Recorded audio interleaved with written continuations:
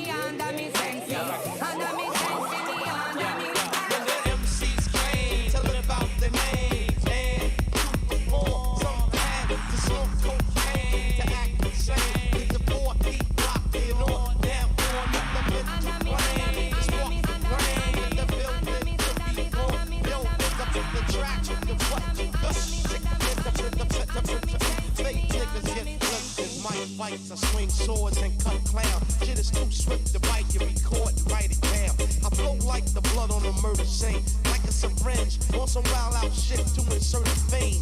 But it was your walk, the shop, stolen art, catch a swollen heart from not rolling smart. I put bad pressure, for phony whack rhymes you get hurt. Shit's played like zodiac signs, a sweatshirt. That's minimum, and feminine like sandals. My minimum table stacks the verse on a gamble. Energy is felt once the cause of death, with the impact around half the kicks from black belts that attack. Them white phones like cyclones or typhoons. I represent from midnight to high noon. I don't waste ink, nigga. I think I drop megaton bombs more fast. It wasn't pretty for the side of MIBR in this one. 16-2, that is such a brutal scoreline. It is. But, you know, it's, again, one of those things where a team like MIBR, so fresh, so new, that experience, that butt-wrecking that they just got. Butt-wrecking. Hey, it's me, Potter. You might be wondering how I got myself into this situation. It isn't easy thinking up creative descriptions on the fly. So here's how I got myself into this butt-wrecking mess. Shit, I need the audience to understand just how badly MIBR got owned. Quick, Christine, come on. Think of something funny. Got their asses kicked. No. Too boring. Maybe I can work this ass angle though. Colon carnage. No, it's too graphic. That would make the Brazilians real mad. Rectal ruin. It's a nice alliteration, but it's a little too technical. Anal devastation. I'm into it. Maybe a little too extreme for me. I'll have Thorin tweet that one out later. Fuck. Think of something quick. I'm running out of time. Think. Ooh. MIBR, so fresh, so new, that experience, that butt-wrecking that they just got. Nailed it.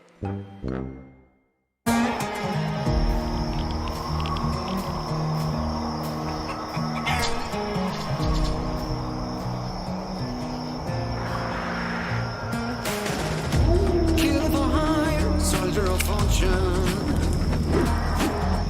Gotta walk through fire for what's important. And the warrior's blood through your veins is coursing. Kill for hire, soldier of fortune.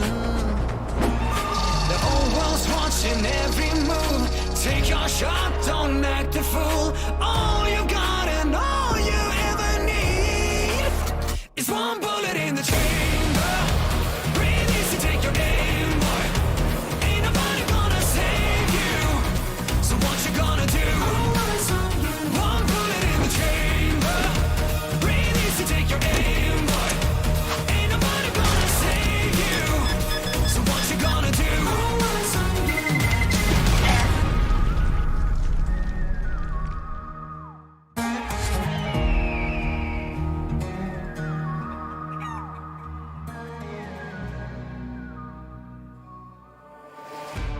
The sun has risen over London, and with that, a new day is dawning here at the Flashpoint 2 playoffs. Since the beginning of our journey here at Twickenham Stadium, the competition has been sliced in half.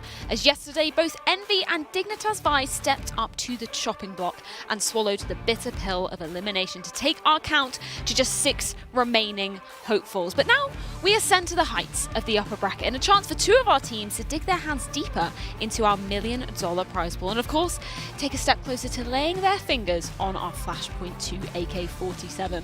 My name is Fred Spears. Joining me for the duration of this first match of the wonderful Maui and our queen of butt-wrecking over here, Potter. You know, I love that we got the thought process behind that incredible moment. Yeah, you know, a lot of people would pay a lot of money to get inside this brain of mine, and yeah, I just illustrated it for you guys. I'm kidding. That was, kill me now. That was bad. That was really bad.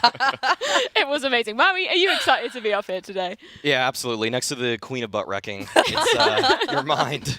How do you do it, Potter?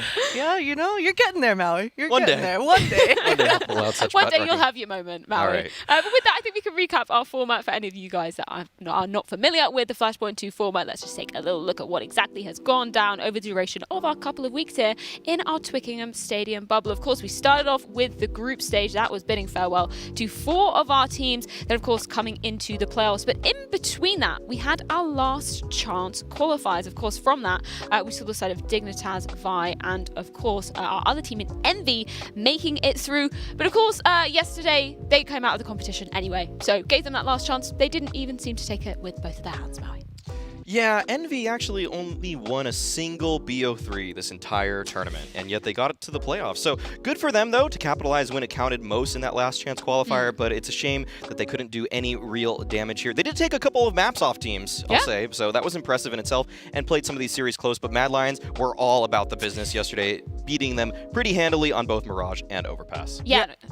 Sorry, Freya. No, I no. just had to go on this OG hype train. Yesterday in the blind spot, I kind of said Valde wasn't in my top 3 players of the tournament. Thinking back now, I mean, he surely has to be, right?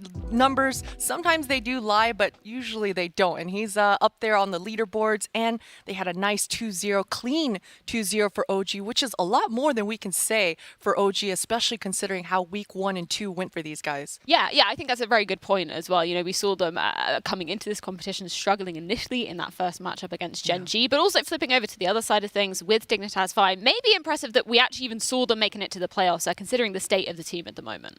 Yeah, I think my main takeaway from Dignitas Vi is that Heap is actually pretty serious in terms of clutches. Like, he actually leads the tournament right now with 10 clutches, and that's for a rookie, for a guy that came out of ESEA main. Vendetta, he saw him in ESEA main, plucked him out, and now he's just clutching against Flusha and Crims. Like, what is that? That's just such a great story, actually, for me already. Yeah, it is a great storyline indeed. But speaking of players in particular, of course, we've got to get to the point here. And today, we're going to be crowning the GOAT of CSGO in terms of our players in the competition. So we're going to bring up a bracket, and we're going to see exactly which players we have to be starting off with. Let's start over on that left side with our 2 Swedes in Olafmeister and Get Right. So we've got to decide exactly who will be making it to be crowned the GOAT of Counter-Strike Global Offensive. Let's start off with the first one, Mary. Who are you going to be siding with? I've got to go with Get Right here. I feel like his consistency at the beginning of CSGO really laid the foundation for what every player was striving to do. He pioneered that lurk style and so many clutches. He had one of the best sprays at the beginning of CSGO. It felt like he just mastered it perfectly. Then they added some RNG to it, but Olaf, he had a couple good years. 2014 and 2015 were both pretty nice to him. Tech 9, the boost. I mean, he has a lot of iconic moments, but Get Right, he has so many trophies. Yeah, it's hard to argue with that. I have to go with Get Right here as well. Man, Olaf has such a long history as well, though, but the beginning of CSGO, it was all about Get Right, so that's all that's kind of popping into my brain right now. Well, moving on down, it's going to be Device versus Shox. Mary, I know you already had some thoughts on this before we even saw the bracket coming in. Who are you going with? Man, I've got to go with Device, though. Shox is, he's the poster boy of Counter-Strike. I mean, he's always just that rock star style. Like, the way he looks on camera is really how he looks in person all the time. So it's great. Once you see him in person, you'll see that he really is that rockstar. And Device, though, he's just been the best player for Astralis for a very long time, and Astralis probably the best team in CSGO history, maybe Counter-Strike history in general, so definitely have to reward their best player in Device for me. Oh man, this one's, I can't believe I'm saying this because Device is my favorite player to watch of all time, but I'm gonna go with Shox here just because, yeah, man, Shox, he's got that passion. There's this video on YouTube that just blows my mind every time when he sat there talking to his team, talking about 5 fingers and, you know, yeah. I'm this finger, you're this finger, you got my back, I got your back, and it was beautiful. He's such a great leader. I'm going with Shox. How do we do a Freya, tiebreaker? you got a tiebreaker. Yeah, apparently I've got the deciding Freya. vote now. You both presented incredible arguments for this, but I'm going to side with Maui. I'm going to be going with Device simply because of that consistency. I think that's a real key factor. And the fact that Astralis probably are, as you said, the best team to ever grace Counter-Strike. So yes, we'll lock him in for that one. Now, moving on over to the other side, of course, a player that we've just bid farewell to here at Flashpoint 2 in the form of Forest versus Cold Zero. What are your thoughts on this one? I think that Cold Zera has to take this one for me.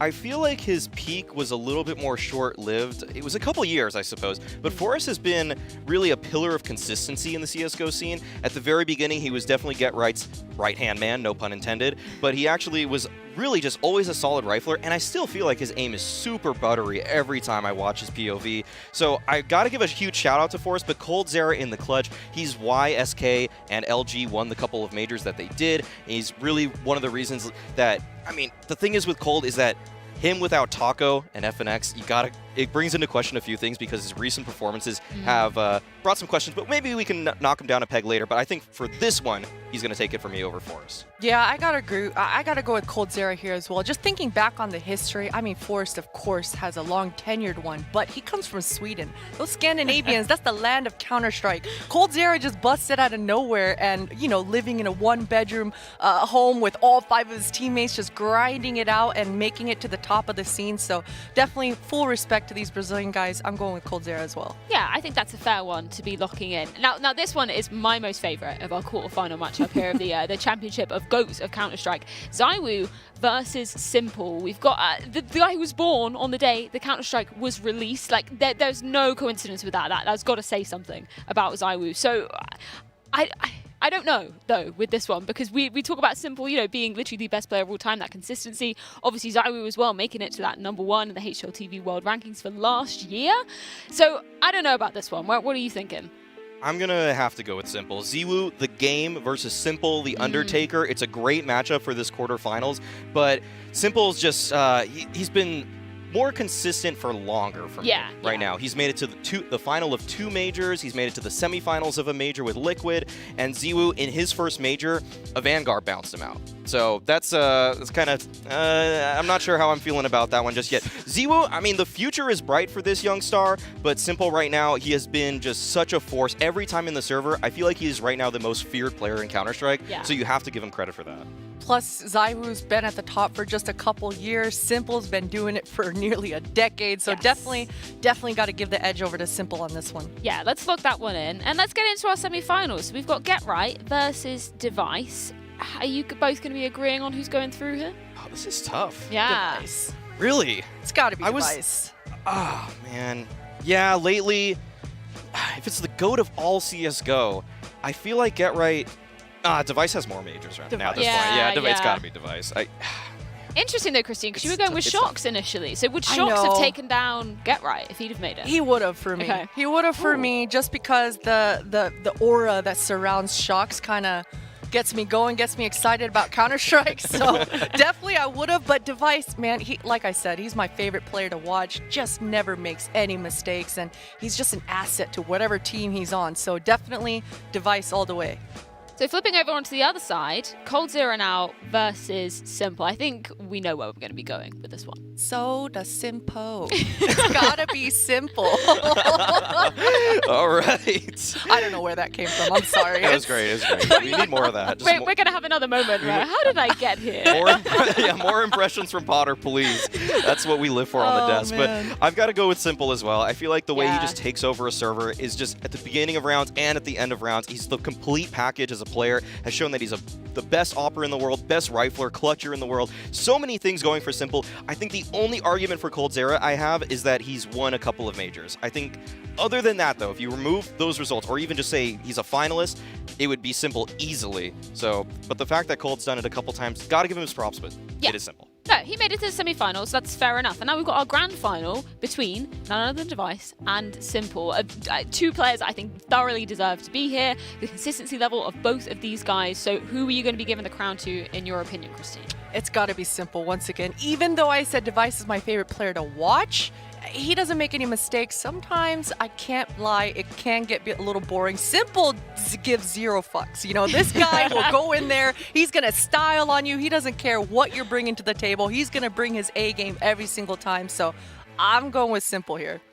I feel like the only time I've seen Simple slip up has been when his teammate had coronavirus. So again, I don't really see Simple. It takes falling. a lot for the man to fall off a little bit. Exactly. So I got to give it to Simple as well. This feels like you're pitting the best player in the world against the best player on the best team in the world. So I got to give it to the best player. Yeah. 'Cause it's the GOAT. Exactly, it's the GOAT, and well done, Simple. Congratulations, you are the GOAT of Counter-Strike Go, according to us, at least up here on the desk. And of course, if you guys want to get some stardom yourself as well, how do you feel about winning some knives, potentially? And winning some knives that none other than James Bardolph has selected. Of course, you can see our wonderful selection along the bottom here. Maybe we can ask him after the show exactly why he selected these particular knives, but make sure you're heading on over to pinnacle.com, and make sure you're going towards the Flashpoint EN side of things. Of course, this is the English broadcast. You must be 18 years older or over to make sure you can enter that one. Of course, terms and conditions will apply. But we've got to get onto... Paracord is mine. That is a lovely knife. James let me borrow his paracord knife as well. He traded me it a couple of weeks ago. It's a very nice knife. Bardolph is the best simp we could have ever asked for. What a at great Flashpoint Yeah. too. Yeah, you know, he's just always there for you. Always there for you. He be simping. James Simp Bardolph. James. He doesn't have a real nickname, but that should be it now. That should be it. We'll crown him that here at Flashpoint. But of course, we've got some Counter-Strike to be getting into as Virtus.Pro will be taking on none other than Big after this break. But before that, Monty had a chance to check in with Keto, so let's hear what he had to say. All right, I'm here with Keto from Big before their match with Virtus.Pro. So, Keto, welcome to the Big Dungeon. I hear you arrived recently. Is that helping you to actually be on site there in Berlin? Yeah, it's really nice to be here when I'm here. And yeah, I think it can only help when everyone is here, or almost everyone. Fair enough. So let's go back and talk about your last match versus Envy, because I think Envy played a lot better than most people expected, and you could have lost that series. How nervous were you coming into like the end of map 2 there? Because map 2 and map 3 were both very close. I think we knew that we had a better team and that we should close out these close games, especially because like we're just better than them. But yeah, they played better than we expected. But yeah, we came out on top. Were you disappointed by your performance at all with Envy, and have you taken the day off that you've had to prepare anything in particular heading into the Virtus.Pro match? Yeah, we talked about our maps we played, what mistakes we made, and like we fixed a lot of stuff. Also talked about our communication, like it was really hectic, and yeah, we will improve that today. Since this is such a huge tournament and, you know, you have a chance to win $500,000 if you actually make it through to the finals and win the whole thing, were you pleased to see OG being knocked down to the losers bracket? Do you think that makes it easier for you guys in the winners bracket? I don't know. I think every team like is really good since they're here, and if you want to win this tournament, you need to win against like everyone probably anyways. So we don't care where we meet them. That's fair enough. Your opponent for today is going to be Virtus.Pro. So Virtus.Pro is a team that's performance has been on the rise over the last few months. What are your initial impressions of them and their play style versus yours? Yeah, they're a really strong team. Since they added Yikinda, I think they had a 20-game win streak or something. And yeah, I think they're really, like, Yikinda's really aggressive, and then you have James who's really passive. Like, I don't know, they have a unique playstyle, I would say. Yeah, but I think we will beat them today. That's fair enough. All right, so after you guys play, we do have another match between Fnatic and MIBR. Do you have a prediction on that matchup? Because MIBR has been surprisingly good recently, and Fnatic a little bit shaky. Who do you think will come out on top? Who do you think you will play if you end up winning your match versus Virtus.Pro? I think Fnatic will come out on top. They're a much better team. But if MIBR gets into the game and like they hype each other like they always do, then they have a chance. Why does everybody think that MIB are hyping each other? Because I was talking to this with NBK as well from OG. He thinks that's a real strength of theirs. Do you agree with that? Do you think that that gives them a lot of momentum? Yeah, I think so. Like, if you have 5 players who hype each other that much, like if everyone is fine with that and is playing better because of that, then it can only help you. Very interesting take. All right, well, thank you for joining us, Keto, and good luck in your match today versus Virtus.Pro. Thank you. After the break. Virtus.Pro versus Big, only on Flashpoint.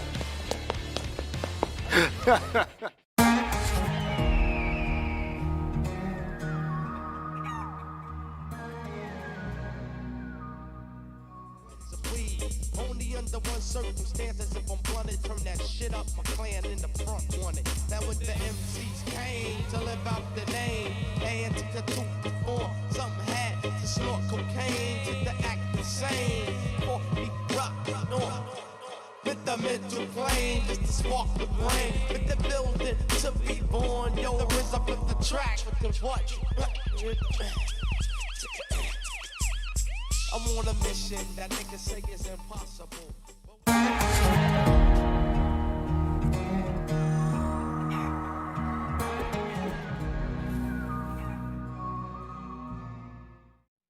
It's game time here at Flashpoint 2 as we're turning up the heat in our first upper bracket semi-final. Or maybe we should say game time, as of course Virtus.Pro will be taking to the stage, making it all the way through our Pinnacle Cup to qualify for this very tournament. They've been hungry to prove that they can hang with the best, but can they take down the giants of Big? Of course, joining me to answer these questions and many more, Maui and Potter. And Maui, you said this is going to be the most exciting game we have today. Why is that? I think the clash of styles is perfect. I think that VP have that individual aggression, that flair to their style, that unpredictable CIS style ties, usually headed by Yakinder, but Buster gets in there as well. And Big, they're the tactical team. They lay everything out. They always come in with this set game plan, and it's going to be up to Virtus.Pro to try to disrupt it. Yeah, and of course, their last game, speaking of Virtus.Pro, actually went down to the wire against Mad Lions, went to the full 3 maps and overtime in the final map of that series. So what were your guys' key takeaways from that performance? You know, Virtus.Pro, they tend to do this quite a bit. You know, they get into these really nitty-gritty matches, and you can see that the VP guys are always trying to play the most optimal Counter-Strike, the perfect Counter-Strike. That's where the whole Jame time meme comes from. But sometimes you gotta get dirty, sometimes you gotta get messy, and I'm looking straight at Kicker, man. This guy has multi-kills after multi-kills, highlight rounds after highlight rounds, but sometimes I do think he turtles up a little bit. He's waiting for his teammates to initiate things. Maybe he's waiting for the communications coming from Jame, but Kicker, you can absolutely see the mechanical skill that this guy just booms in that server. So today I'm looking at Kicker to kind of spice things up a little bit for VP. And a player that you've been looking at a lot, Maui, is of course Yakinder as well. And he said on the podcast that you did with him that he hasn't really been feeling that same consistent form as of late. And we've kind of seen that over the majority of Flashpoint. Yeah, in the last month, Yakinder has only a 1.01 rating, which I really didn't expect because he was absolutely lighting it up against CIS competition. So I'm going to be looking at Yakinder to step it up here. I think James has been performing incredibly well. Kicker on top of that. They've both been doing great jobs for this team, but Yakinder is really the X factor for me going into this series because he hasn't performed to that level that we've wanted. We've wanted that aggressive rifling style, and he takes those duels, but he's winning them less of the time than I really expected going into this tournament. Yeah, and something else that he touched upon during your podcast as well was this Inferno as well, because we've seen it being a comfort pick for them. Then he was also saying in an interview that he hasn't felt that they felt that same comfort as of late. So do you think that's going to be coming out in this series? I think that we will be seeing an Inferno pick, likely from the side of Virtus.Pro. It'd be cool to see something different, to see if maybe they change up their mentality, perhaps. But I think that against Big, this is too good of a pick. It's a map for Big that they've always been a little bit shaky on. They've taken some big scalps, but then they lose to some teams that they probably shouldn't be losing to. So it's kind of hit or miss for them. And for a team like Virtus.Pro, they should have confidence going into it. Despite what Yakinder said, that they have been a little rocky, especially on that T side,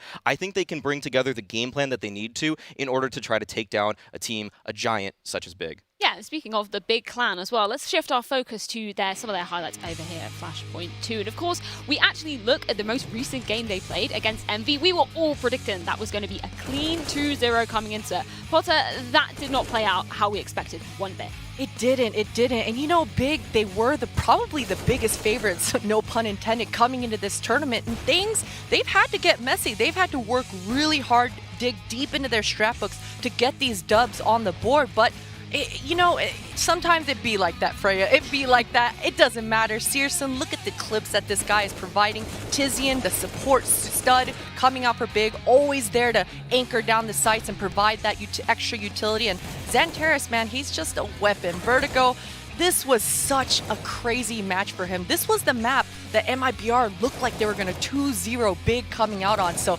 once again, Big they have to have these superstars shining, you know? I love the interview that Monty just had with Keto. Now we know he's back in Berlin. He's at the boot camp offices, which is only going to bode well for Big, you know? Freya, we saw Keto as soon as he joined this Big lineup. He was that secondary offer. He brought so much impact and value.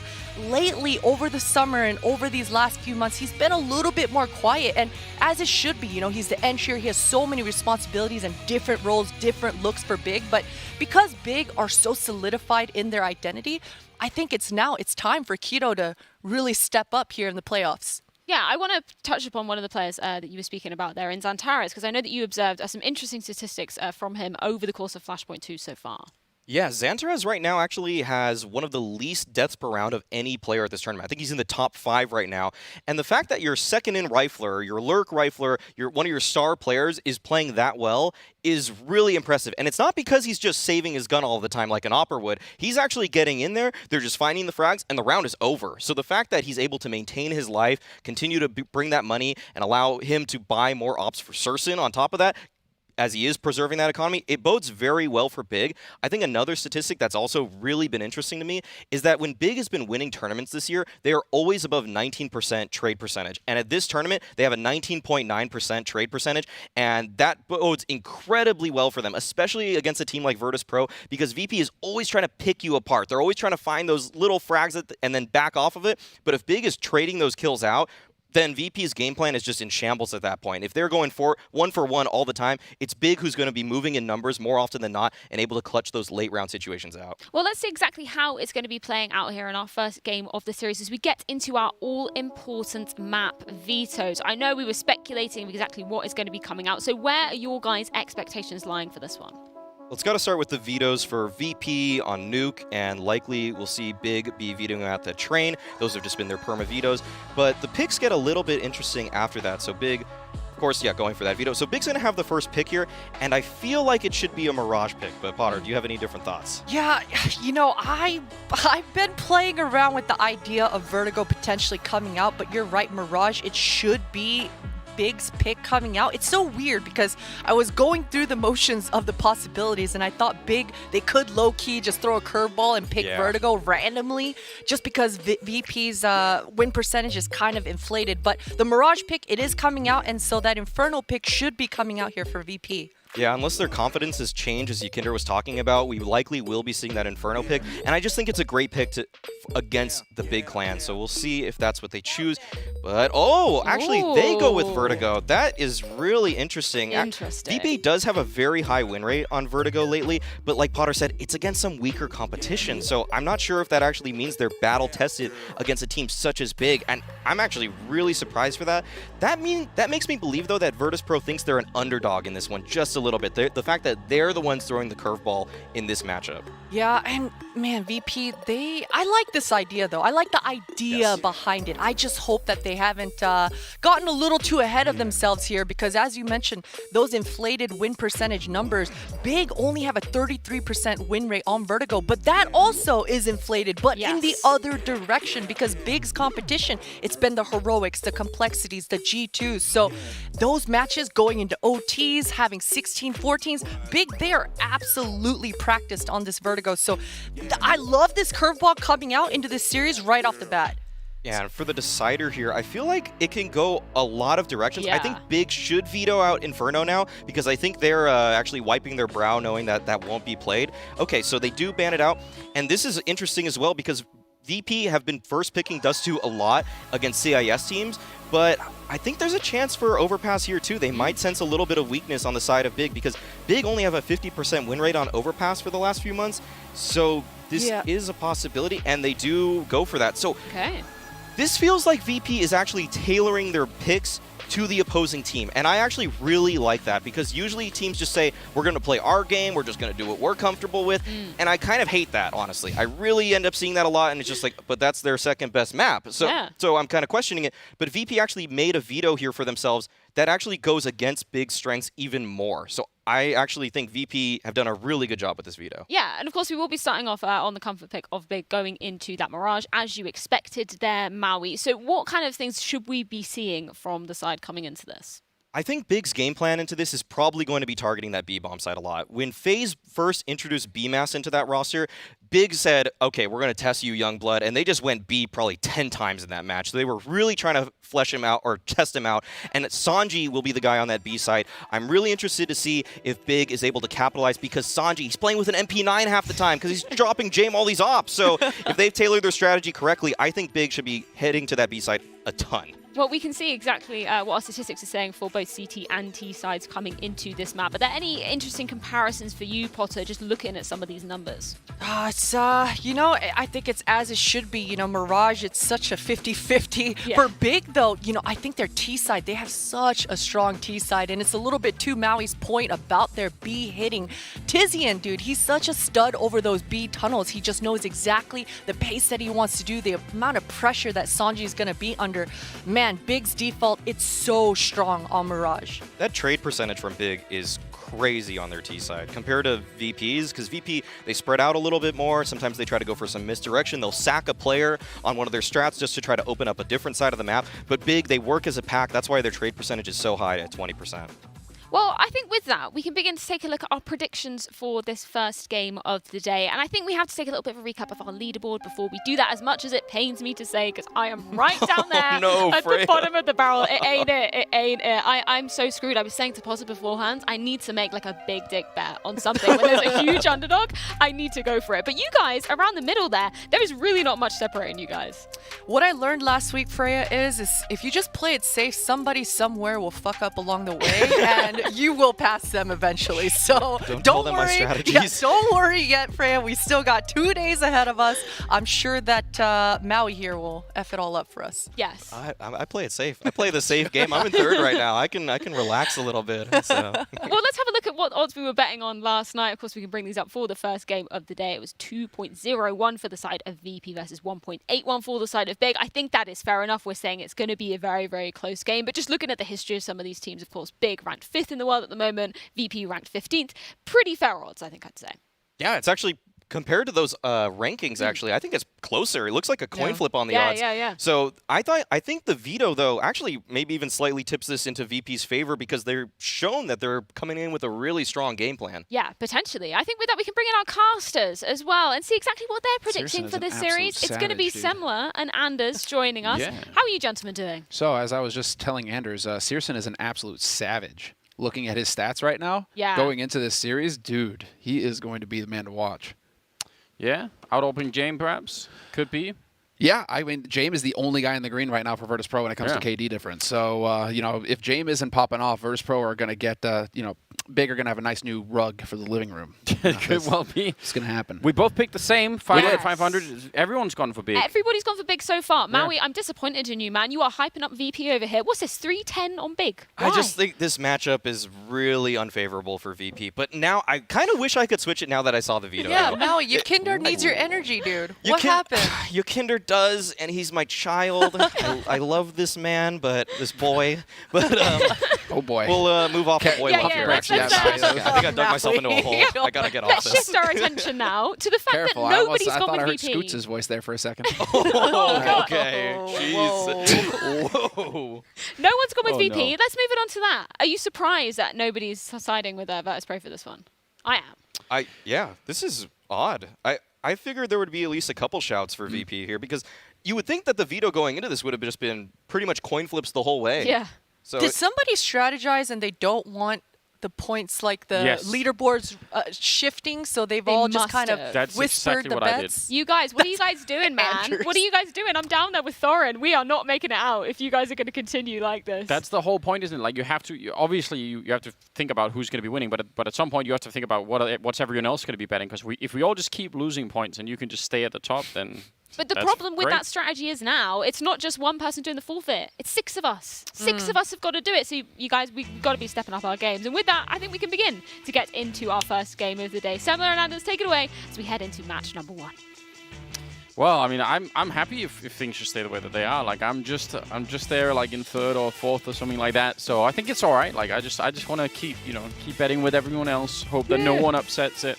So far, so good. I mean, yeah, there's going to be slightly different winnings on Big, but it seems like everyone went for them. Maui and Powder have got the right idea, you know? You just play it safe and let the others take the risks, and slowly but surely you'll wind up on top. It is definitely true. Well, here we go, ladies and gentlemen. Virtus.Pro and Big in a best of 3 here at Flashpoint. Virtus.Pro starting on the CT side of Mirage, and the Big on the T side. And I don't know. I both these games today, I feel really not that confident in my picks. What a way to get started. Oh, that was beautiful. That was beautiful. And now we are off. It's Sanji hiding in the corner and James coming in for another headshot. The two of them combining for 4 kills, and they have shut down Big in this pistol round. All of that was really wonderful. Utterly denied. Utterly annihilated. And well, that's a pistol round for you there, where it just doesn't go at all your way for Big. They were ready for him, Virtus.Pro, and so Big have just kind of got to chuck that round, you know, chuck that round away, not worry about it, not dwell on it too much. It was way too one-sided. Look, you kind of just write it off. Those were some incredible shots from James. That looked very, very smooth. All right. Well, there's one thing I think that's not going to happen. It's not going to be a boring game, this one, and the next one definitely won't be either. So I'm excited about that. I think we're going to see some cool Counter-Strike coming out here. As you mentioned earlier, Searson definitely a real force to be reckoned with when it comes to the AWP, but James absolutely is as well, and it'll be interesting to see how that's going to play out. Bomb is at top mid, and the Eagles have done nothing so far. This is super cool, though.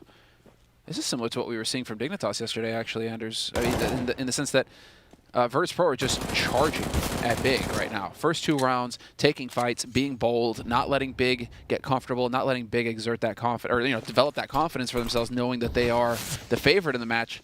Virtus.Pro are the ones who are just making some plays. Tijin putting up a fight. At least he's able to finally get the first kill so far this map for Big. Yeah, but yeah, I mean, I like that Virtus.Pro are playing this aggressively right out the gates. Yeah, definitely. I mean, not getting sniped away from the Deagles either. They were just so ready for it. Buster is going to be in position, so they will only lose Sanji, which is just fine. Third round, no bomb plant in either of the first 2 rounds, so they're going to have to relax a little bit here, cool it down. And we'll see what they can get up to getting into the, not so much this next run. This is going to be a little bit of a slaughter coming up surely. Yeah, I mean, single flash, I just imagine. Let's see a waterfall onto A. It's not going to happen, unfortunately. Actually, maybe that's due to spawn. But kind of similar to like what you see on B site on Train, right? Where T side you can just run and just try and stick the bomb plant. Hey.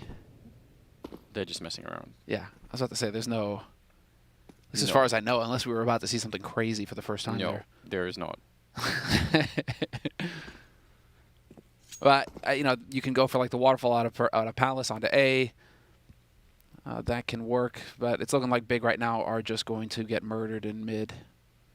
I feel like he's supposed to peak maybe slightly after. They do have Deagles, more than I thought, so regardless, Tizian takes a bullet to the face and he's out of it. Now they're all in the middle, and VP probably don't really care. Actually, now that you point that out, 3 Deagles. That's kind of a waste. For what's a hard eco round like this, where you are 99.999%, you know, just going to get murked. Yeah. Getting Deagles, I mean, this is a Deagle now is like almost a full set of nades in the next round, right? Yeah, I'm not sure I fully agree with it either, but I mean, it seems like they'll be all right. It wasn't as bad as I was, you know, making it up to be in my mind. Searson's got that AWP and not much else. No head armor either, which is again, you know, playing on the T side, especially against the weapons that they are right now. It could be a little bit annoying. But the first real shot for Big to do some damage in this one and see if they can start to step it up here. So let's just see what they bring into this one. Kindar, nice movement. I think he did get spotted. Yep, he's going to dart right back. But they do have a pretty good presence here at middle and Catwalker. So Tizian, I don't know. I mean, if he can get a kill here, he's probably going to pull that mid defense back. But he's just playing for effect here. He's just trying to be annoying and trying to, you know, cause a little bit. Trying to focus this defense over towards the B site. And look at this. I mean, there's 4 players on this side of the map right now for Virtus.Pro. Kakert is alone on A right now. It seems like Big aren't going to be able to take advantage of this. Not for the moment. They are going to be just slow playing it, hoping that somebody on VP is going to walk into their crosshairs. That's the name of the game here for Big. Although, as I say that, I mean, Xantares and Keto now starting to at least trade places, it's still just this waiting game. 58 seconds, and Virtus.Pro are going to start getting to the point now where they want to move around on the map for information. And so Big, it turns into this game of chicken. Who's going to flinch first? I mean, eventually Big will have to, right? Clock, after all, is running against them. So deep smoke going down there towards the top of connector, and no reaction just yet. Yikindar's moving into a position where maybe he could do something here. They're going to go check it. They nearly line up. That could have been a beautiful double kill, but yeah, now it's go time. Keto picking up Kick It in the meantime, and Searson just catching James. It's a disaster for the B bomb site. 25 seconds, and Buster is back here, but he's already been spotted, and they're going to take them all down. They didn't even need the bomb plant. And, oh, those are some really, really big wins. Although VP also, they didn't have that great weaponry to fight some of those fights with, so they're going to have that next round. They're going to have that now. A big buy round coming up for VP. But man, Big, they won every duel, and they made it look easy. They were ready the entire time. Look at that, Searson ready at window, and I mean, even with the 2 players on B site, you're thinking some damage could get done? Not at all. Very well handled there by Big. When they got their first buy round, man, that was clean. They did, by the way, also walk into the most stacked part of the map, didn't they? It was like nuked everybody. Yeah. That's going to be a little demoralizing for Virtus.Pro. If you're, if in real terms, that was a buy round, you're both fully bought up, and you just got wiped out completely, even with everything going your way, in terms of positioning, yeah. Definitely going to be thinking that you could have had much more of an impact there. All right, Bomb is still pretty far back. Searson's going to lose a fight to James. Oh, and the follow-up, James. He's come to play. The pistol round, and now these 2 shots. That is beautiful. Tabson going to be forced back, and I don't know, this is a real struggle. If they lose this round Big, especially without doing any damage, that is going to be a disaster. Really nice support from that short position here. Oh, if it went deeper, that grenade. What's the name of the game, though? That's a smoke that's thrown by Xantares to the walk-off connector, and yeah, that was going to be the play. Buster catches Tijin, the weird smoke. There's just an angle there, one way. And well, now, I mean, they're getting whittled down one after the other here, Big, hoping to catch somebody again. Taps, and oh, that gives it away. Still wins the duel, gets the headshot on Yikinder. Buster, however, could very well drop the bomb, and that'll end this round right here. I mean, it should be almost a done round already. It's 25 seconds. Yeah, I'm glad that Buster isn't going too much for the re-peak, because why give yourself up? Molotov in the corner would be really painful to kick it. He'd probably die before he could even do anything, but so far they've thrown no grenades his way. James is going to miss a shot, but a lineup for Kick It is there. So he's going to get that running for the AWP, and he will successfully claim it. That's all good. I mean, yeah, they maybe lost one player more than they needed to there. But Big did not get the bomb plant, and VP right back in the mix. They're looking good, especially those shots from James were lightning fast. Oh. Yeah. That's beautiful. James, highest rated player for VP going into this. Only guy in the green right now in kill difference for VP. So he is going to be the driving force behind this team, getting it in. If he's going to be playing like that especially, I mean, what a real delight. That could be a really fun game. Tizian charging in with the Mach 10 early on here. Tries to make a jump for it, but he will get caught mid-air. Sanji getting one Buster now with a follow-up double kill, and that will shut up the whole offense here. Nothing much that they could do. Searson is going to get a kill. Actually gets another headshot. That's pretty impressive. But no bomb plant once again, and losing 2, I don't think that's so bad actually for VP. They're still building that economy. Yeah, not at all. That was excellent. And that was a fully orchestrated rush coming in from Big. You saw it. All the nades thought out. They had the flashes, they had the mollies, they had everything. And VP, they only lose 2 players to that intense pressure. Really well handled by Virtus.Pro. And so Big now are going to really start feeling the heat. They are going to have this buy round coming up now. Despite the lack of a bomb plant, they still have enough for the rifles. They will get Searson that AWP. And now, okay, again, another change of strategy. Wow, so aggressive. Yeah, I think... yeah. He saw Tijin. He realized. Doesn't even matter, does it? Instantly taking him down. And could have been a big shot there. But instead, Yikindar goes down. Doesn't seem like it's really going to matter that much here. Kick It playing a bit of a game, and Sanji showing up to help him out. Great communication and great shots ringing out right now for VP. They are playing an incredible game at the moment. That trick in the middle that Yikindar uses with the Orc, yeah, people will have to start countering that fairly soon, because we've seen it abused a couple of times already in Flashpoint. Yeah, definitely. from Virtus.Pro. You and I have gotten to cast these guys a few times now, Yeah. and it really feels like a go-to strategy. Get that smoke down and then play right on the edge of it, and it is pretty much a one-way. We've seen it from both perspectives now, where Yikinder, he can clearly see people at the top of mid, but if you're at the top of mid looking towards that smoke, you don't see them. And so you're going to have to start just throwing HEs in there. You're going to have to start spraying it. You can't just assume that that's a faulty smoke anymore. You have to put some damage through it and force Yikinder to play a little bit more honest.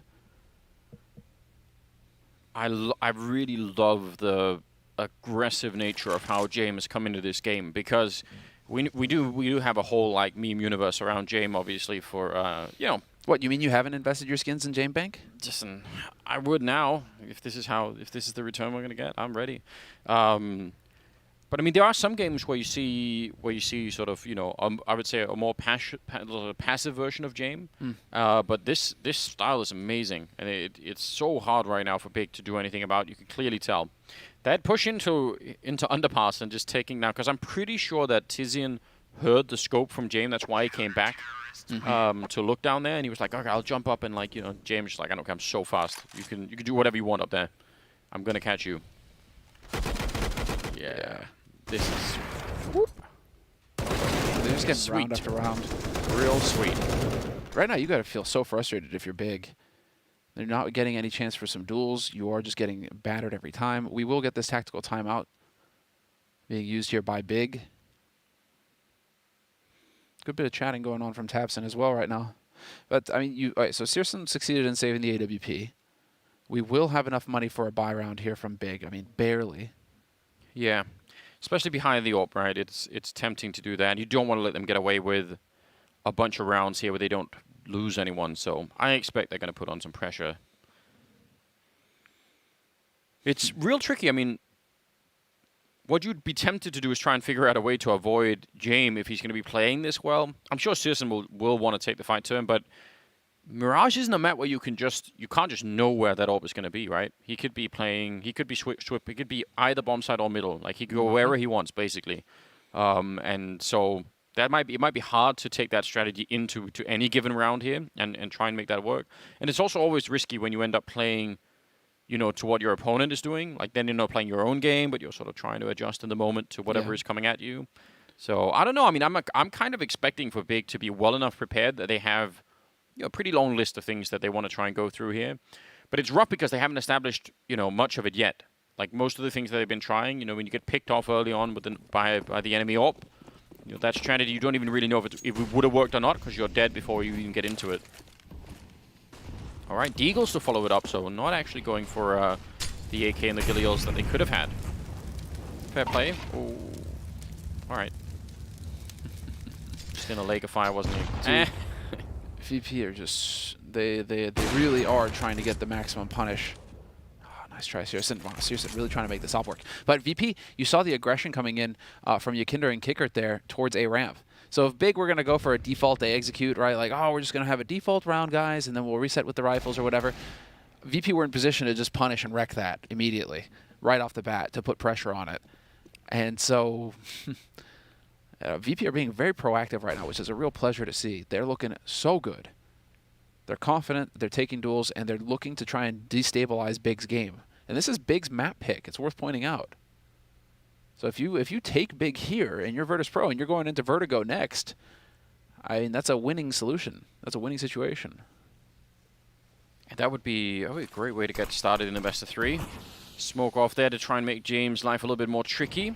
If they can go quick towards this catwalk and just collapse on the site, that actually is the best option right now for what VP's defense is looking like. So let's see if they're going to be able to do it. A little bit of a boost up here. That's a cool way to offset the angles. Very hard to read if you're inside of the B-bomb site. They have the whole setup, but they need to go right now before more backup is going to be showing. Already third man in the bomb site. 20 seconds left. Sanji with a bit of a spray taking down Tizian. Buster nearly following it up. He's going to be able to, and he almost gets flanked, but the backup is here, and that's the bomb on the ground, and there's not going to be anything that Keto could do about it. Even if he gets if he gets 2 kills, it won't matter. So yeah, save the AWP if you can. That is, I mean, that's not that far from actually working out for Big, but I think they were about 7 seconds too late on that execute. A third man showed up, and that was just enough to hold them back. This is the best case scenario, though, for Big. Saving that AWP at least means you pass that over. Searson can drop you an AK, and you're actually still going to just have a full buy. So rinse, repeat. round didn't work out for you that time. Big, it's still only 7-1. We're still early days here in this half. It's been a very one-sided affair for Virtus.Pro so far. But this isn't a one half for VP just yet. There's still plenty of opportunity here for Big to come back into it. And so now is the time. Flashes over the top. Searson just charging straight in. And Jame was ready for him. Jame was holding against this short push. That is crazy. Ooh, and a Molotov, I mean, that was an opportunity for a kill. That needed to work out. Buster and Kickit will take 2 in return, and the rest of the push is getting absolutely collapsed, trying to get into the A-bomb site. Yekindar down here. A little bit of an awkward fight against Tizian. He's not going to win it either, but it won't matter in the end here. Tizian so low on health already. They know where he is. He can't escape this position. In fact, you could see from Jame using the pistol that it's already been called in. Yekindar would have made that call instantly, saying he's very low. Just, you know, go get him. No problems at all. Yeah, so Jame probably should have had that kill against Searson. As you said, he was in position, but Searson should have had the follow-up once they forced him out of the Molotov. Yes. So, I don't know. There's a lot of things that went south there. The main part of the push, though, when the fight was happening in middle, just did not work out. Yeah, this hold here is everything. They're so ready for him. Everywhere right now. VP at all points were ready for that push from Big and for the response as well. So sick. Oh, now Yekinder's going to be looking. Now we've got Jame in window. You were right to point that out, Anders. I mean, it is really perfect here from Jame. He has got so much so much freedom on this map right now. He's playing a different position every round. Big have no idea where this guy's going to be set up. It is not like a turret style of opping that we're getting from Jame at all. No, it's really cool. And you see him and Yekindar in there. So Yekindar just puts out the Molotov behind him so he can stick around and play for Jame as well. So the two of them have got some good intuition about how to do that. Because if Yekindar just falls back, you know, Jame sort of has to fall back as well almost. Oh, caught mid-air. I'm going to need to see that from Searson's point of view. The bomb is going to go down, and I don't know. Oh, he's going to catch him just as he's picking up the rifle. If it had been Searson and Santaris left 2-on-3, could have been really fun. Now, Searson is in a lot of trouble here. He's got not much to work with. No armor, no grenades, only really the element that surprises. He can sneak all the way through. Did make some noise, but they were too far away. Now he's walking up behind them. They will have put on a smoke on that bomb, and they're going to try and tap it and see where he is. He's got the right idea, but again, the lack of armor. It's a headshot, but even if not, I mean, just the time that it takes for him to get all those kills probably would have been the end. So it's a nice idea. It's a cool attempt, I think, but it does not change the fact that it's 9-1 in favor of VP. Oh, wait, what? He's jumping too? Shorty. The timing. Get the fuck out. What is that? They were both jumping. And the Deagle wins. Well then. Yeah, well then is right, Anders. They were... Listen, sometimes, you know, just lady luck. She's going to be on your side. That is a ridiculous lottery to play in, isn't it? Is it just me or is that... I mean, no, that can't be right. That's the first bomb plant for Big. I can't remember the last time. Close to, I think. I can't remember the last time. They haven't had many, that's for sure. This has been just a completely worthless first half for Big so far. One round on the board. It's 9-1 in favor of Virtus.Pro on the CT side. Look at Jame and Kickit again with a forward setup over towards the ramp. Just super unpredictable, right? Every single round it's a little bit different. Not so much in middle and connector this time, but now, you know, I'm just waiting for the B hallways push to slightly kick in. I mean, that would be the next step, wouldn't it? To put Jame over in those B hallways and just have him have that deep ankle. Maybe even push up with whoever is playing over there with him. I guess that would be Sanji or Buster maybe, but yeah. It's like they have a checklist. Yeah, that's what you should do. Just keep going down the checklist. One spot after another. And right now, Big, I mean, this is forcing Big to have to worry about all of these angles. They have to commit so much time to clearing out all these spots, and now they're just waiting here, hoping that somebody from VP is going to drop in. And of course, Yekinder. Not only does he drop in, he gets the kill on Keto, who was waiting so patiently the entire time, and now Yekinder can get out of here. He still hangs around, so he's still trying to make plays and be a little greedy. That's going to end up costing him. I love how Sanji doesn't even show himself. He doesn't even pull the trigger, Anders. Oh, man. 20 seconds left, and actually Big are going to try and make a sprint over here towards B. And Buster, I'm pretty sure he just spotted Searson. All Buster's going to do now is going to call for the rotation from his teammate. Oh, through the box! Tizian going to find Sanji, but that's it. Now he's going to get caught in a sandwich. He has to find the kill on Buster in a moment here, or he is going to get flanked. Buster's playing this so well. He's just waiting for the cavalry to arrive. They've got all the time in the world to make this retake happen. Why does he peek? Yeah, a little bit early on that one. Going to go for the fight. And, I mean, that did give an opportunity for Tizian to at least try it. But they're going to be on the defuse again, 10-1. And yeah, they lost a couple of more people here in this round, and that's a bit annoying. But given the money that they have, don't think they really care at this point. Surprising. Coming from 3 angles as well. I mean, Buster dying there turns that into a totally winnable situation for Big. They could have gotten that. That was a clutch that was definitely possible. And so now, well, it doesn't go the way of Big. They are just getting battered right now. Buster, that is a sick one. What, did he punch him too hard? Oh, sorry, dude. Listen, surely they're going to be frustrated. Technically, if they win the next 4 rounds in a row here, then, you know, it's all back in action. James catching that one. He was flashed, though. So Searson probably thought, all right, with the smoke of the flash going over the wall, it's going to be enough. I can make this cross, and it would have been fun to see where he would have gone with it, if he would have gone into the ladder room or all the way in towards the B-bomb site that early on. Let's see. I want to see it from James' perspective. If we have it, that's going to be sick. Because he's blind. He's blind. So is it just pure timing at this point? I'm guessing he's so far back that he wouldn't have been like fully, you know, just completely blind. Just could have just been like a quick little like. He was really far back. Smoke up, kicker playing close. Tabson's going to be going down. Keto next in line. Yakinda having himself a great game. He's 12-6. James is 12-3, and Buster is 10-3. They're just all playing well. Sanji's up there as well. No one is doing badly. Big are getting absolutely destroyed on this map. Xantares has got 3 kills. Searson's got 5. Those are the 2 highest rated players for Big, and they're both low single digits. That's not good. Well, I mean, none of this, nothing is good here for Big on this first half. 11-1 in favor of VP, and just so he saw him before the flash at least. Well, 13th round, and I don't know. I mean, wasn't expecting this. I don't think many people were looking at the odds. I mean, it was a bit of a coin flip on the odds, to be perfectly fair, right? Yeah, and on the performance, if you look at the stats, actually, I mean, VP have worse stats across the board than Big in terms of individual performance coming into this. There's only James who's in the green and KD. They are around the ones, but in terms of rating, but Big, they have every advantage coming into this on an individual level, right? So if you're looking at the odds, it's like, yeah, of course you're gonna favor Big. Just makes sense to favor Big in this sort of scenario. Here we go. Rush into the B-bomb site. Set up with a couple of grenades. Sanji will find the first kill. Tizian wrapping around with a MAC-10. It is a really mobile gun, so yeah, he's going to be able to get a double kill. They don't have a lot to work with here. They need this round. Keto trying to find a weapon, but he's going to go down. So it's back into a 3-on-3. And the last flashbang used there. James doesn't really care about it. He's actually got some backup here. Still, Tizian doing a lot of work. He's done so much damage and really able to get a third one in there before he finally goes down. So now it's up to Tabson and Searson.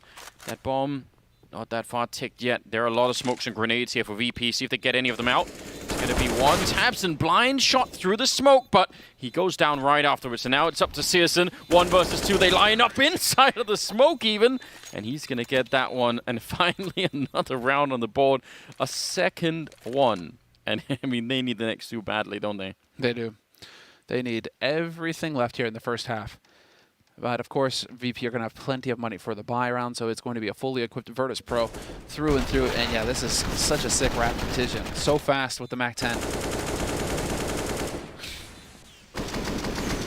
Nicely done.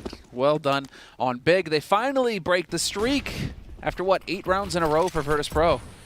Yes. Big get a second round on the board. Oh, and it's looking like trying to make up their mind. They had a bit of a rumpus at top mid there, Big, for a second. But now, clearing out B halls could be setting themselves up to try and poke and prod over here. This time it's going to be a Palace focus from VP. Kickert's all the way up there, just waiting.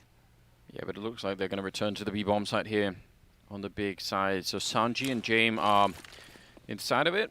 It's going to be hard for James to land a lot of shots here. He's instantly going to try and fall back. Sanji actually picking up that one. And the gap between the first man in for Big and the follow-up is so wide that James is just saying, all right, I'm just going to come back and start sniping. Molotov put out, even though it took a little bit of time there.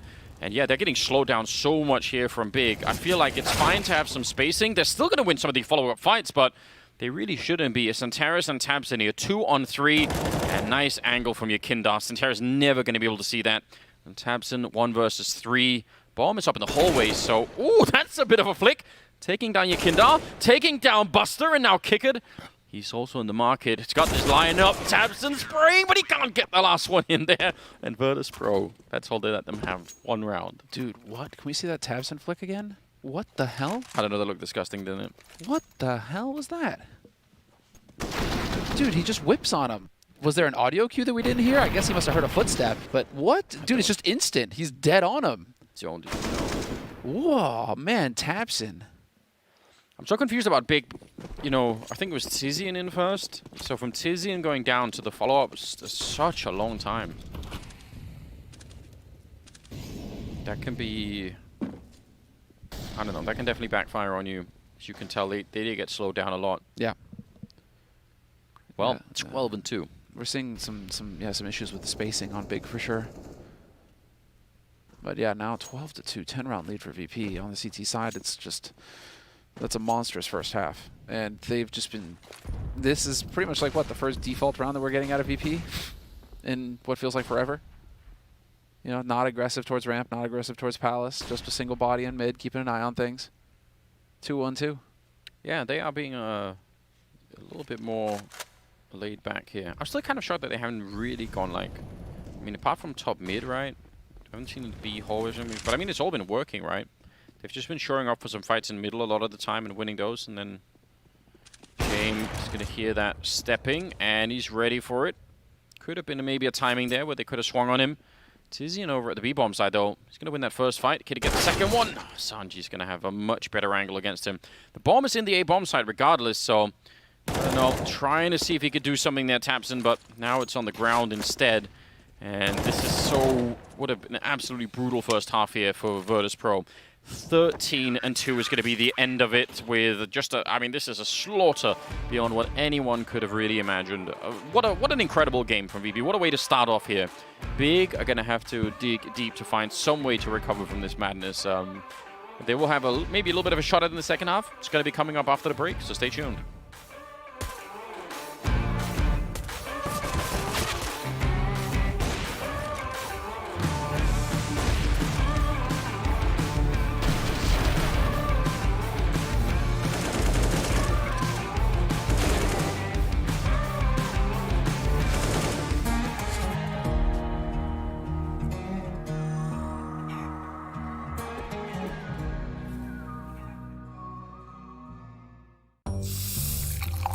Tonight on Flashpoint. The New York Times says it's so unbelievable, it's now believable. Come on down to the Blind Spot and get 15% off new and used cars. Warning, blind spot may cause side effects including drowsiness, headaches, nausea, rashy skin, anal leakage, and an overwhelming sense of joy. Can't state the crime, came through with the woo, slid off on the DL. I'm low key like seashells, I rock these bells. Now come aboard, it's Medina bound into the chamber. And it's a whole different sound, it's a wide entrance. Small exit like a funnel, so deep it's picked up on radios and tunnels. Niggas are fascinated how the shit get vaccinated. My logo is branded in your skin with the MC's cane. Live out the name, and to perform some had the snort cocaine with the act the same before he dropped it on L4 and step into flames walk the brain the building to be born yo rhythm the track the fucking is the ruin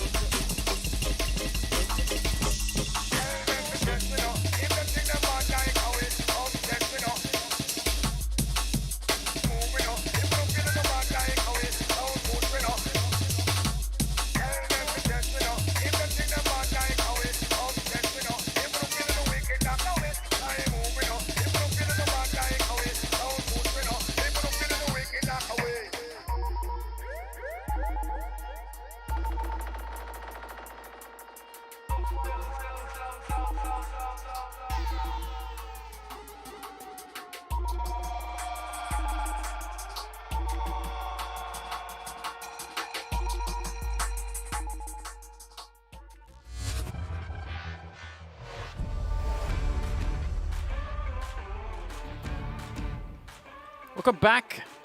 It's a ridiculous way to get back into it, isn't it?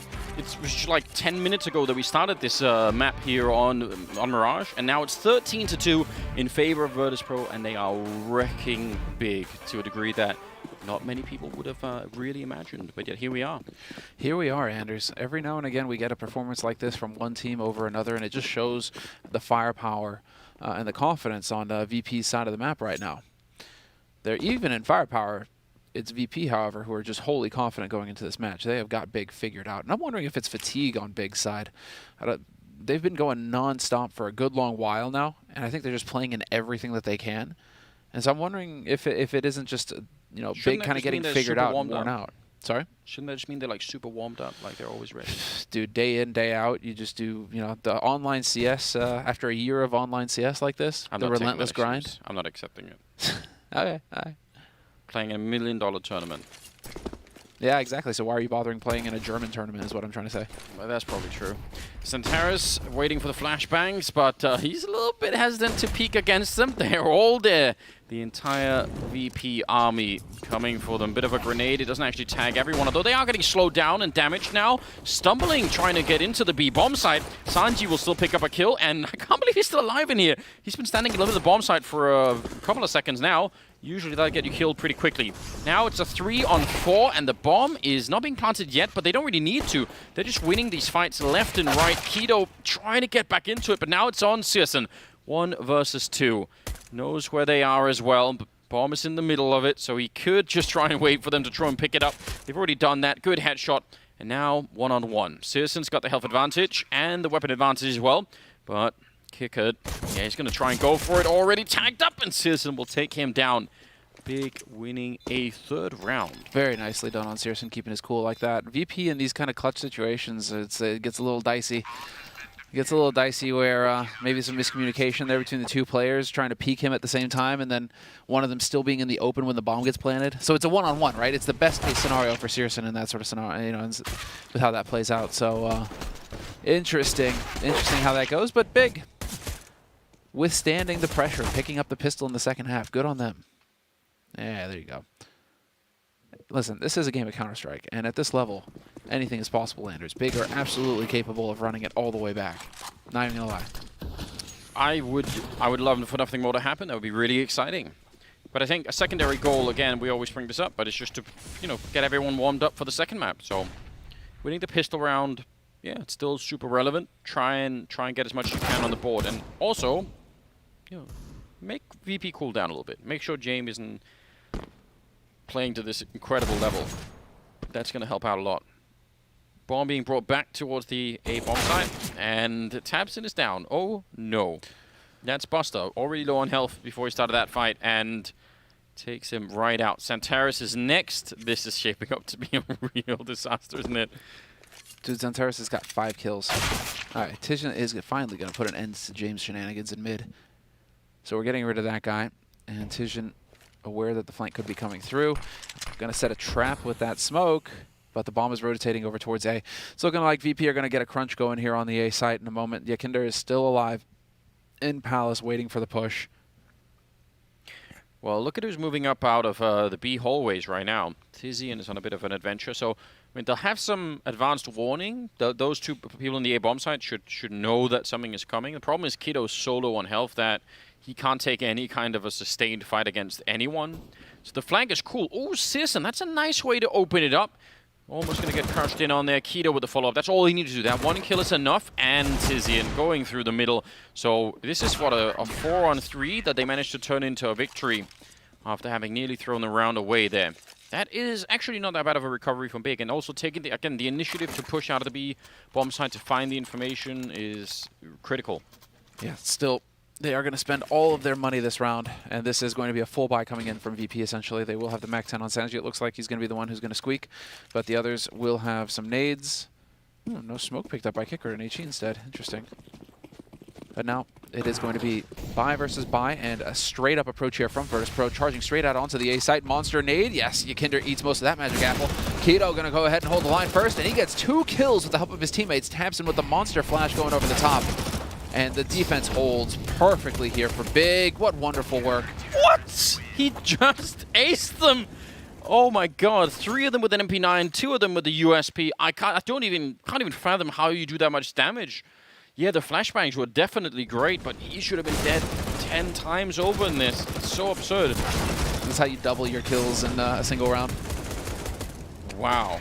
Oh, that last shot, what a way to end it as well. All right, and Ace, if you were going to make a comeback, that's a good way to do it.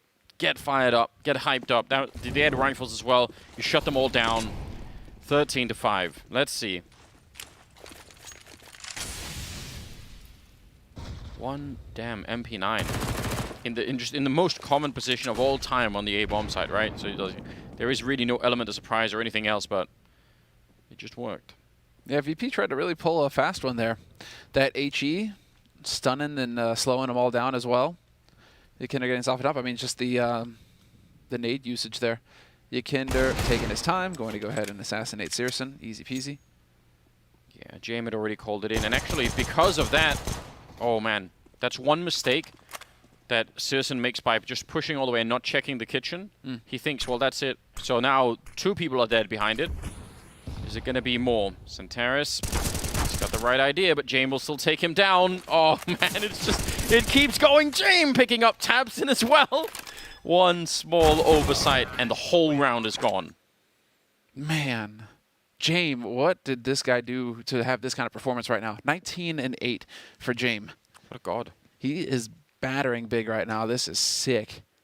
Top performer for Virtus.Pro so far this tournament, without a doubt. But I mean, he is still putting out here in the upper bracket match. It's absolutely incredible how much goes wrong because of Searson getting the early kill and just continues going that way. Jame just calling it in, saying, Yikinder is coming your way, just, you know, wait for him, and then I'll sneak into the B-bomb site. Yeah. I can understand the frustration. 14-5. Well, from an ace into losing to really nothing at all, that's pretty rough. That's a real roller coaster, isn't it? Going back down again now. 20th round, and I don't know. I mean, I'm really admiring Virtus.Pro. CT side, never the same setup. You couldn't predict anything of what they were going to do. And here on T side also, just not really giving it a default away. It's been a lot of quick play coming through here from Virtus.Pro, not really letting their opponents have any time to adapt. Really liking this here, this approach from VP. It's giving them quite a bit of confidence. And you can see, yeah, exactly, the clear frustration from Big. And so Big now, I mean, they've kind of put Keto back in the same spot. He'll be in shadow. Could have an aggressive hold here in the catwalk, catwalk connector. Oh, he turns away. Sanji would have seen the gun barrel, but he turns away right as that happens. And then not going to get away, though. Yikinder catches Taps as he tries to fade through the smoke. Not this time, Ninja. Yeah, going to go straight for the jump over into the window. And not quite going to go through the smoke yet, just waiting for it to fade. He's not sure if someone's on the other side. But him just being here is an incredible position on the map to have anytime you're on the T side. Zizian looking for it, but he's still going to go down. Searson in the middle also checking it from the other side, and that is a very, very important kill to go and return. Watching Yikinder play is just always fun, isn't it? He is very, very... He can be so aggressive everywhere. He's very aggressive. It's a very dynamic player. I know he's very humble in some of these interviews we've been having with him, where he's been saying, like, yeah, but I've been brought up under, you know, like Jame, and like you're trying to give the credit on, but you can clearly tell that he's making a lot of decisions on his own, and they're very smart decisions. Like, he's an intelligent player. 3 versus 3, 30 seconds left. The bomb is here, so I mean, I don't know if they want to run it back to the B-bomb site. If they win this fight now against Keto, if they make up for it again, then VP are going to be on map point. They have full nades. They're just not leaving themselves much time to use them at all. 20 seconds left. 20 seconds! We're down to 15 seconds here, Virtus.Pro. There we go. Molly on to Keto. Checking his favorite spot. He's going to be out in the open. He is gone, and now you just got to stick the bomb plant. You no longer have any time at all. Zantara's going to take the duel with Jame, oh, no. And he could be in a position to deny the bomb plant. Unfortunately for him, yeah, exactly. He didn't spot it. 2-on-2 retake now. That would have been the round right then and there. Oh, I mean, I think this is also where you get a sense that Big are really rattled here. Like, they're so frustrated about what's going on that some small mistakes are sort of slipping through. Now let's just see. 2-on-2. They're going to tap the bomb a single time. They don't have a kit picked up right now. Kickert getting the 1 kill, and Santaris, I don't know what you want to do here. A 10-second defuse out in the middle of the bomb site. Buster's wrapped all the way around, and he still picks it up, and he's going to be right back on it, but doesn't have the time, so he's going to have to pick up the AWP and run. Oh, no. It's 15 rounds for Virtus.Pro. Wow. Couldn't ask for it. Amazing, isn't it? And it's crazy that Xantares just annihilates and hits that shot. Let's see here. This is, yeah, good stuff. I mean, just really just the finest of margins. What a game. Yeah. What a game, but that's map point now for Virtus.Pro. 15-5. Force Buy has to come through here from Big. Everything they've got, and it ain't pretty. They've got the AWP that they saved, and 2 rifles, 2 deagles, handful of nades, all they can work with, whereas VP are fully bought up, and the aggression coming through. Jame not going to be able to spot the first one. He's got to be careful here. Needs his teammates to help him out. The focus is fantastic from Big. All of the pressure going into mid. Yeah, definitely winning that fight. Still a 3-on-3. Searson out in the open, trying to take that fight. They weren't expecting it. He can't get the flick, but Keto, look at the follow-up. So Buster is going to be in a 1 versus 2. A lot of chaos in that one. And I've got to say as well, Jame and whoever was behind him there with the AK, they were, I don't mind that they're fighting middle, but that was so wild. They were just jumping into that fight. I think they got a little bit, maybe just a little bit off timing there. A little awkward. Let's see what Buster could do. He's waiting for them to make a mistake. It's pretty reasonable. He's got a minute, so... To be fair, now Big should just buddy up. Is Tijan hoping he can find a gun somewhere? No, he's going to rotate back over towards B. But they've already... They don't know where Buster is anymore, right? So they have no idea. That's why I'm saying they should buddy up. Because then at least if he plants A, cool, you're already together. If he plants B, you retake together. But you put yourselves in a position to trade at all times. Here now... It's luck almost, because you could have a duel that Buster wins and it's a 1v1, right? Imagine if Buster just Molotov that corner. That would be the real deal, wouldn't it? But so far he's trying to focus on not making any noise, and all he needs to do is find someone. Make it a 1-on-1. He's down to 24 seconds. And Tizian is miles away. So, I mean, they can hear any bomb plant right now, right? They can make a quick rotation. They, again, don't have a kit, so yeah, now he's already started to step. And he's going to be trying to sneak closer here. Tizian, it's not a bad idea. He's going to be walking up right behind him, and that is an easy kill. So, a 6th round on the board, and they're going to be finding whatever they can on the ground here. But yeah, they managed to win it. Yeah, but I've got to say, the way that they took that fight VP at the top, I think that was premature sort of like celebration. They were just like, felt a bit janky. Yeah, exactly. They weren't quite dialed in there. Spacing was definitely not right to deal with the aggression, and so they got punished. Now we get to see here what they're going to be capable of. Yikinder could drop an AWP if they wanted to, if they want to go into this on the side of VP, or VP could just go for a half buy here. Just a half buy, get some deagles, get a little Kevlar, you know, be a threat to Big, but make sure that you have a real strong buy going into the next one. It's looking like that's what's going to happen. We even have the hero AK getting thrown in here, the Russian AK from Yikinder, so we'll see if he can get anything out of it.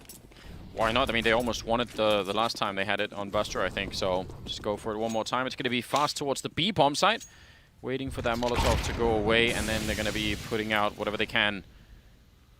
That one, I don't even know. I mean, yeah, they might just try and... Oh, no. That's meant to go in front of the other smoke to create a little bit of a gap. Instead, Tizian is there just taking them down left and right. That's everything they could have wanted. Yeah, disaster. And VP now, they're backing off, but like, what are you really going to do here? You have a single flash grenade. There are some slightly positive signs. If you look at Tizian and Searson, they're both playing pretty damn well at the moment. The rest of the team have been lagging really far behind.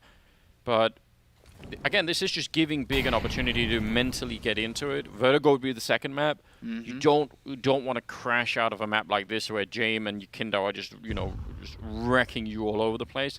And then just say, oh, well, that was 20 minutes, of Counter-Strike gone. Now we have to play the second map, and we're not even really mentally focused. So I think that's the one thing that's sort of a positive sign. I don't think Big are going to be making it into overtime from here, but I would love to be wrong. I sometimes am. Sometimes. Seriously. There we go. Nicely done here from Big. 7th round on the board for them. Still map point for VP. And now we're going to get the buy round coming in here from Virtus.Pro. They wish that they had actually got that bomb planted, because then they would have the money for, well, whatever they wanted. Now it's not going to be an AWP in play here for Jame.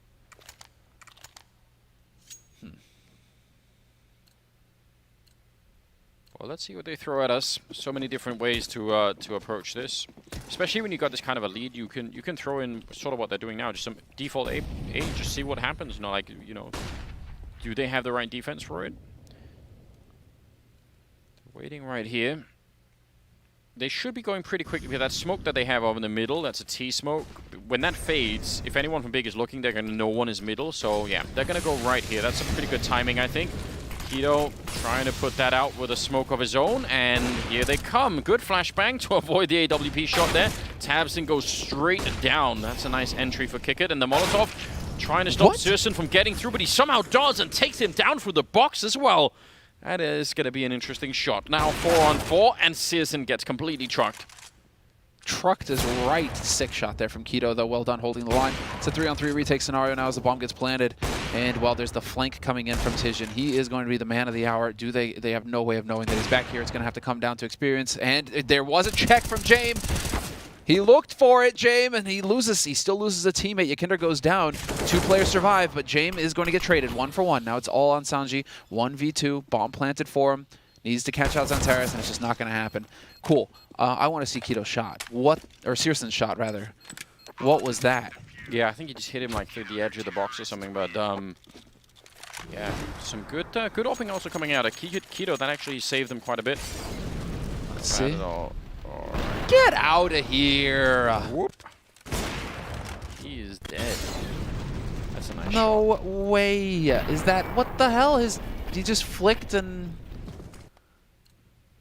Exploded his magic. Head, didn't he?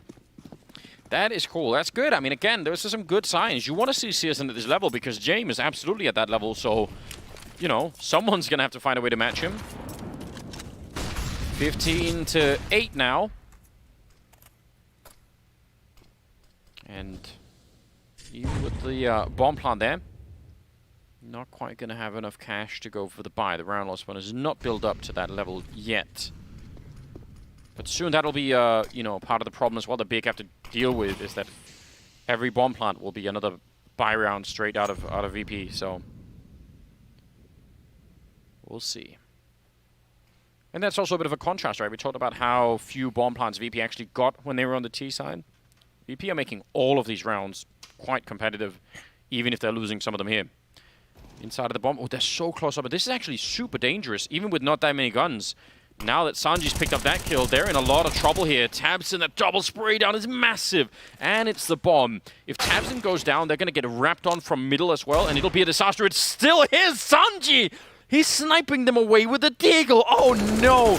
Out of all the ways that this could have gone south, if they lose to Sanji's deagle, that would be just too upsetting. Deep nade there. He's now snuck into the corner, and yeah, he's going to get shot in the back. They managed to bring it back. tabseN with a quad kill, but I mean, again, they just... This is what makes you think that Big aren't going to be bringing this back into overtime, is that all of these rounds, they're just almost losing. They're so close, but hey, they're almost losing, but they're still managing to stabilize in the end. Sanji, though, just doing work with the Deeg. He hardly even moved from that position. He was just taking pot shots. Yeah, exactly. Just taking pot shots here and there. So a little bit of frustration there getting shown. Sanji shouldn't get too down on himself, though. I mean, they are still finding the kills across the board. No weak link in the VP roster right now. Thing is, as you pointed out, though, this is allowing for Big to actually get some of that confidence back and start getting some kills of their own. So going into Vertigo, which is the next map in this series, Big are going to be warmed up. Had they gotten just obliterated right out the gates here, could have been a different story. But now, Big, they're working their way back into this one. James, one of those guys like Twist, who just plays with the monitor 10 centimeters from his face. I don't know how you don't get motion sickness when it's that close. Like, I've tried, and I just can't do it, Anders. Like, it's just... Yeah, I don't know. It freaks me out. It's got to be something with your eyes as well. Like, how do they not hurt after a while if you're just sticking them in there? But fair enough. I guess, can't really argue with the result, can I? I would sacrifice my eyes if I could play as fast as James is with the AWP. I'd be happy to do it. Oh, bit of a failed run boost. They're also run boosting with an AK, which... I guess you can do that.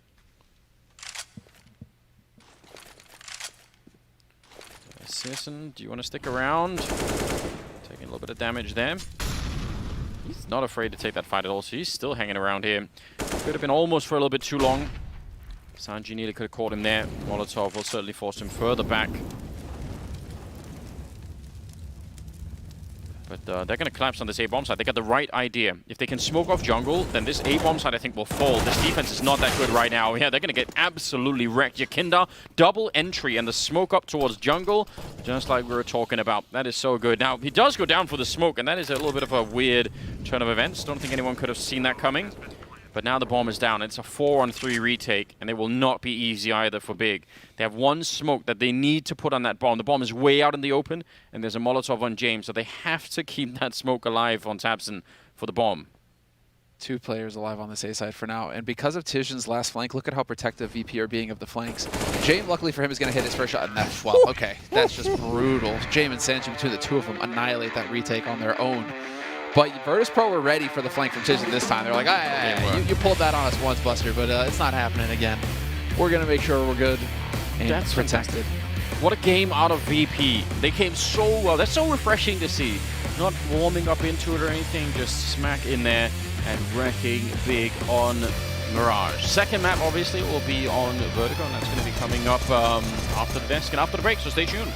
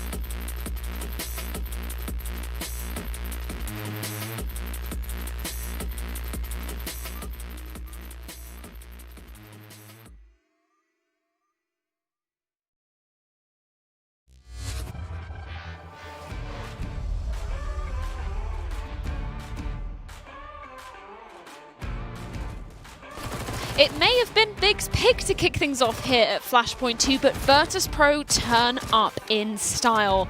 Try as they might, the Giants just couldn't reverse that dominant start from the CIS squad, and with that, slips through their fingers for VP to sweep up 16-9. And I think that's where we've got to start talking about this matchup from that first half, Christine. 13-2, no less, for Virtus.Pro on that CT side. How were they allowed to pull that off? You know, I'm still asking myself the same question. I've never seen Big actually getting slapped around in the fashion that they did on the T side of things. Usually, it is Big that's controlling the pace. Their default is usually so great. But this time, man, VP had their numbers. Xantares just getting owned, not finding any success either towards that palace, or you even saw him regrouping back up with his squad, sending Keto in there. They just couldn't find an answer. Tizian getting shut down towards that B tunnel. It just seemed like Big, all of their defaults every round, they just weren't finding the picks and nothing was connecting at the end of the rounds. Yeah, I think that's something that's so surprising, considering this is Big as well. This is a team that we know come in fully prepared into their matches. They've got Dude and Toby and Tabson all working together to strategize. So where did you see the key holes from Big in this one? It felt like Virtus.Pro just had their number in so many respects. I feel like there was a weak... When Big looked at this matchup, they thought that there would be a weak point, especially at that B bomb site, but really everybody from VP just played very well individually. And I think the fact that the economy was established so early on for VP meant that Sanji didn't have that MP9 at B. He actually had an AK for a lot of those rounds. And Sanji, if there's one thing I can praise this guy for, it is his first bullet accuracy. It is deadly. The deagle he brought in one of the later rounds there on the T side was just crazy. He's just ripping everybody's head off. So when you give him an AK as an anchor, that just bodes so well for the defense of Virtus.Pro. Yeah, second highest ADR in the server for Sanji there. He's definitely turned up when we needed him to, Christine. Yeah, definitely. It's always good to see Sanji busting heads, you know? I mean, usually he's the gun carrier. He's the sacrificial lamb. So, you know, VP are way ahead in the lead if you see Sanji busting out moves like that in the server. Yeah, let's delve into a specific moment as well, because I know you guys were saying coming into this that you felt like it was going to be that B aggression coming from the side of Big on that T side. So what happened that didn't allow them to pull off what we anticipated? Yeah, I believe I have a highlight that's going to showcase this, but what I love about Big's T side is usually the fact that they run these defaults that give them an opportunity to either go A or B depending on the picks. But look at VP's movements. Yakindar and James jumping out the window right off the bat, and Yakindar with that AUG just finding the pick. James knows that Tizian likes to be alone, applying that pressure towards B, and they make the initial proactive aggressive move, stop Big's default before it even starts happening. And look at this, just one by one falling apart on all different parts of the map, and that is kind of what makes Big's strengths on the T side. But VP, they didn't even let him get started. Yeah, I actually love that setup. It's a kind of an alternation of what Furia were running recently on Mirage, but it's Yakinder loves throwing that little one-way smoke down there, but the fact that they added Jamin Underpass gives him that support that he needs, because before it was Yakinder by himself, but I think now VP is recognizing we need to actually support our star player. And now switching over onto the T side of life for Virtus.Pro, there was one final moment that you branded as the nail in the coffin for Big in this one. What exactly is it, Maui? Yeah, this was Virtus.Pro just finding a hole in a round that they had really no business winning. Surson, he gets this kill towards Underpass, but he pushes a little bit farther than he probably should have, and Yakinder is able to take him down. And during that time, James was actually really advanced in the B apartments, able to get a kill there on the rotator, and then he's able to close it out with some nice kills once he picks up the A1S. I don't know how Tabson doesn't get this kill, I'm going to be honest, but James is able to close it out regardless, and at this point, Virtus.Pro was just breathing down their necks for the rest of the game. And something I love about VP when they got into that second half is they gave themselves a win condition in every single round. There were no throwaway rounds. They didn't ever just go full Glock just everywhere. They always had either a gun or some deagles. They always had some kind of little plan or some spread out way that just tricked Big at the end of the day. I think something else that we noticed as well coming into this one, we heard it from Keto earlier when Monty was chatting with him. I believe I switched to Searson about it after the MIBR matchup as well. They felt like their comms were a little bit cluttered, and I feel like at the beginning of the game, we could really notice that, obviously, listening into them.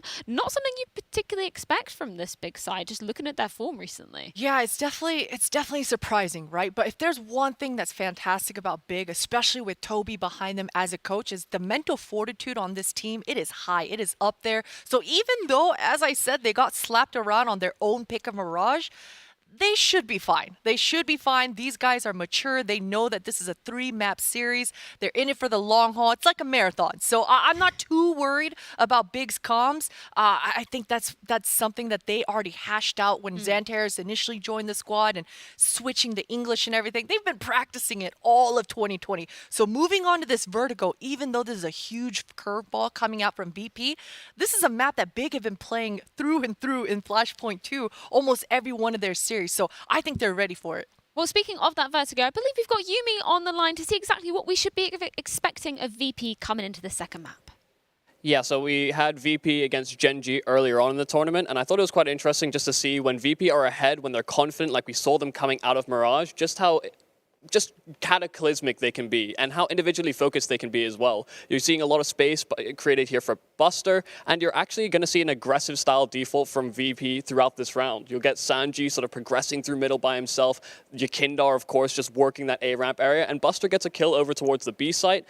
I think it's just an example of how VP, when they are firing on all cylinders, when they actually get all of the contributions from all their individual players, they can play this looser style that, I mean, sure, we get used to seeing executes on the A site and the sort, but every now and again, you just need to frag out. And I think VP are definitely bringing that one to the table. Back to the desk.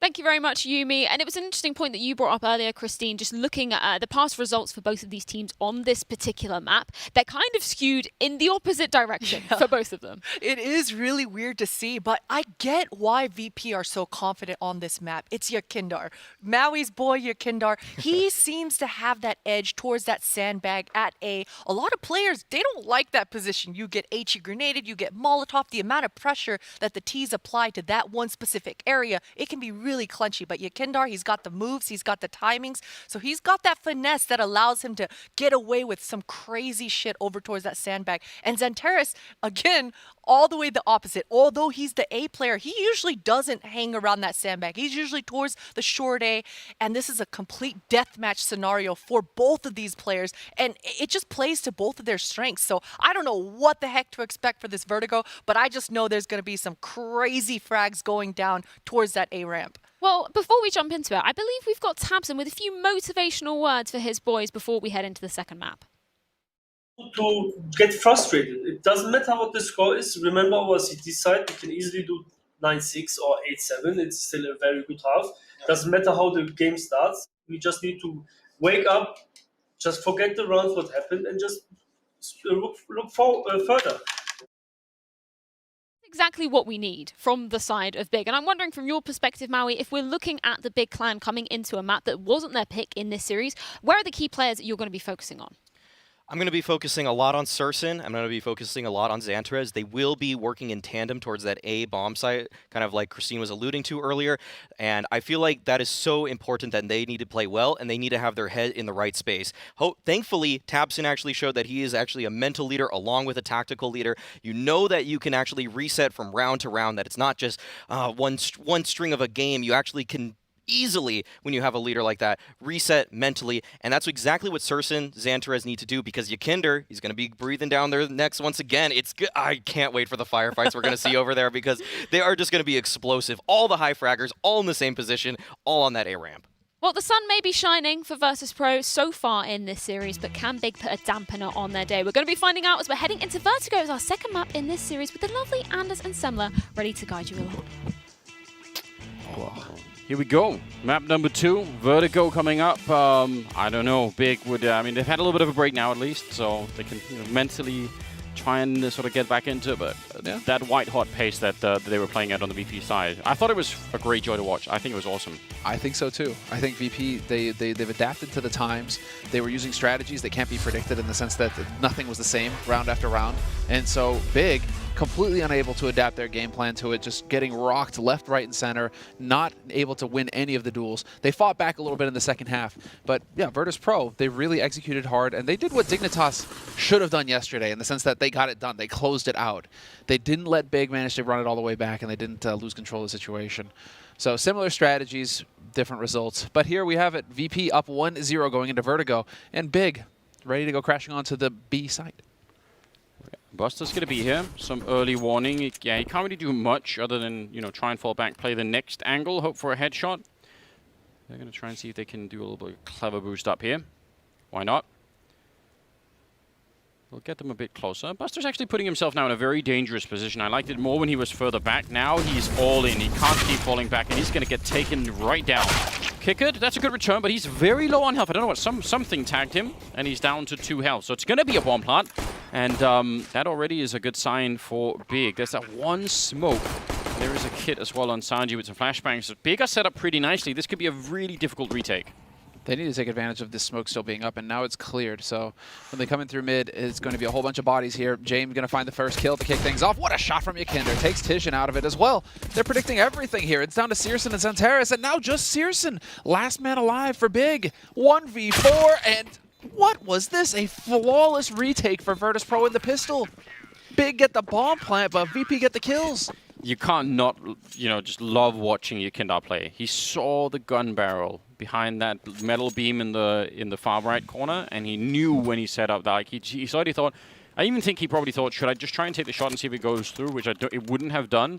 So he's like, he sees it, and then he goes this swing here. That is him knowing beforehand. It's so cool.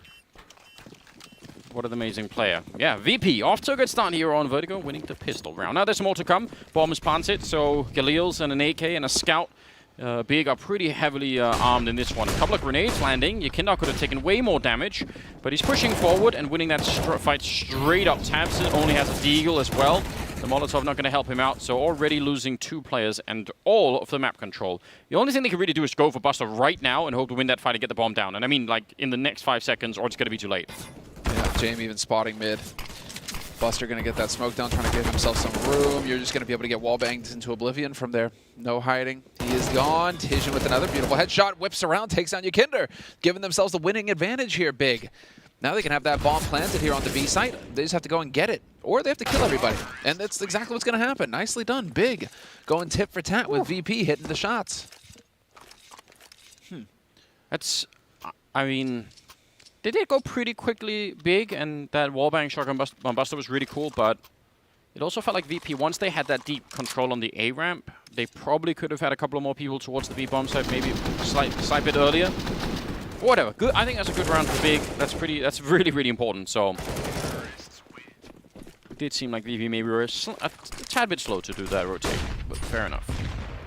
Fair enough. What started off as a strong pistol round just gets traded back instantly, and now Tabson going to find his opening kill on Yekindar. That was over towards A. This is a B stack. Well, 2 mid to 2B now for VP, but oh man. Longest fight of their lives. Keto's going to find it. Xantares takes one as well, and this is shaping up to be a very strong start here from Big. All the time in the world, they're just hunting for kills at this point. Sanji's on his own.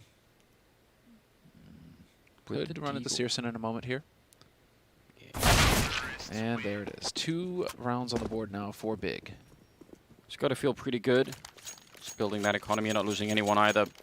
VP will have to maybe invest into a couple of light pistols here, but can't be that much more than that. So, yeah, this is, again, we're just seeing it all the time now. You win the pistol, you use the follow-up round, you have to go into economy hell for a little bit. James, though, has 3,500, which is really good. Want that up on him ASAP. Let's say early nades again, in case anybody was going aggressive. Sanji going to back off, but this is a hard eco coming in from VP, yeah. They're just managing their economy. So, should be a pretty straightforward approach, although the spot long range, USB's coming into it. Searson going to get dinked. Has to be careful, does not want to be giving up anything. Big should be able to survive all 5 in this. Yeah, especially with Tizian on this flank. That is almost a shame that he's doing this. I almost want him to stay hidden and never show himself in this round, just to not give it away. Is he going to try and stab him out in the open? Oh, James, not going to get caught. And now, yeah, now it's personal. Now they want to try and see if they can hunt him down. They've got him locked in. So I don't think he'll make it out of this one, but listen, I appreciate that from Tizian. That made it a much more fun round. Oh, picking up another one. Surprised, exactly. Just let Searson hunt him. Because now, yeah, you're risking AKs. This got way more expensive. I think Searson's close enough to save one of the AKs. Yeah, okay, he managed to get it, so they don't lose the AK at least, but they lose 2 Galils and a MAC-10. Interesting. And that became way more expensive. And got James enough kills that he could buy another couple of nades. Yeah. Well then. Well played, Tijan. I mean, hey, dude, listen, I admire the try. Always go for the knife. Listen, it was definitely worth the try. In the end, it did cost them an enormous amount, but still, we do appreciate it. For the entertainment, 3-1. And James, with that freshly bought AWP, going to be taking down Tabson as the first kill here in the 5th round. It's all the way over at the A ramp. Keto is down next. This is an absolute disaster. Oh, the scout is up, though. Searson going to find it. Gets traded, though. Xantares we lose. Searson with the run and gun deagle. Takes down Kicker. Man advantage now. Sanji is here, and he's playing it very patiently. Going to abuse this smoke, and I love this. Oh, does he get caught? All right, there's the flash. Okay, so they're waiting for the flash, and he gets the double. Okay, nicely done. Because what I was thinking he was going to do there is just take advantage of, it's a 3v2, but as soon as that bomb is getting planted, then it's a 3v1. So just charge in and, take out Searson, take out whoever's not planting the bomb, and just win. But the flash setup was really awesome, wasn't it? Yeah, same result in the end. That worked out. So, a lot of, even if they hadn't, I think Buster got that second kill and James got the first one in that round. But the real problem for the T side is when you lose all presence on the A ramp, and the VP, they were pretty far pushed up. They weren't falling back from it, so they can still see that no one was there. Then that B defense just becomes so much more secure. Like, they can keep 2 people there, which they did. So yeah, I think the first order of business if you're big has to be to find a way to force them back. Oh, that was a nice HE, wasn't it? Follow-up might be great as well. Yeah, Buster's there. He's going to get traded. So there's been quite a bit of action over towards the B side early on in these rounds. Buster, for once, he's just loving it. He actually gets to do things at the beginning of the round, Anders. Number of times we watched Vertigo where it's just all A ramp every freaking round. Yeah. And the poor B anchor is just like, well, yep, I'll try and retake A for the 12th time. At least this time. A little bit of action here for Buster. He's not going to fall asleep. Oh, yeah, no, and you're right. It sort of has to be that way a lot of the time because, again, if you don't take the A ramp on the T side, you are signaling a lot of what's coming now. They still have James pretty far up, but if he doesn't get the first shot here, James, and he just goes down immediately, then there will be no warning for the people on the other side. So James' plan has got to be get a kill, fall back, call everyone else in, win the 3 versus 4 after plant or something like that. Let's see. Not quite seeing it yet. Now he knows, and he's going to take down Santaris. Easy shot there. Not even going to fall that far back. He's going to stick around, get smoked off.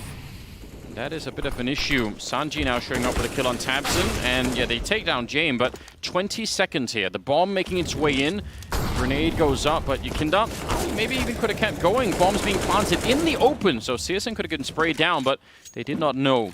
A very hard after plant, or you're still for big, even if they have some help here. Oh, that's not bad. Survives, but the smoke going down. That's an impeccable smoke. He's got the lineup. Well, he's lost the lineup now. Yeah, I like that. Just checking to make sure that he's got that lineup. Tishin is there. He's going to go ahead. Tishin nearly picking up the 3rd. Kickert with 3 HP, backing off and giving up. Not going to attempt to clutch it. He's decided I've had enough. I'm tapping out. That's it. All my friends are dead. I'm out of here. Wow, I'm actually kind of impressed that that even worked out. It looked like VP would have maybe had a chance to do that. So that's excellent from Big's point of view. Oh.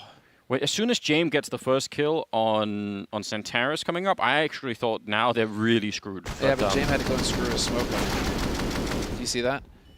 Like, there was a gap. There was enough of a gap there where Tishin could get through and not get shot. So that was, details. Devil's in the details right now. And Big are doing to Virtus.Pro what Virtus.Pro did to Big on Mirage, essentially. Just powerful plays coming through here on the side of Big. And, well, let's see. VP, no, not going to keep him alive. Yakinder gets caught by Searson to kick things off. Kickert anchoring the B side with that M4. Has to be careful. Keto is definitely keeping tabs. Oh, gets spotted by Keto with the instant headshot. Fair play. That's heads up. Buster actually getting forced down here, picking up the M4, but they will have heard him running. More people showing up to get murdered by Keto. Who survives with 1 health. That's all you need sometimes. It's true. It's very true, Anders.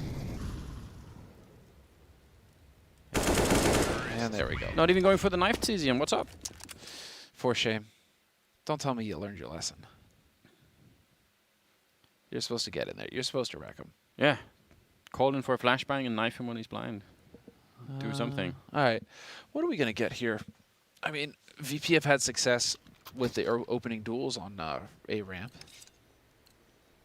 I mean, could just post Jane back up over there with the AWP and see if they can catch somebody from Big. Not going to be the case, though. It's going to be Jane posted up in mid this time. understandable. He's going to be waiting around for a good long while.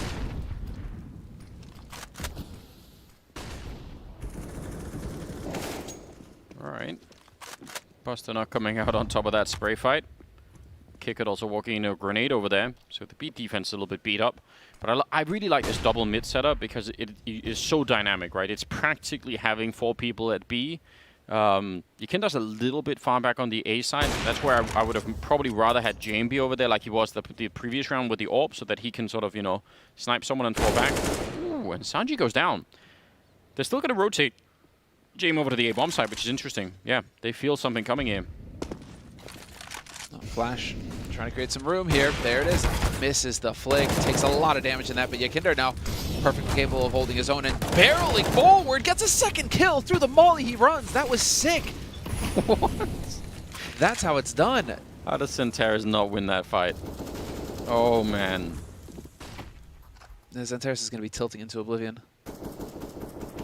40 seconds now. Everyone has shown up. The bomb, well, not even being planted. Yakinda's back for more. 3rd kill in the round for him. And Tizzy and Aikido, the only ones left to try and bring this back here. Now it's a 2-on-2 at mid elite. 27 seconds. They have the bomb. The problem with running back, again, like, I mean, they can still walk for a long while, but eventually they're going to have to start to make a little bit of noise here. And they might be far enough away in time, yeah. So, yeah, I think Buster, he hears it, and he still can't get there, so... Bold move from Big, but it's paying off right now. They're going to get the bomb planted. There are no more grenades on anyone left at all. Talk about cutting it close. It's in 1 health, 1 second. It's all you need. Seriously. And now Buster. He's worried. They were worried. James is worried about a lurk on A as well. Did the guy move solo? Do we have to worry about a flank? This is nightmare fuel for VP. They're not going to go for it. Yeah, they aren't even going for it. What a play from Big. 6 rounds on the board.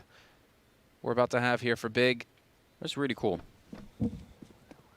Some good stuff being brought out. And that's after heroics, you know, the play from Yakinder, man. Well, that's also, I mean, I don't know, there's so many different ways to think about it, because if you contrast the way, like a 6-2 lead is pretty good for Big, but it's not really in the style of what VP were bringing into Mirage, right? Like some of these rounds are very, very close. Like just, you know, one little mistake here. And also some pretty big mistakes. I think Yakinda should have never been able to get this kill. It's so outrageous that he's actually able to pick this one up, and he ends up with a triple on that bomb side. Remember, it was just him and for a while it was just Yakinda, and then James sort of showed up. So Big had every chance to win the round outright on that bomb side. So 6-2 is good, but I still feel like, you know, it's a bit shaky. Oh, it's way too close for comfort right now for VP, especially after Mirage and how things were going there. To see them struggle this much, oh my god. The timing for Searson. The boost up here from Xantares. He's been spotted though. Well, I'm not surprised he's been lost. He's still going to charge forward, looking for the fight, and he's going to get it. Buster takes a bullet to the face. And so Xantares now finally getting some confidence here on his side, looking for these aggressive duels. James gets tagged, and right on the edge of the smoke, Xantares is going to find a headshot on Yakinder, just chasing VP back. VP cannot get anything going for them here on this CT side. One after the other, they fall. It's absent on the outside of the building, just getting those shots. Xantares going, I don't even mind that he kept pushing. I want to see Xantares play his way into this game. And those fights right there, especially the first one, he knew he'd been spotted coming up, and he just said, that doesn't matter. Like, I am going to... And it's actually very important when you're playing that entry role. The problem is, if Xantares gets up there, and he just, you know, stands still to take that fight, and it's like, he's going to surely peek behind out of the box at some point, his entire team have to stand still behind him, and like there's no space being created. When he runs in like this, he's allowing for like, you know, the whole angle behind him to open up, and his team can join him. So I just love everything about this round from Xantares, and it's one of the things we've seen not nearly enough in this game so far against VP. Xantares has been not active enough and not had enough of an impact, so they're going to need him right here. Tizzy and those playing well in this game. In spite of the hilariously failed knife attempt earlier, he's 10-3. He is doing, yeah.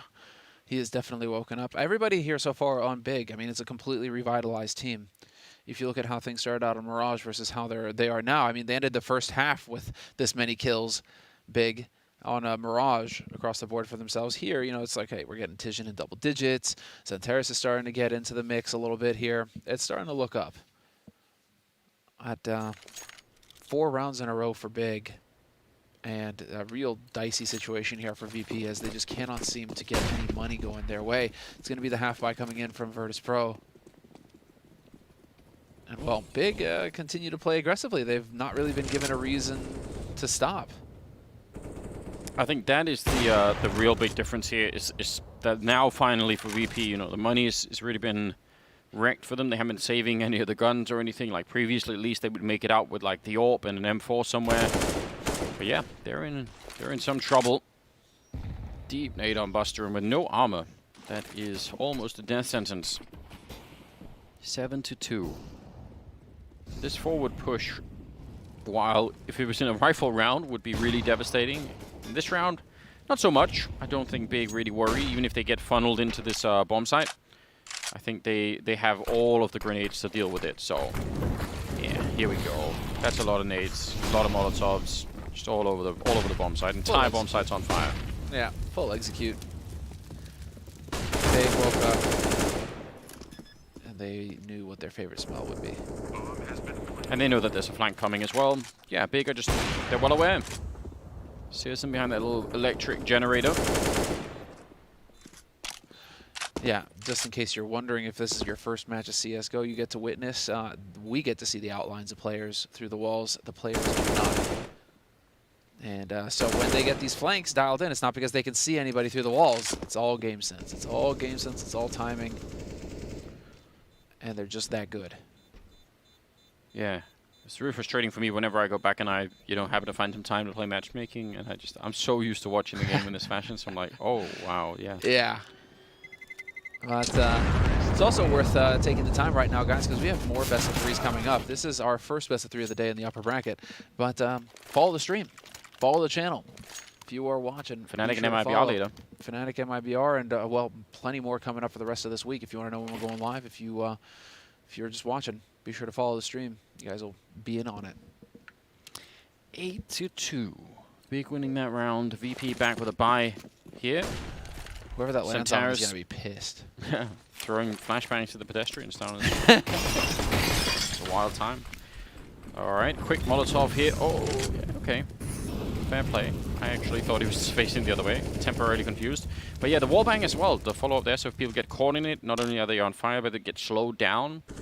Very frustrating. Yakinda, oh, he's so far out in the open. If he gets caught making that little journey, he's in trouble. He's already got a smoke in hand. I think, oh, he's going to be Molotoving that, but yeah, there's the smoke.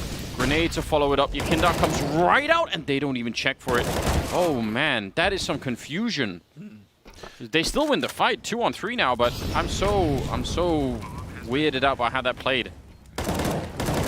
Nicely done. The punish coming in here from Kicker. Best chance they've had so far, VP. Until you get that nade on Searson, he is gone out of the picture. It's a 2-on-2. Tizian, man's been hitting all of his shots, and he is in position to take point. As soon as this smoke clears, it's going to be him versus Buster. Who is quicker? Who is fast? Flash over the top, and that is just so unfortunate for Buster. Didn't see what hit him.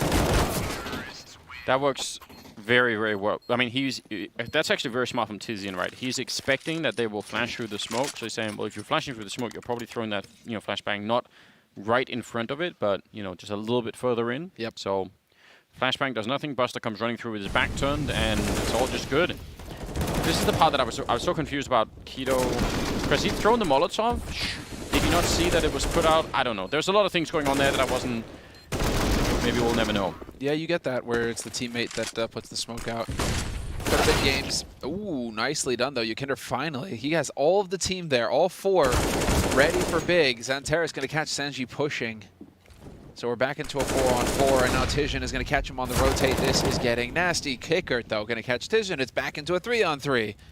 Yeah, but James, no one spotted him. He's back here. They assumed that he was part of that push over at the B bomb site, and he could just lurk around. The bomb is being planted, and James is still waiting. Now they're walking up behind him. They are actually checking for it, but Tabson's still going down. Searson with a bit of a follow-up, and man, if James would have also somehow landed that long-range shot on Searson, that would have been really awkward. Now, Buster, he does have a Molotov. If you can make it a 1-on-1, there's a chance here, but it's going to have to be really quick. Oh, unfortunately, unreal. Searson misses the shot with the AWP, and then he gets the headshot with the deagle. There's no beating him right now. 10-2 in favor of Big right now on the T side. A completely revitalized team. They are in total control. And it's kind of outrageous that VP, after Mirage going so strong on Mirage, they are just getting absolutely demolished here. How? How is that even possible? It's so weird. Yeah, I mean, you know, on the one hand, it could be hard to keep up that level that they were playing at. Oh, comedy nade.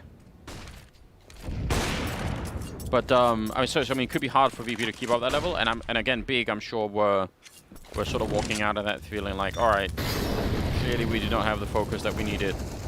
So yeah, probably just a little bit of both. Searson trying to repeat the last round. Looked like he got stuck on the wall, and I don't know how. Yeah, that was weird. Or he just gave up on life. Just accepted what's going to happen. Nice shots. That's incredible. It is just standard that at some point somebody's going to have to win a round with pistols like this. Well, Tizian, it's been the main engine here for them on this map. Trying to sprint it, it gets the headshot through the smoke. And it's back into a 2-on-2, though. James has just shown up with the AWP. Tizian's very, very low on health, so looks like they're going to try and maybe run boost their way in. Running right into the crosshair. It almost looked like that they were just feeding James at that point in time. And there's a flank coming in from Yakinda. He double scopes just to make absolutely sure that he was not going to miss that kill. I appreciate that nice shot from Tizian. Man, he's a god in this game. 17-4.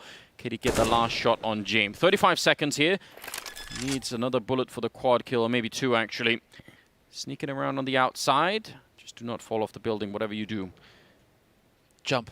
It would be epic if he did it, but it is a huge risk. He's backing off 20 seconds. He's going to make some noise, actually. And surely, yeah, James going to take up position, walking a little bit further forward. Tizian has got the right idea, though. He knows he could be there. Aiming for it right here. Oh, it's going to come down to a split second for James. He has to hit the shot instantly. It's right over, and there's Tizian! Oh, my God. Quad kill for him. Bringing it back. That was a 2-on-4 that he just won for his team. So sick. Redemption time for Tizian. After Mirage, he is doing everything here. That was such a great description. You know, the main driver, the engine behind Big's offense here. He has just been opening up everything, creating so many opportunities, and then just locking it down. Cool as could be. That's just an excellent round from Tizian. And, well, that's 11-2 in the first half here for Big. Again, with the aggression here, VP hoping to slow them down. Zenterra's going to die, and there it is, the follow-up. Buster doing a fantastic job. 3 kills for Buster, looking for the quad. Not quite going to find it, though, but that bomb has been dropped right in front of him, and now this gets to turn into the shooting gallery. That is an absolutely outrageous display from Buster. He's all in on that play. You can even tell he's not thinking about falling back because he kind of knows that's not going to happen. Tizian and Tabs, now 2 versus 5. Made it a 2-on-4. They know there's a flank coming, and Yakinda's got to be careful he doesn't do this way too early so that they just read it. Although his time, yeah. Again, he's such a smart player. This is so good. You've got a 3-man defense on the other side. Why give them another kill before they get into the bomb site? There's Tizian with 1 tapping through. Actually, could have maybe worked out. And yep, they know about the flank as well. Tizian just continuing. What is it going to take him down right now? He's looking for it. He's got a triple. Last time was a quad kill for the clutch. Oh, and he actually had the right idea, but now Tabs in. He should have been dead already, but James missed the shot. I can't believe it. Yakinda coming in as well, trying to go for it. They count to 3. And they just overwhelm him. Man, hard round to win for VP in spite of it being a 2-on-5. And well, that was despite Tizian's best efforts. 7 kills in 2 rounds, Sanders. And we're not even done with the half. There's going to be another chance here for Tizian to extend that, to just keep wreaking havoc. VP, they survive with both AWPs. Buster with the heroic effort at the start here to slow things down, to stop Big. 3 kills. And it still goes down to a clutch. Yeah, nicely done there from VP. So 3 rounds on the CT side. Best case scenario now for Virtus.Pro is that they get 4 in this first half. Big fully bought up. Virtus.Pro pretty much fully bought up. Senji has to go for a FAMAS. But the firepower is here, and so now we got to see. VP, can they salvage something here? Can they end strong? James taking a bit of damage, I think, from a grenade thrown over the wall there in middle. Deep nade on the box as well. Looked cool, didn't do that much, but... again, they're leaving this A bomb site defended by one person. This theoretically should be a pretty dangerous setup if you know, if Big have done the research, if they're watching the demos and they know.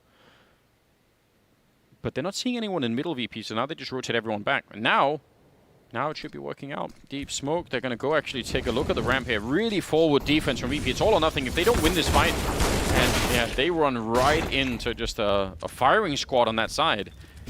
And that's a problem here. A 15th round, so they're going to have to go for it, VP. But yeah, that was probably the worst timing they could have had to go and check that ramp. Yeah, it was just a second too late. Flash was ineffective. tabseN ate that HE. But James gets traded back equal amounts of damage, and they are both very low. Man advantage still for Big. Bomb getting planted, and now the clock is ticking on Virtus.Pro. They have 2 smokes to work with, so that's actually fairly nice. Could try and look to exactly get this smoke down to block off ramp and give a little room here to maneuver with. Yeah, but the bomb is not planted default, so that smoke, I mean, it still does something, but not what they really would love, which is for it to also block the bomb. We're going to find tabseN. Tizian is still alive, and that has proven to be a real problem so far here on the map. Centaurus going down next, still a 2-on-2. They do have a kid, but searson walking right out, and I don't think Buster could have seen that. I think he might have been scoped up looking at something else. 12-3 at the end of the half. It's not quite the 13-2 that VP had on the first half of Mirage, but it's, in terms of revenge, it's pretty high up there. And Tizian ending the half at 22-5. What a god. I want to see him continue doing this into the second half. That's coming up after the break.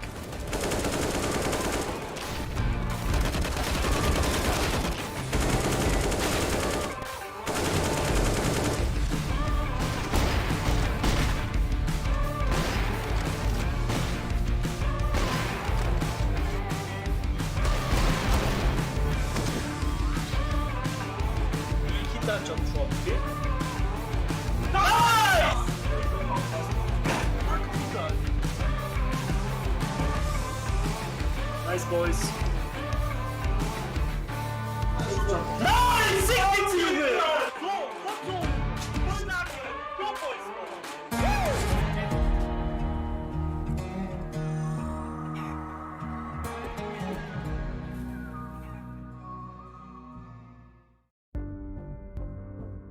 He said to himself, I'm going all in.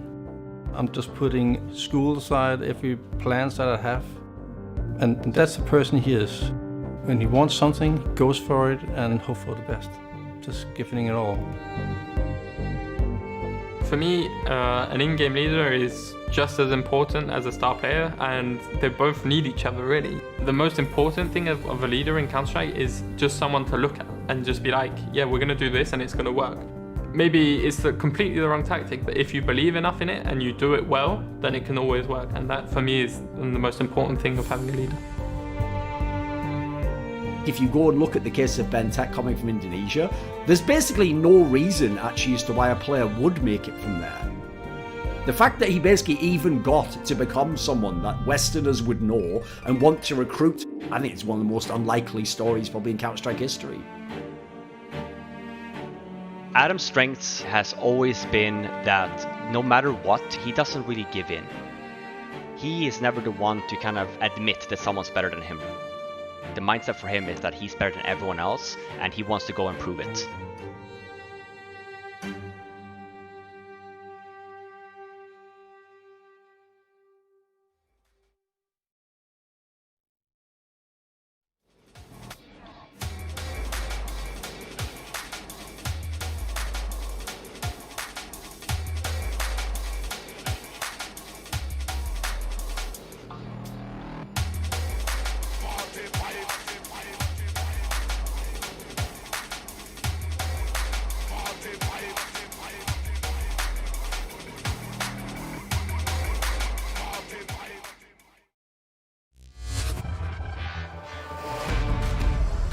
Welcome back, ladies and gentlemen. 12-3, and we're moving into the second half, second map here at Flashpoint between Virtus.Pro and the Big. And we've got some sort of strange role reversal going on. Suddenly it's Big that are in the driver's seat here. I think their win wasn't, it didn't look nearly as dominant, but in terms of actual rounds, it was. So who cares? What if some of those rounds were close 2-on-2s? I don't think Big care. I don't think VP are going to care either. Right now, they're just struggling. VP just want to get this map over with already so that they can move on to the next one. They're like, all right. I mean, you could put a fight up here. You could try and battle back. Of course, that's what Big did on Mirage. Made it a little bit closer. But this has been such a dominant first half for Big that life is going to be very difficult indeed for VP. So let's see. VP already not quite going to be peaking. It is actually going to be a very early attempt at taking over B. Pretty much exactly the strategy that we saw from Big. You're absolutely right. It is very, very similar in nature. And so, well, a lot of this will come down to whether or not Keto can hit at least one shot and stay alive, or two and die. I think those are the options. If anything outside of that, and it's not going to end well. Keto, he's up close. They're not quite checking it. Shooting blind, he's going to get that one. Nearly could have had the double, but they will also take down Tabston in the meantime, and the rest of them are at the bomb site are miles away. So bomb is going to be planted, and they're going to have plenty of time to hide on that bomb site. In fact, Kickert is making sure there are no flanks. So they actually know everything that's coming here. Kindar with a good kill. Going to try and follow it up, and it'll just be Tizian left. And this time, there's no tricks up his sleeve. He'll go down. VP with just a nicely executed round. Yeah, the raid boss Tizian has been laid low. VP have collected the loot of a 1-pistol round. And, well, the fight continues. We shall see now, VP. Are they capable of running it all the way back? Big are going for the force buy this round. Okay, then. That's just a tough one for, man, who was it that was hard holding on that side at the beginning? Keto. Yeah, it was Keto. Where you're crouched behind that box like that, you can't see the number of nades coming in. Yeah. And so, I mean, I guess you're getting flashed, and then it happens very quickly, but you're losing that split-second reaction. Whoa, wall bangs. Both sides taking a bit of damage here. It's cool that they're trying all these nades. I wish they would have done more damage. I feel like they had the right idea on the big side there. Kindar looked like he took it very personally every time they threw grenades. He was just firing back bullets at them. But Xantares just ate one. Yeah, there are 4 people at the A bomb side, so they have some presence here. Tabson, he's close enough with that P250, right? 1 bullet headshots here, even if they have head armor. So he's got the right idea. He's going to be charging through, but they are so well prepared. Nice job on Sanji. All the angles watched. That was really clean. So now, Searson. We've seen what this Mad Lad is capable of. Eats that flash, though, and so he's not going to see a damn thing. And his teammates are all going to die full-level deaths. Tizian, I mean, still, it feels like this guy's always going to get at least 1 kill. He is so consistent right now on this map. Oh, a little bit of... Oh! Nice! What a trick. Are they going to try it again? Searson, has he got the angle? He does more damage. No, he's just... Well, he's going to make it into Keto's deagle. Now it's a 2-on-2. It's very fun, isn't it? James, easy shot there. Don't know why it took so long. Buster will follow up with that one. It's almost like he's checking for bullet holes in that box. I think he was looking for the pistol. What's going on? All right. He's looking for that dig. VP will still win the round, so fair play. Yeah, that was solid, but Searson with the clever stuff. Always love to see those wall bangs, especially on the default lineups. It's like you should really have all of the nades and some wall bangs lined up on all the default plants on all these maps. Because it's just, if they're always going to plant there, then you should figure out to have, just have a couple of things that can be really annoying to punish that. It is going to be a 5th round on the board for VP Big. This time around, just pistols and nades, not full buying, saving some money for the next round. To be expected. Yeah, this is all pretty much, the calm before the storm. You have to assume that Big are also going to be fairly well prepared for the CT side. Although, again, this isn't their map. This is VP's map. It is VP's map, but we got a little bit of a taste of how much Big actually were able to run it back on Mirage. Like, it wasn't ever that they were going to really make the overtime or anything, but it was enough that, it was a 13-2 first half, and they still, made a little bit of a fight out of it.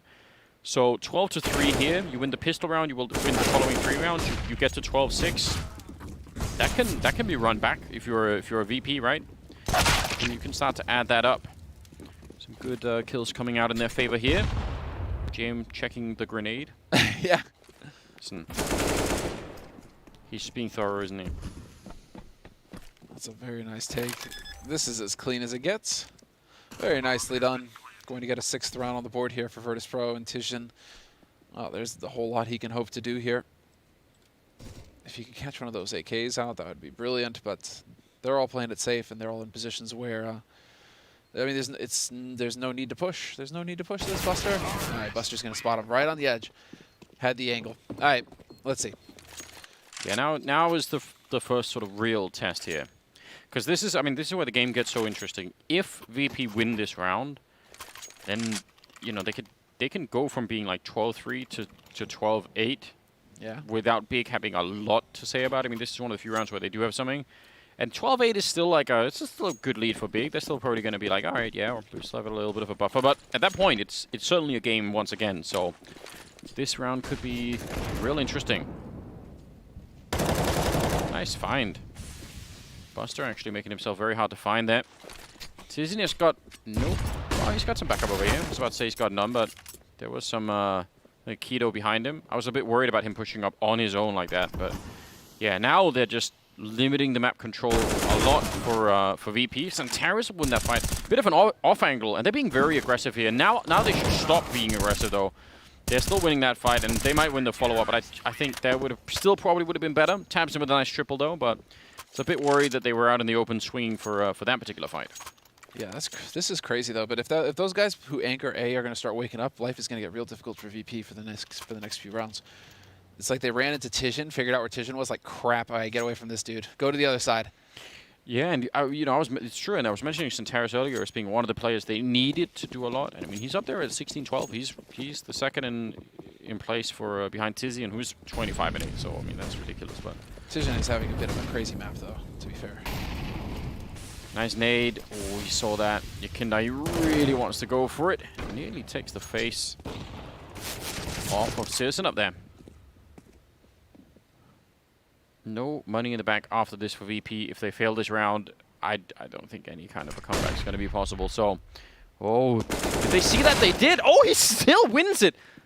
That is remarkable. I don't know why. I mean, he might be dead anyway here because no, he's going to find Buster anyway. And Buster had all of the information. Finally, they take him down, but that was really odd. And in the meantime... What? Oh, Tizian just went for a dive. You know why? What did he do? What have you done? All right, hold on. We got to see this. There's still Santaris. Oh, Santaris saves it. Santaris with the double kill just saved that round. And VP have got to be wondering themselves, what the hell is going on over there? But Tizian, I mean, we're going to see what happened. That's too much. There was no one near him, I think. There was like no tease that he was even trying to... I don't even know. Maybe he was looking at a teammate's screen for a second there to see the line. That's what can happen. I mean, Big's advantage is that they are playing out of their office, out of their headquarters. All right. All right, let's see. Yeah. Oops. Listen, he did also do the cardinal sin as he was, you know, taking a step back. He's like, look down. That's the first thing. Don't look down, right? But dude, that's... I mean, think about how nerve-wracking it is to anchor B, where it's like being surrounded by lava or something. You just can't... One false step, Anders. They do have a railing up there.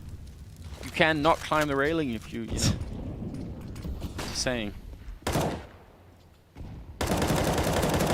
Ooh. Okay. Oh! He nearly does it again. That's a very cool spot. I haven't seen that before. That's sick. It's all obviously also risky, especially now, because now he is playing alone, whereas before he at least had someone with him. Santaris going to get overrun. A little bit of a lineup there. Searson falling back. He's so confident and would have nearly got that kill on Sanji. I think it's still fine. Sanji's picked up an AK, but not much he could do with it. Tabson will find him, and that will be a 15th round for Big to the 6 of VP. Yeah, we're definitely gonna see that third map. Yeah. Which is good news. It's overpass too, which is going to be fun. That's going to put a lot of pressure on Jame, just because it feels like VP have not got their overpass dialed in right now. It's still a bit touch and go. When we see them do well, it feels like a lot of that is riding on Jame and his individual performance. If I could see the Jame of Mirage on overpass, I'm going to be quite happy. Yakinda's playing well all the time now. He's just always good. Oh, yeah. Grenade! That's a really good grenade.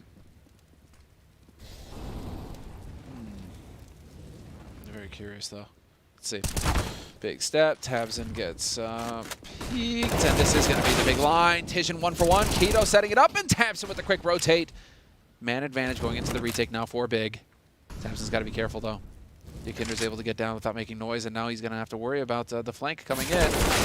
And Yakinder losing the duel. Anders, you cursed him. I know. It's terrible. He's still 17 and 19, so still think he's doing a pretty good job. Tabson also put up a Molotov to stop Buster from putting the bomb down when all of this was happening, so that just bought all the time in the world. And yeah, Buster can't really do anything here. I mean, he can hope for a big mistake, but other than that, short of that, they're just going to wait him out. And as soon as he goes for the bomb plant, it's going to be bad. Might as well do it now, Buster, because, you know, soon there'll be 10 seconds left and you can't even fake it. So he's waiting, and he's hoping, praying that someone's going to give him a chance here to at least make it a 1-on-2. And they're not that friendly, are they? So yeah, a lot of restraint here, which is what you'd want to see, and Buster being forced to just keep moving up, keep trying to do it. And with the health that he has, there is just absolutely no way. And now pushed up behind him, Citizen as well, but it'll be Santaris to take him down 16-6 as Big will push us on to a third map, and that will be on Overpass here. So we're going to find a way to decide this series one way or another. But yeah, what a comeback for Big in the series. That's really important. It's so important. It's so crucial.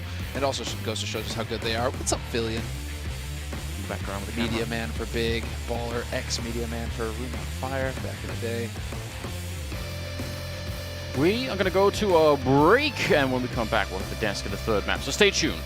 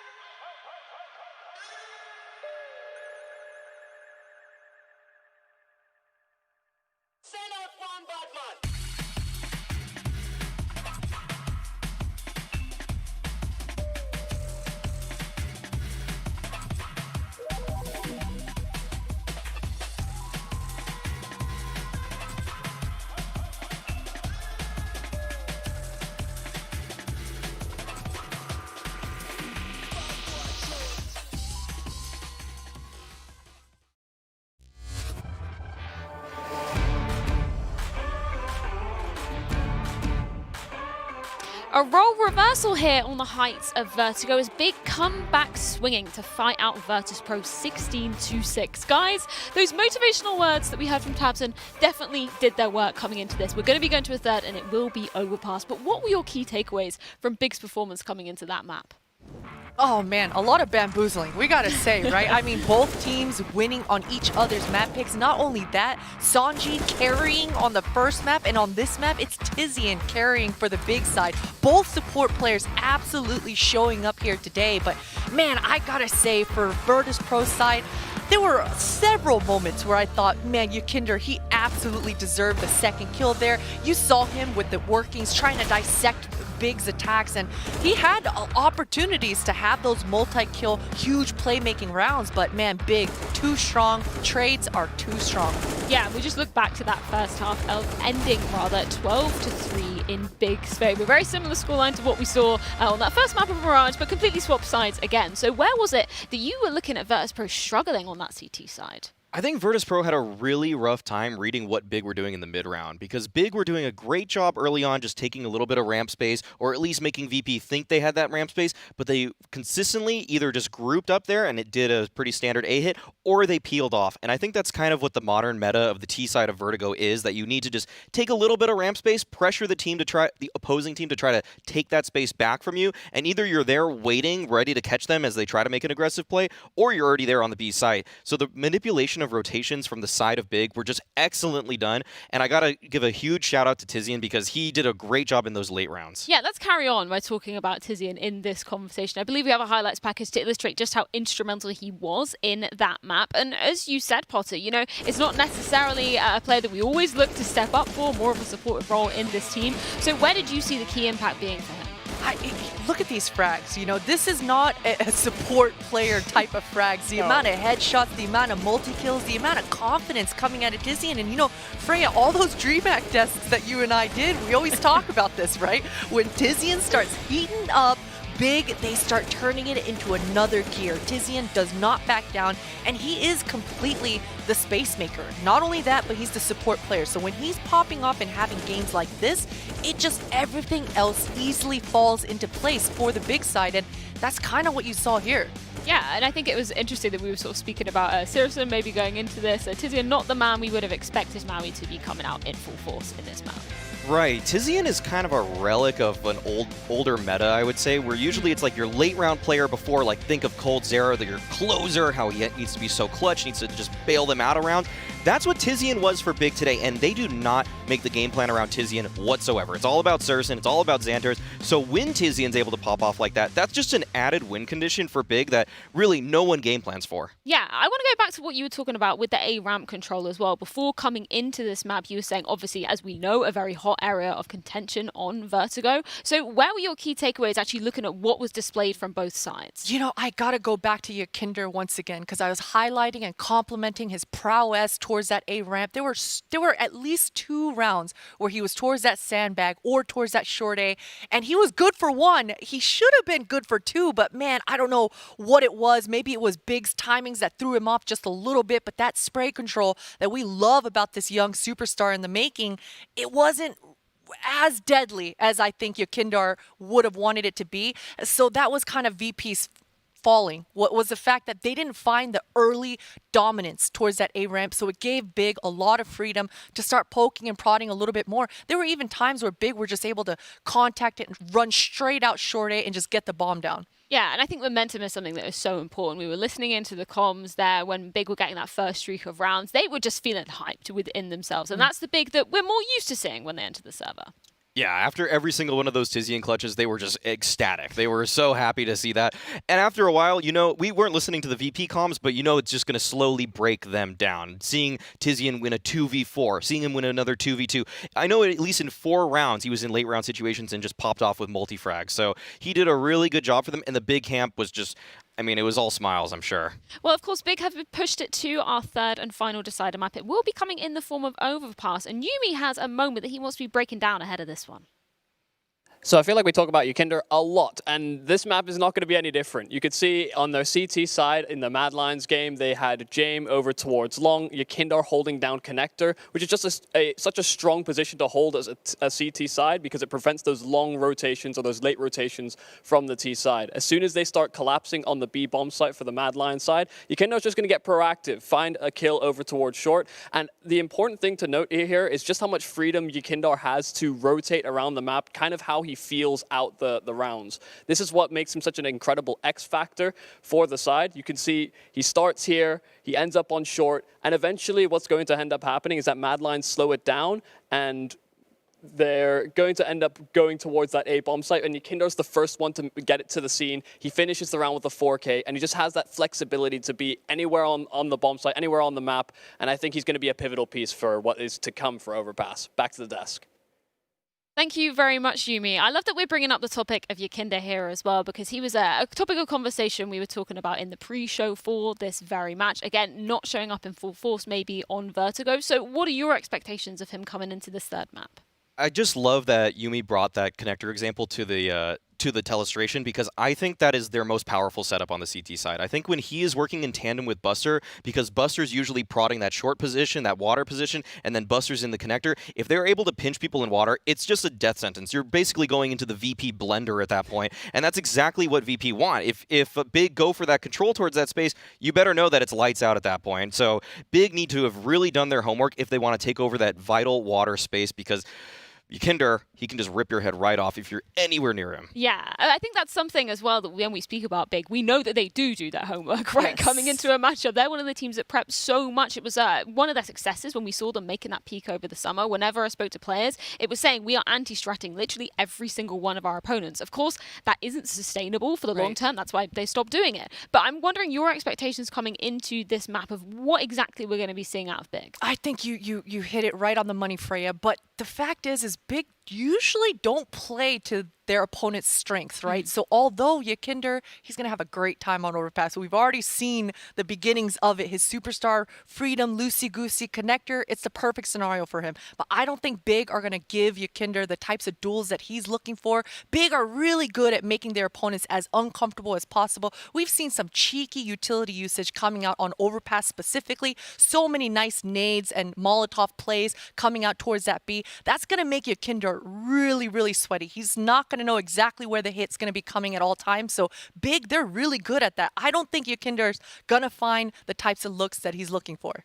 Well, I believe we can take a look at some of the stats that we have recently for both of our teams on this third and final map of Overpass. Of course, starting with the CT side here. Are there any interesting numbers that you guys want to be picking up from this one? That utility ADR, though. I think the 4v5 conversion for VP is really high, 42% of the time. So even if you lose the first pick, you're coming into a lot of those rounds regardless. That's pretty impressive, and I'd say a lot of that is due to James' clutch factor with the op, and also the fact that Ykinda can just blow things up at that connector door. I think that is something to look out for, that how does VP respond when they do lose the opening pick, because I know Sursen's going to be finding some openings in this map. Yeah, that's actually an interesting point to bring up, because it was in your podcast, right, that Ykinda was talking about it. Sometimes they don't mind being in those situations, actually losing a player just to get that information sometimes. So it kind of goes along with the stat line that we're seeing there. Yeah. The fact that they just want more info, and they know how to get that info in ways that at least they're comfortable with. They don't even always look the safest, but the skill on VP actually allows them to just make solo aggressive plays at times. But that's where it's scary too, because Big, they're usually pretty good at trading, but actually on this one, 19.2 is not terrible, but actually I'm surprised it's VP who's better at trading on this map on T side. Yeah, a bit of a surprise indeed. And then speaking of the Big side of life, is there a particular player that you guys are looking towards? Of course, we sort of pinned up Ykinda there from that VP side. Anybody that you're going to be paying particular attention to, Christine? Ooh, I guess it's got to be Xantares, just because he's the superstar. He's got the aim, the best aim that I think he has in this tournament, and he's been quiet. First map he was quiet, second map even he was quiet. I don't know that Overpass is actually Xantares' strong point here either, so I'm not sure exactly what to expect coming out of him for this map, so maybe it'll have to be Sursen that really steps up here. I'll say that Xantares, on one of the hits that Big like to do towards B, when he flies out Monster, he is the deadliest player I have ever seen in that particular position. Maybe on a CT side, he leaves a little bit to be desired at times, but on their execs, when he is out there flying with the proper utility to support him, he actually just tears open that B bomb site. So Kicker, he's got to be on the lookout, because he's that monster player, so they're going to be clashing head-to-head a lot. They will be indeed. Of course, we haven't seen Big playing Overpass here at Flashpoint 2 just yet, so a lot of questions coming into this one. And I believe we can begin to get some answers as we can throw it over to our lovely casters, Anders and Selma, to guide us through this third and final map. Well, yes, we'll certainly do our very best. I've got high expectations for both these teams. I think we've had a couple of one-sided maps one way or the other, so I feel like we don't have any answers though, Anders. So I'm sorry, I'm gonna have to let you down there, Freya. But no answers. No answers here. We're all gonna be on this wild ride together. Yeah, we can go to the primary research, like we get the data firsthand. Uh-huh. I hope this is going to be much more of an even affair. I want to see them really struggle, like both sides here, and to try and decide who's going to be winning this one. Loser will go down to lower bracket, of course. You're not completely out of it, but you wanna stay up here in the upper bracket and not have to make it harder than it should be. VP versus Big, final map to decide who is moving forward, and again, who will go down to lower bracket. VP, they won the 9th round. They're going to be starting on the CT side, Big on the T side. So let's just get this right underway. They do have a couple of P250s to take the long-range fights. I love seeing that. Ooh, there it is. Antera's going to kick things off. Kill on Yakinder. And Yakinder was going for the peak, standard into monster, and, well, that's why you have a P250 there. That's so sick. Nice push, though, here from Virtus.Pro, trying to spring a trap on Big, trying to get a kill back, but not meant to be. The problem was he heard that flashbang. So hearing the flashbang, he'll know someone set up the flash and that someone peeked behind it. So he got a kill, knows where 2 other people are, and I don't know, Big, I mean, they're not going instant to the A-bomb site, but if they had, it would have made sense just mathematically. James is really far up, and he will hear all this stepping, and it's just Keto around the corner. So if Keto doesn't win this fight, he's in trouble, and he's going to go straight down. Now the opportunity, at least to go for the A-bomb sites, maybe gone away a little bit here. Still catch Buster, and they will. That is a big shot. Now they're in trouble. Yeah, James knows someone is here, but he also has to go back and help the B-bomb site where nobody is, and Tizian wins the fight. Oh no, this is a big problem. Santara sneaking in behind and kick it. Well, he's going to be dead one way or another. And they've just been outplayed. Tactically outplayed in this round by Big. Dude, if Tizian hits as hard as he did on Vertigo here on Overpass, it's not going to be fun at all for Big. Because Searson was popping, he was looking good, just solid. Yeah. Exactly. You know, Xantares as well woke up. But if Tizian is still going to be fragging hard, I mean, if these 3 guys are popping off, dude, it's going to get real rough for VP. There's so much happening in that first space where they flashed their way out of the B-bomb side. I think Big had a very, very good read. That might even have been why Keto wanted to push long alone, because he just thinks like, well, if there is someone in A, they're not going to be that far forward alone. They're going to be, a little bit further back. Stack on the B-bomb site with 1 flashbang. It's rarely enough, but it could be. Yes, well, Galil taking point, looking for some MAC-10s here. Looking for that money. You're only going to let the rifles get the kills? What's going on here, Big? Yeah. 2 MAC-10s, and yet it's Galil's that get all the kills. But I think given the fact that this running into a 5-man stack, they're pretty happy that that didn't spiral out of control. And as we could tell, he'd rounded the corner and got the kill, and then they throw the flashbang afterwards. So like, there's going to be some disjointed stuff there. So I think they're going to be happy about the way that this is getting started. Are you done yet, Anders? Go on. Making excuses for them? I'm just saying. I'm just saying. They're going to get the MAC-10s into this round, Sam. So, and there's no armor at all on James. You had to buy the glass cannon AWP. So he could be a target for a little MAC-10 rush. He certainly could. Decided not to play overly aggressive. He's holding at long right now, boosted up. Just hoping that somebody's going to go for the peak there, but that is not going to be the case. Keto, nicely done, lurking his way right through restrooms. They might be able to work their way right up onto the A site, Big. And James out on long again with no armor and an AWP and no teammates. So if he just turns the corner and shoots him in the back, I mean, they might almost have to save the guns almost immediately. He's got so deep in, but he can't see James from here. This is now getting very awkward. Who knows what timing? James, I think, is going to be hearing some of the grenades now, so he should be realizing that something's going on, or his teammates will call it in. The bomb is being planted, and now they're actually out looking for James, and he's thinking there must be someone here, and there just isn't. And yeah, he's dead immediately. Save the guns. I don't think it's worth it. It's so hard to do that in a... Yeah, they're instantly going to do it. I think it's smart. Oh, but they're already being hunted! And that's so worth it. You get your MAC-10 kill finally somewhere. Yeah, okay. What's that to say? Come on, seriously. Give me another one. Tamsin's going to catch Sanji. Oh, no. Pretty sure that that was spotted. Yep, Searson is gone, but, taking fights long range with MAC-10s is not to be advised. Dude. He's going to get another one, isn't he? Yep. And he knows where the second man is. Not going to find that. Xantares is going to go down, and Tizian just holds onto the AWP. Worth, yeah. So expensive for Virtus.Pro. Where's an AK? There's an AK. Good job, Buster. Dude, that's got to be a read off a big. They have to have picked up on, okay, hold on. VP are putting a lot of guys early on B. We are going to just walk right up mid onto A side here and take advantage.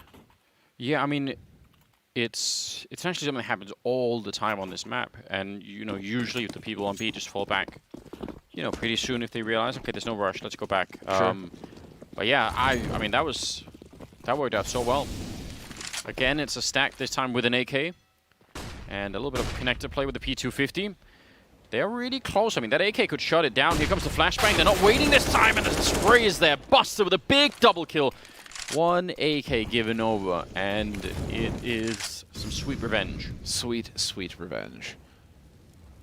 And Big are they were patting themselves on the back enders. They were feeling so good about everything, right? Yeah, we got them. We're reading them like a book. The beatings are continuing. Amen. And yet, yeah, there you go, Buster. Well done. A bit of an interesting difference as well you see there between, reacting and throwing the flashbang as a reaction to whatever the T's are doing, and this time just going on, pure instinct or countdown or whatever you want to say, and you just absolutely caught them. So that's really cool. Gotta you can say it. That. Luck.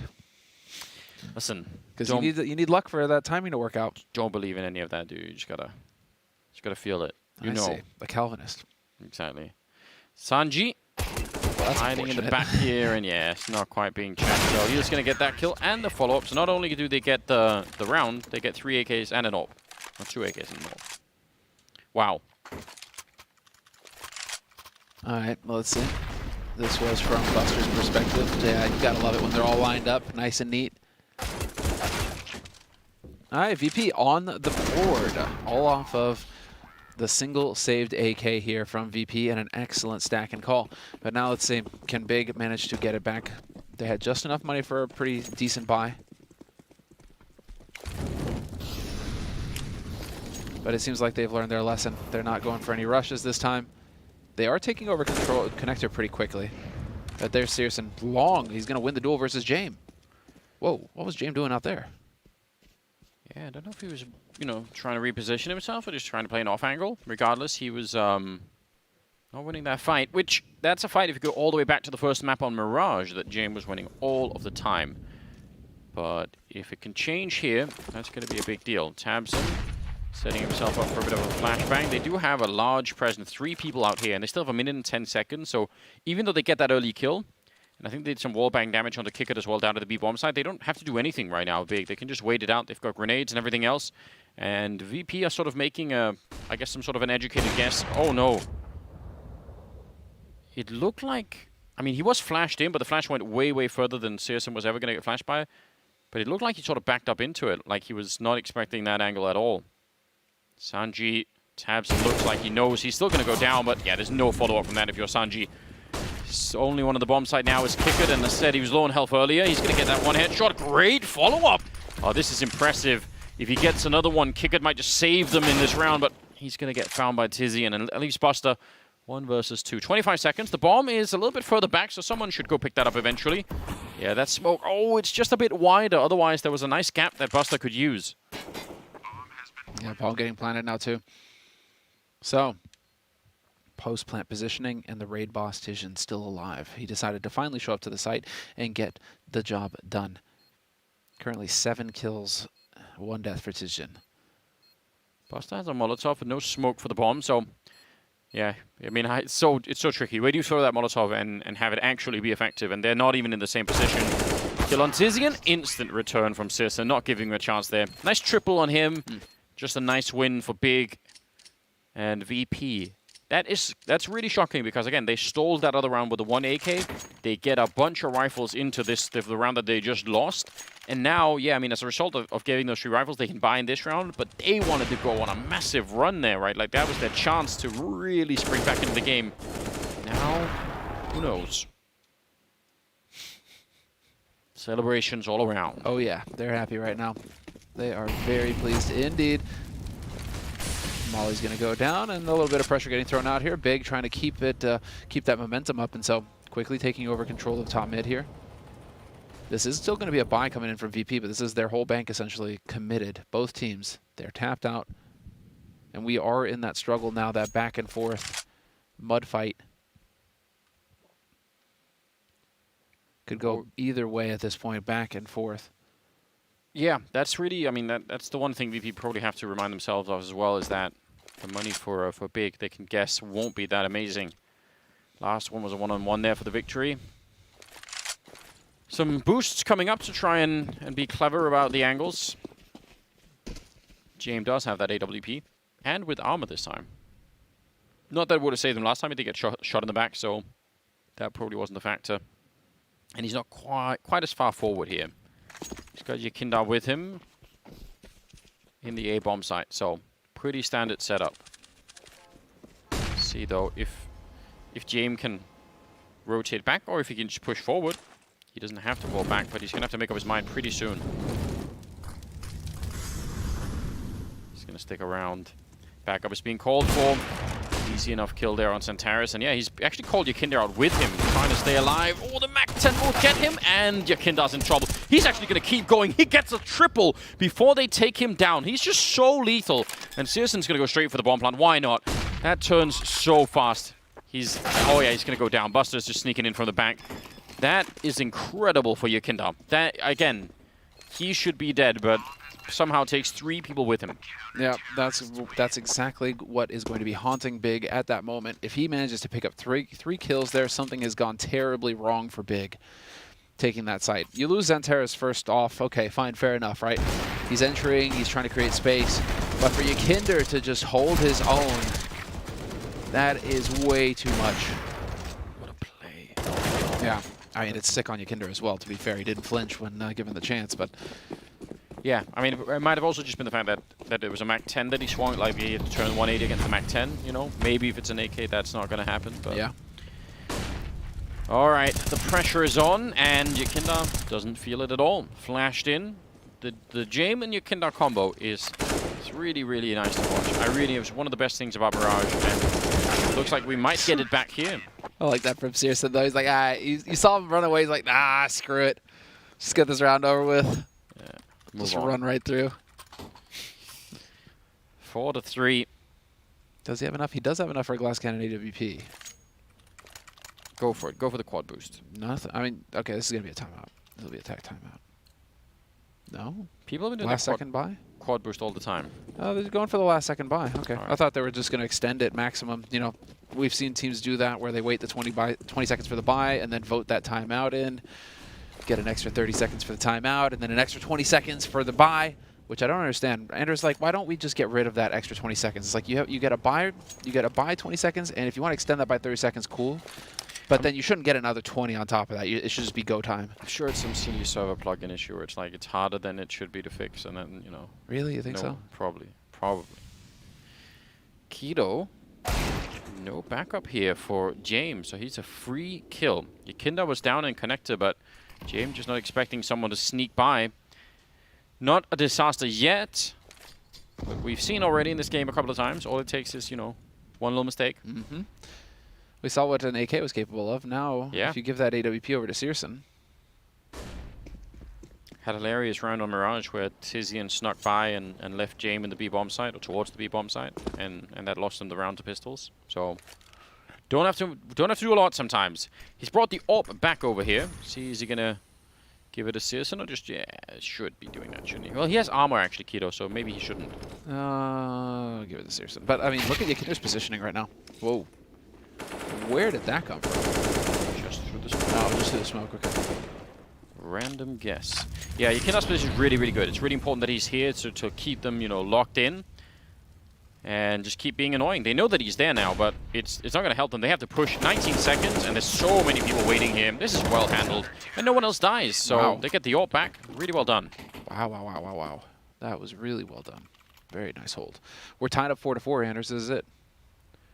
So, Big now have the full buy off of this. Tizian has to go for a Galil, though, unfortunately. That kind of sucks, because he spent a little bit too much money in that last round. But it is going to be the full buy for VP, single AWP, Big. They will have that AWP in play on Searson. And now I'm very curious to see what the answer is here from Big. VP haven't exactly been going for the same thing over and over again either, and so it makes it difficult. It feels like it's just a new round, a new game every round. Oh, Yakinder gives it away, though. He is going to get punished. Keto with the headshot needs to happen. Keto with the double, in fact, takes down Buster. All the way over at the L bend. Searson, I don't know if I think he was scoping then. I don't know if James he would have heard that. Maybe. They're right next to each other. Tamsin goes down. Again, a lot of kills through smokes down there in the tunnel. It's such a standoff. Oh, man. James and Searson, just both of them waiting. If James dies here, that A bomb site's going to be in trouble, but he'll take Keto with him. Searson coming around the corner, and that is such an obvious play. He sees the gun barrel and the shadow, leaving Santaris alone. That has got to be one of the worst angles to try and peek like that on T side. Just that shadow alone is ridiculous. It's really not fun, is it? If you want to do that, you need a teammate to jump for you with a knife out, just to try and do that. The little beta Reno. Oh, now Xantaris. Let's see. 1v3. James has given up the angle as well. He realizes this guy can click on heads. And so he's not even going to give him the chance, Andrews. He's not even going to give him the opportunity to hit a headshot. Yeah, I mean, I think it's not such a bad idea. His teammates are checking and coming down here anyway, so worst, he gets like a smoke plant or something like that, and, you know, you're going to win the round. So Santaris going for it, and he will get the plant, so that's kind of helpful. He actually makes it out, which in itself is almost a little bit unbelievable. James goes down. Now it's a little bit more sketchy.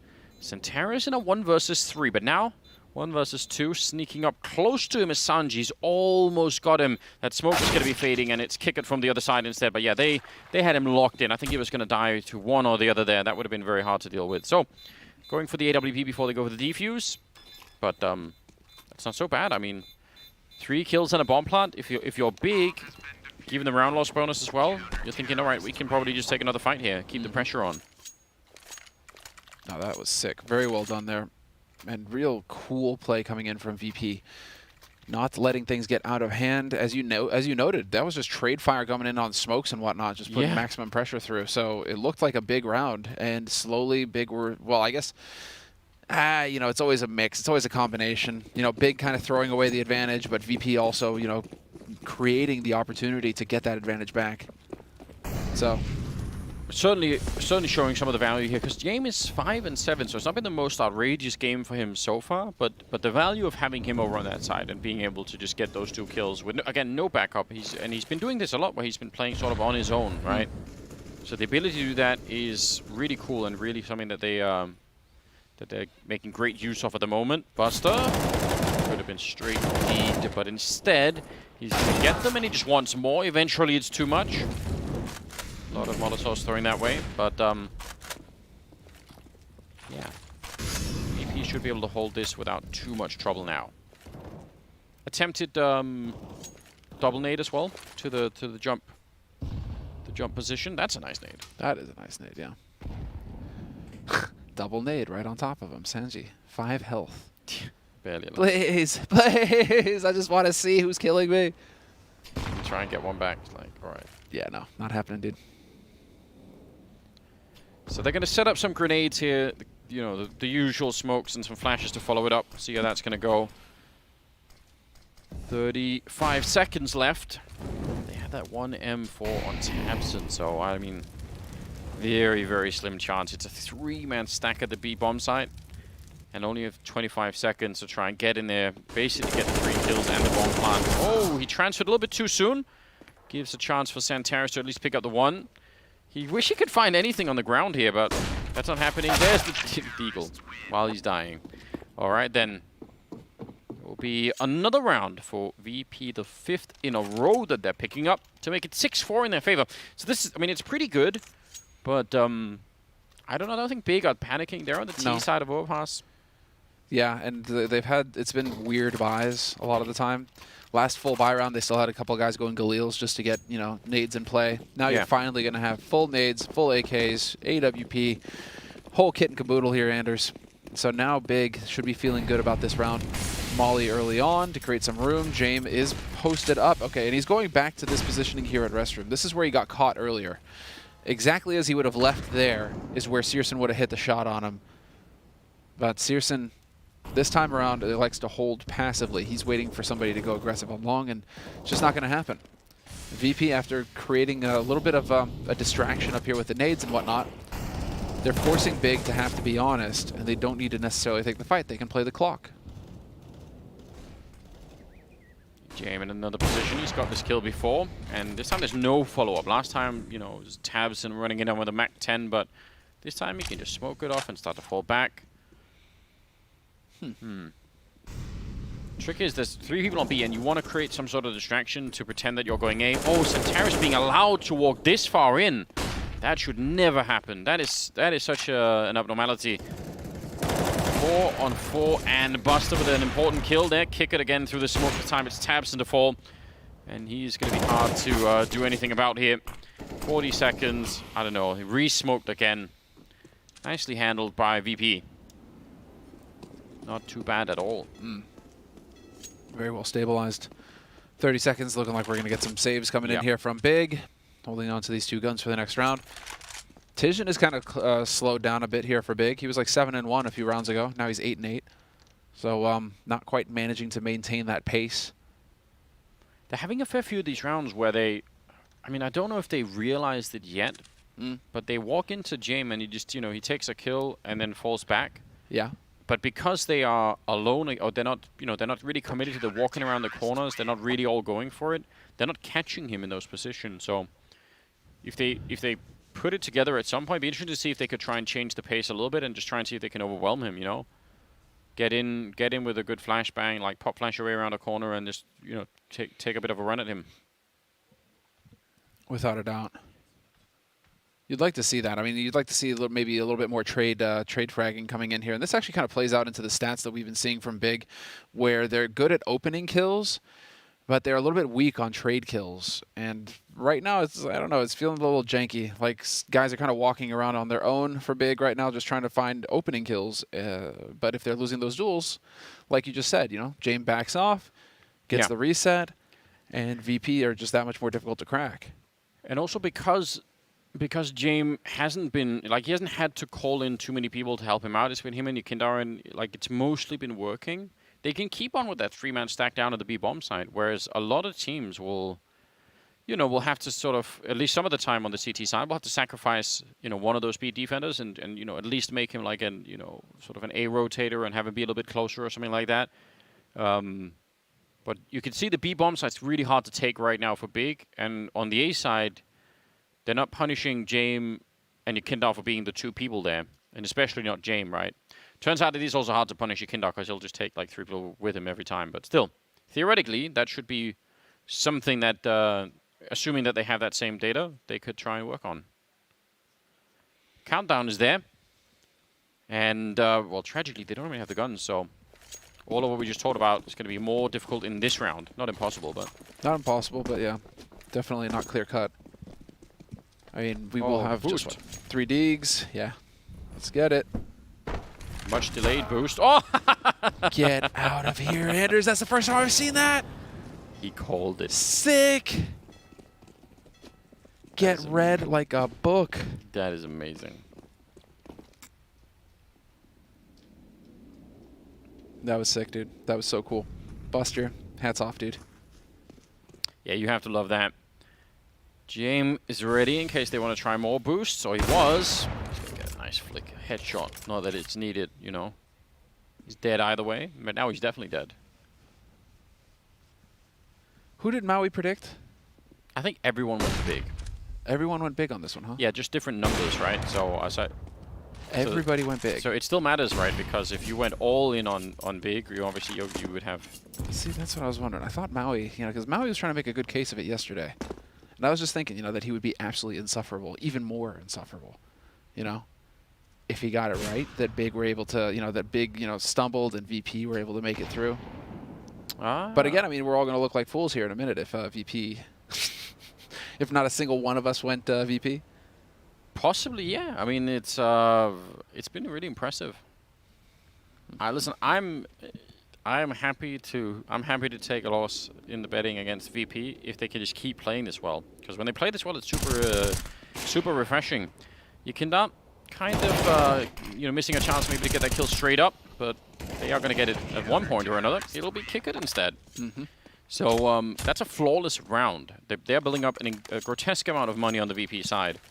that I don't think... And now it's starting to look like this could be something like an 11-4 type scoreline. he just sees that. That is great company.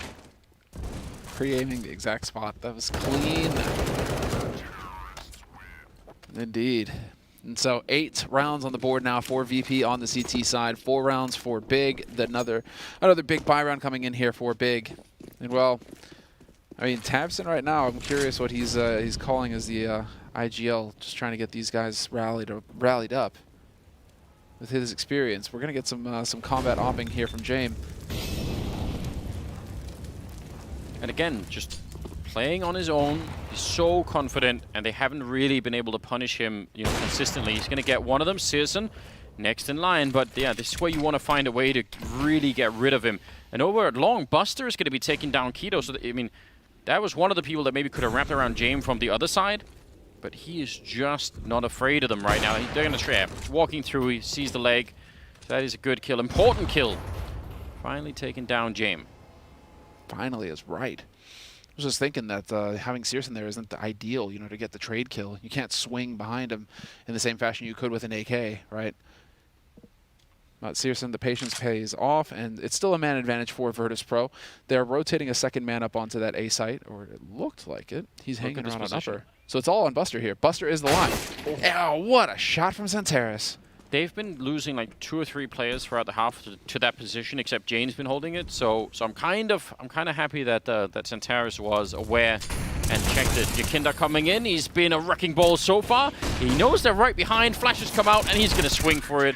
Another double kill for him, putting him at 12 and 6. And VP will take the round, and they are really, really looking good right now. This is a great recovery for them. There's not an easy start at all. Losing the first 3 rounds, then yeah, they won the 1 round with the AK, but they got you know, brought right back. And then ever since then, it's just gone completely. It's been 8 rounds in a row right now for VP. What an achievement. This is terrific. This is absolutely terrific for VP. And well, now, I mean, Big have got their backs to the wall. The pressure is really on. You need these last 2 rounds in this first half if you're going to be competitive going into the second one. I mean, 10-5 maybe, right? Is where worst case scenario. But if it goes 11-4 in favor of VP, whew, that's an issue. That's going to be no mean feat. Well, let's see. Oh, nicely done. The timing works out impeccably. Kickert gets flashed as well, and this is looking like a very clean round here from Big. Certainly have a chance for it. Still a problem at the L-bend. Checking for it, and Buster lines up a double, nearly a triple. Yakinda there to pick it up. They did not check everything, and they just assumed that those were the only 2 B defenders, and that was a huge mistake. Yakinda 1 versus 2. They do have a little bit of a chance here, and Santeros will hit the headshot. That could have easily backfired, man. They're just doing it to mess with me, Anders. Yeah, they did. I was just there like, oh, right, great round for Big, and then all of a sudden, eyes getting big. Just not checking that corner, man. That was going to be a problem. They make it through, and they had to. 9-5. I would even say, get that 6th round on the board here. Big are just not looking as, you know, quite as strong as you would want, I think. They're lacking vim. They need a bit of vigor. I mean, Tabson's got 3 kills. Tabson's supposed to be up there with the best of them right in the server. He's supposed to be someone who can really take over a game, but it's been a while since I've seen that. It's not coming as easily when he's probably having to zero in as much as he is on the game itself.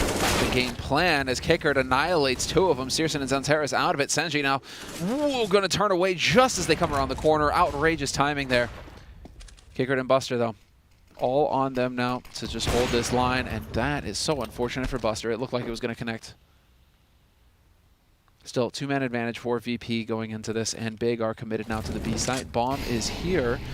Not committed just yet, could still back off.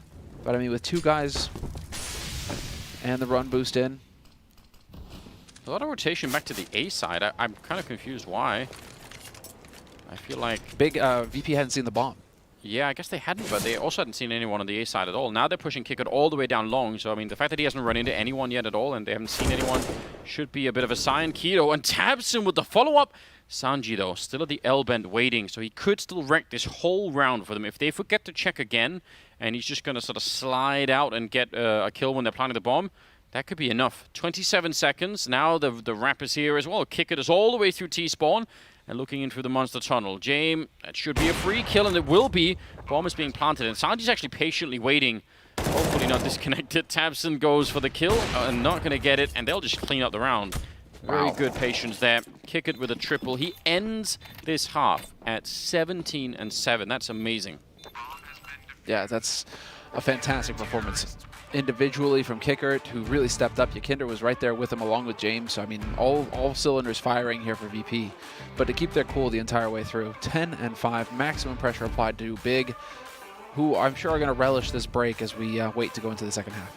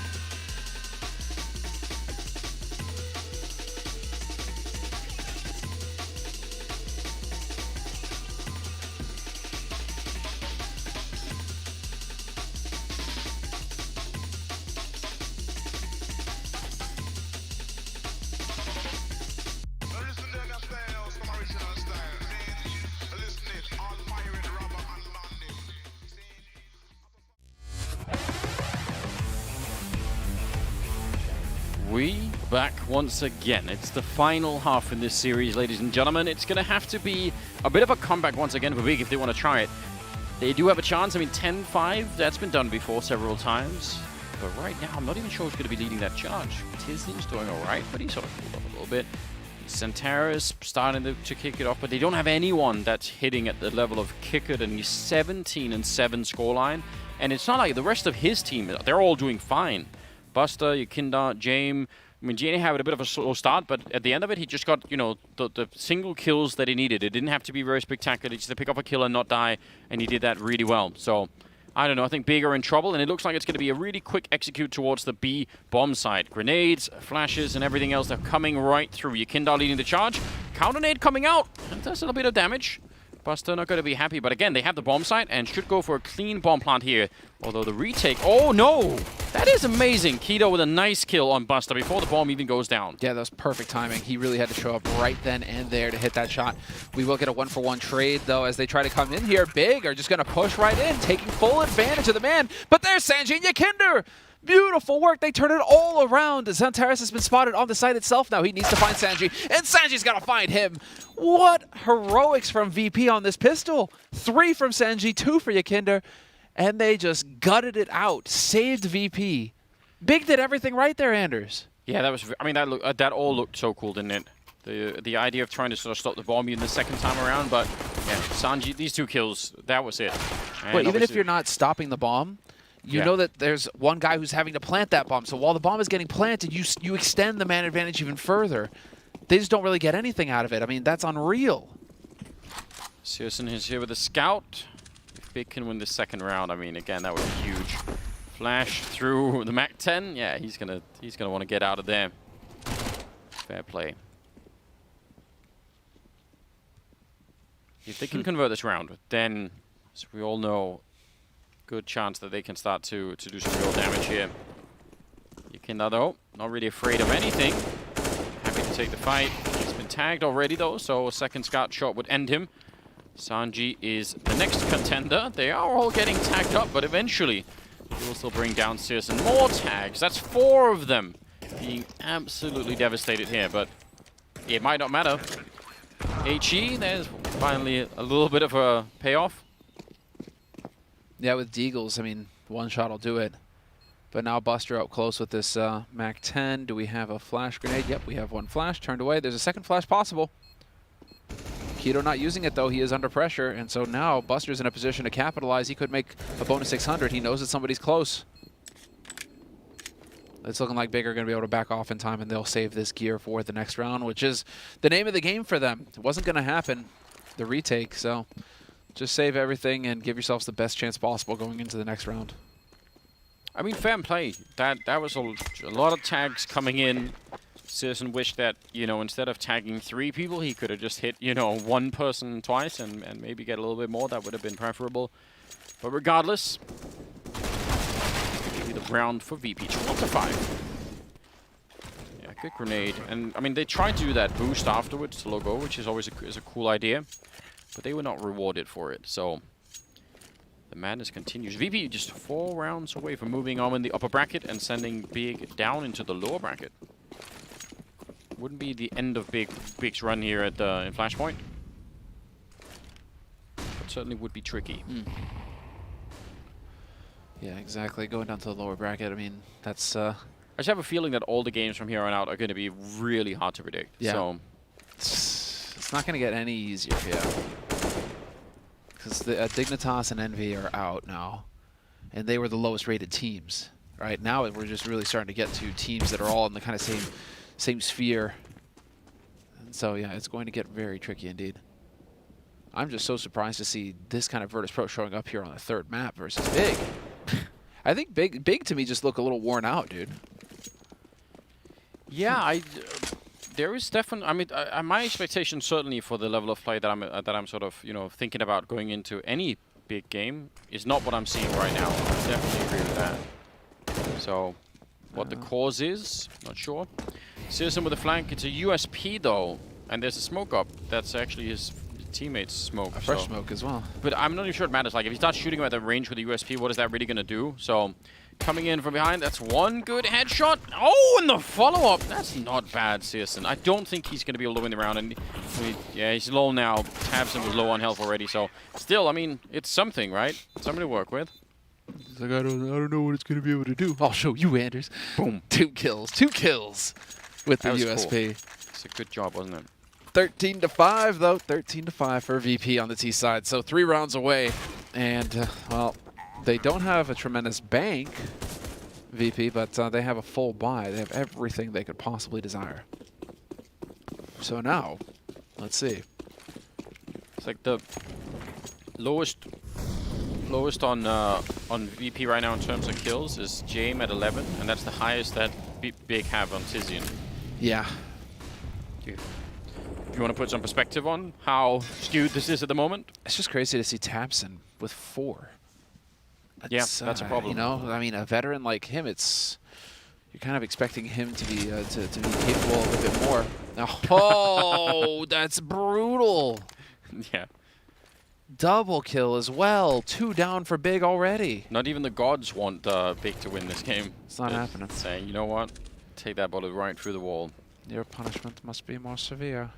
Right now, it almost can't, can it?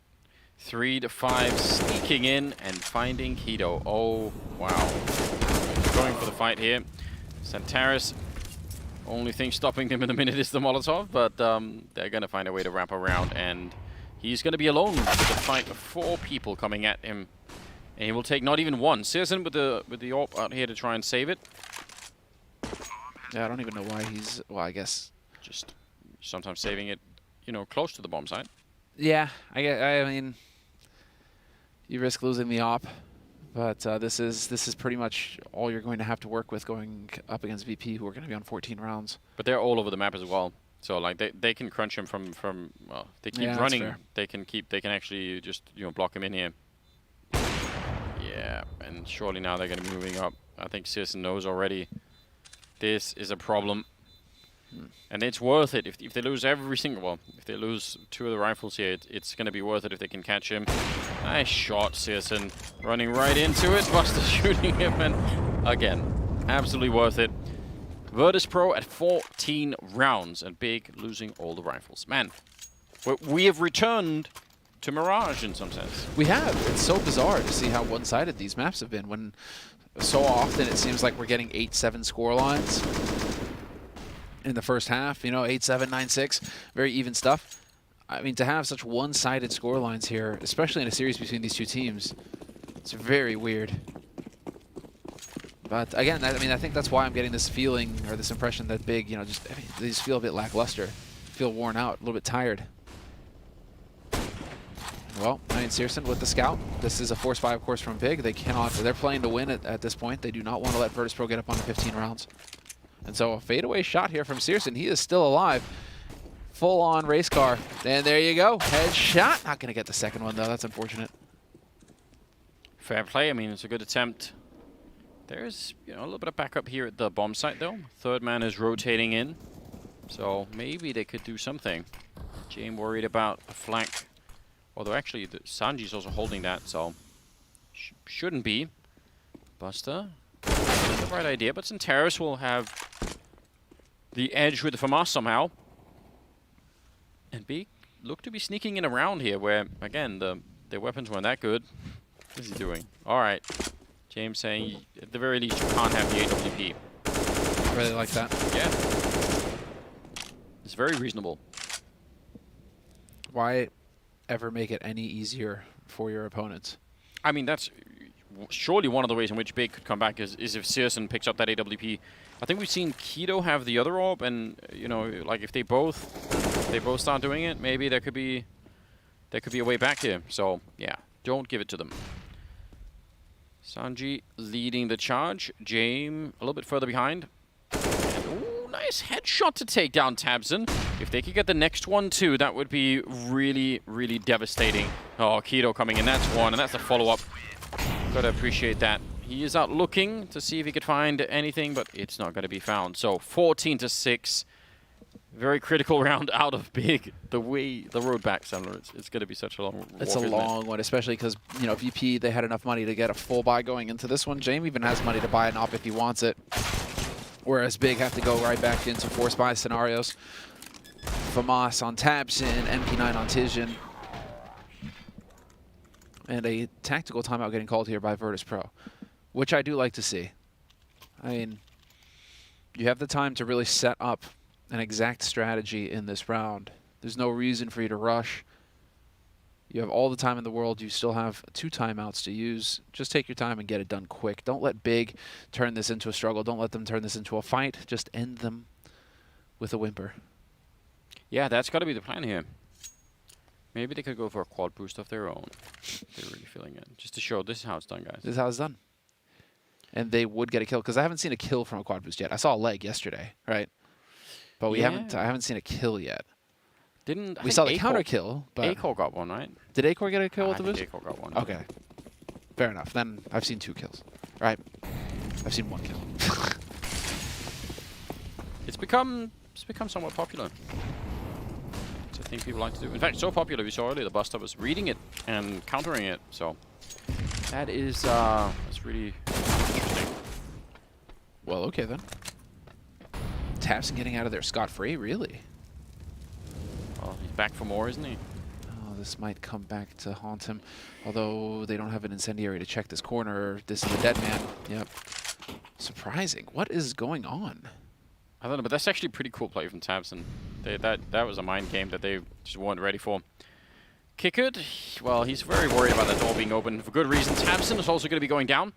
Nice double in return and right back into a 3-on-3. And make that a 2-on-3. Well, Buster will be finding Searson. So alone at the bomb site is Keto with the AK and Tizian.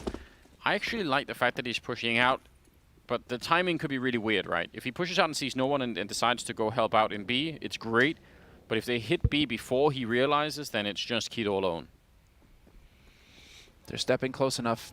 3 here. This is it. Keto trying to spot this, and he is in a perfect spot to get them lined up, and yet the spacing is perfect for VP.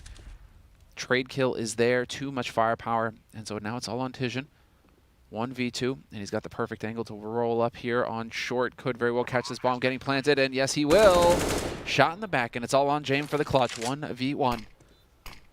From there, Jame right through. Oh, he just walks into it. There's nothing they could do about that, is there? All right, then. Tizian, nice 1 versus 2. Element of surprise. See how careful he was going down into the sewers there, just not making any noise at all. It's pretty good. 14-7, and they get that AWP picked up on Searson, so for Searson. So let's just see. Let's just see. It's only 2 in a row here, but it's a cool little trick here with Tabs.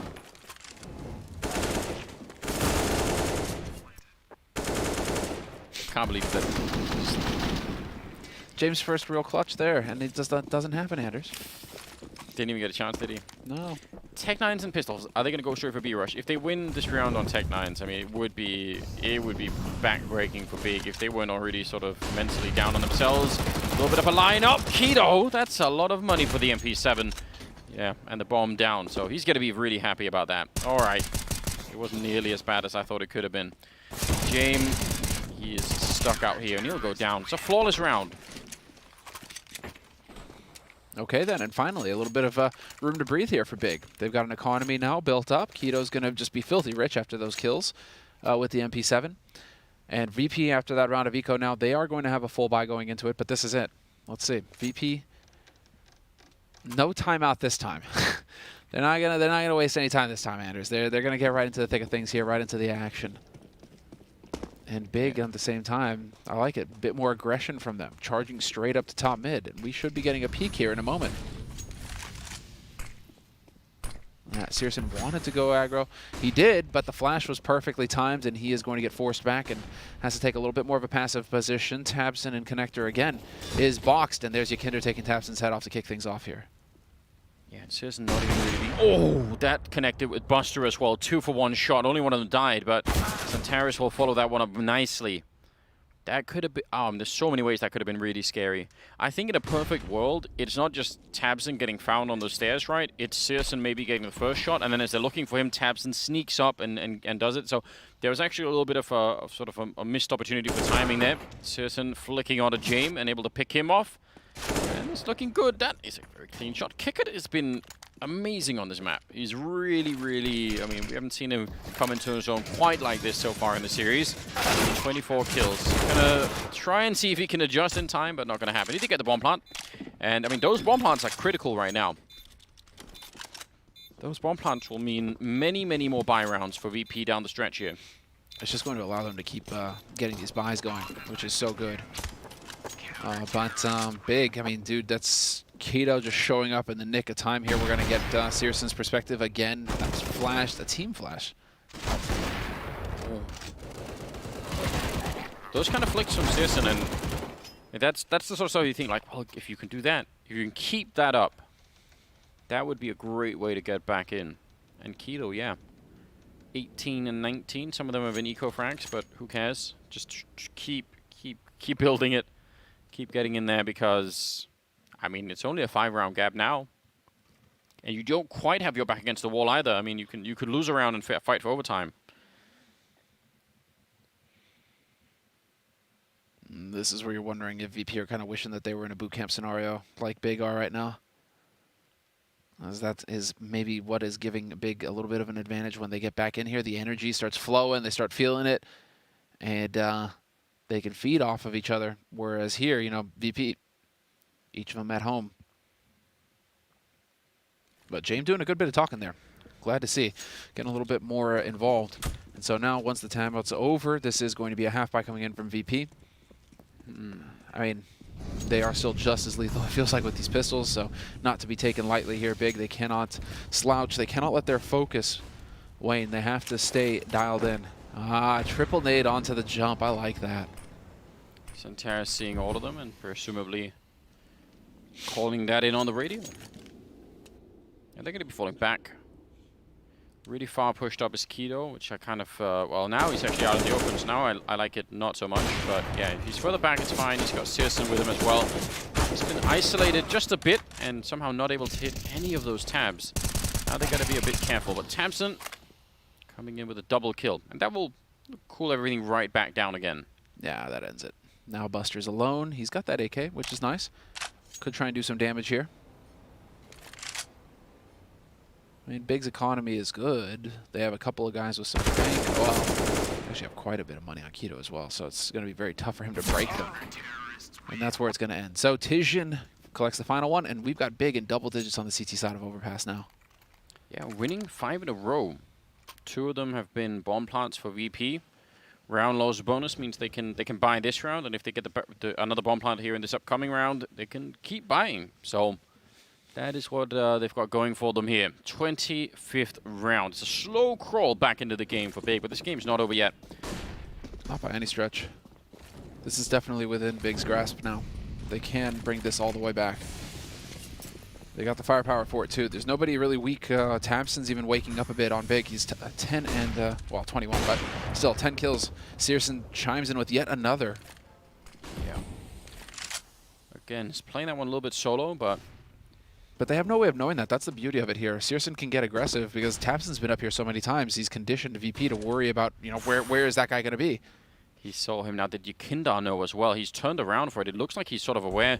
He snuck all the way past, and Searson going to get shot at the back of the head looking for Yekindar. He turns around in turn and takes down Tamsin, and it's just trading all over the place, but it'll work out in favor of Big at the end of it. Man, that's a mad sequence. You adjust the timing ever so slightly in any one of those kills, and who knows what happens. Indeed. Jamin Kickard left. And this move for Tizian is absolutely lethal, or it should be. How do you read this right now if you're a VP? Tizian is the king lurk for Big. He's doing the same thing on Mirage. All you need is one good round where this pays off. They're down checking with the... Oh no, if they actually go A and the bomb comes back up, Tizian could... Oh wait, he'll... That's fine, alright. I was getting real worried that he'd keep walking forward and the guy would come out. But James, 1 versus 3, could get a bomb plant. I don't think he can make it out here though. I mean, he's probably going to be stuck on the bomb site. They're not actually moving. They're quite far away, so that's interesting. He's got a Molotov. It's still very low percentage, but definitely not impossible. Let's see. James with the AK. Not the weapon that he would probably love to have right now, but still pretty lethal. Jumping past there. Tizian just buying time for his team to show up on the other side.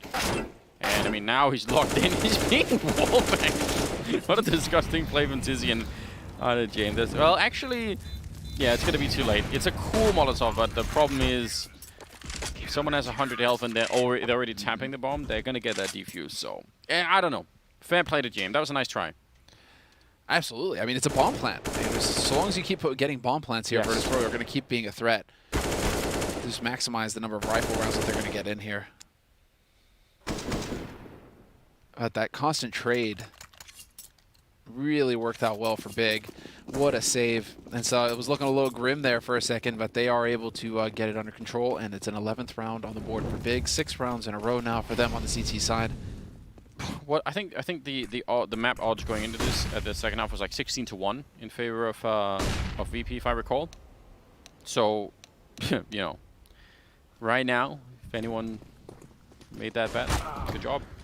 Keto flashed, but still able to get the kill, and that one took a while, but it doesn't matter. He's not pushing forward with the AWP. He certainly recovered a lot of confidence himself, and he's been making some pretty cool plays. Oh, what? I don't know what just happened. Someone will have to find that out. Who isn't me? Someone's on investigating. Well, we got somebody checking right now, guys. Glitch in the Matrix. Yeah. I have never seen that before. No, but, I mean... That is, to have a round just stop like that? Yeah, I guess we'll... I mean, I've seen people time out. I mean, did the round get played? No, it's 14-11, so...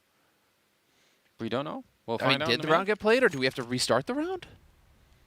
That's insane. It did look like it was restart, didn't it? If the round is being restarted, that's unreal. And Big have got to be just over the moon because that was looking so good for VP. Yeah, possibly. I don't know. I mean, well, someone, I'm sure the internet will discuss it. This round, 26th, Keto boosted up to look into the tunnel. Not going to find anyone. Oh, and that is being caught. I cannot believe Tapston got that kill. He should have been dead without even firing a bullet. That is actually kind of amazing. Yakinda also going to be really upset at that. 1-for-1 trade still probably favors the T side, but not the way that I think VP. I mean, they must be thinking at that point in time. That's it. Get the kill on him. Santaris making a lot of noise, stepping into it. Yeah, Sanji was so ready for that. And now Tizian is down here on his own. And actually picking up a kill, but still very much looking for backup. But it's not going to arrive in time. James will just spam him down through the barrier. And now it's a 2-on-3. Bomb is planted. Citizen and Keto looking for a way to get back into the round. Oh, VP, they managed to recover quickly, and they get that second shot, and they actually get it done. Should be a kill. Yes, nicely done here by Buster. And it's all on Keto now to keep Virtus.Pro off of match point. And so, walking right into the Triangle of Doom. Needed to hit the quick scope. Not going to happen. James with a headshot, and it is match point now for Virtus.Pro. And so, yeah, despite the round restart, that weird. I mean, I've never seen that before, Anders. I don't know. Have you? No. Where it just starts over like that mid-round? I have not seen that.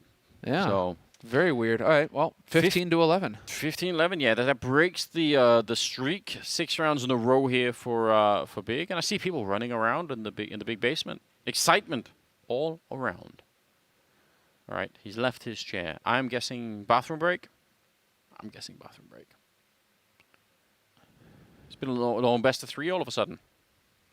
Third map, and then you end up in what, 27 rounds or something like that? Wait. I need that again. So we shall see. They do have the money on the Big side, and that is, I mean, that is the one saving grace here, is that they, if they would have been so economically behind, that one round being lost here would have cost them everything. That would have been upsetting. But they have a chance to win another 4 in a row and maybe bring it into overtime. That's got to be the play. So just to clear things up, I'm being told that the players used the wrong pause command, and so we got the wrong Q. And so, because no damage had been done, the round restarted. But we got something else. So, don't know how. Sorcery, whatever. We'll do an investigation. But there we go. 15 15-11. Match point for VP. Countdown has been initiated, and we're about to get it underway. All on the line here for Big. They are perfectly capable of running it back. As we've seen, they've chained 6 rounds together. They could very well get 4 and take us to overtime here, and so do not give up hope, all the Big fans out there. No, now I mean, yeah, they've just proven that it's doable. They can definitely win 4 in a row. Now, mentally, it's quite a different thing. That, you know, once you've got your back to the walls like this, you know everything costs, you know, so much more. If you make a mistake, that could be the last chance. So puts a lot of pressure on everyone. All right, double push out long coming in from the Big side. Something we haven't seen too much from really either team. They haven't, like, they've sort of been hanging around long, but not really taking it in this fashion. So we'll see. Boost. There's a lot of people waiting on that side, and they're still going to get the kill on James. He was not ready for it. Now, can they fall back is the question. They're actually lined up in a very dangerous way, and Buster will catch both of them out. Oh dear, Santaris, and that's like push coming through. Connector, double push coming out right now for Big. They're retaliating. Oh, this is all over the place. Tizian, I can't believe Buster's not dead. That Molotov should have maybe caught him, and now it's Santaris alone, and he's going to go down at 16-11. And VP bring down Big, and it took all 3 maps, but they found the way through and putting them into the lower bracket. What a struggle that was. A grin from James, emotion. He's always so serious, but we actually got a smile out of him there. Virtus.Pro with a well-deserved victory over Big, though. You got to give it to him. That was very nicely done. And so that is VP progressing in the upper bracket. Big will get knocked down to the lower bracket here at Flashpoint 2. But we're not done yet for the day, guys. Don't turn the stream off. We have another best of 3 coming up, another upper bracket match coming up after the break. And so we will be right back.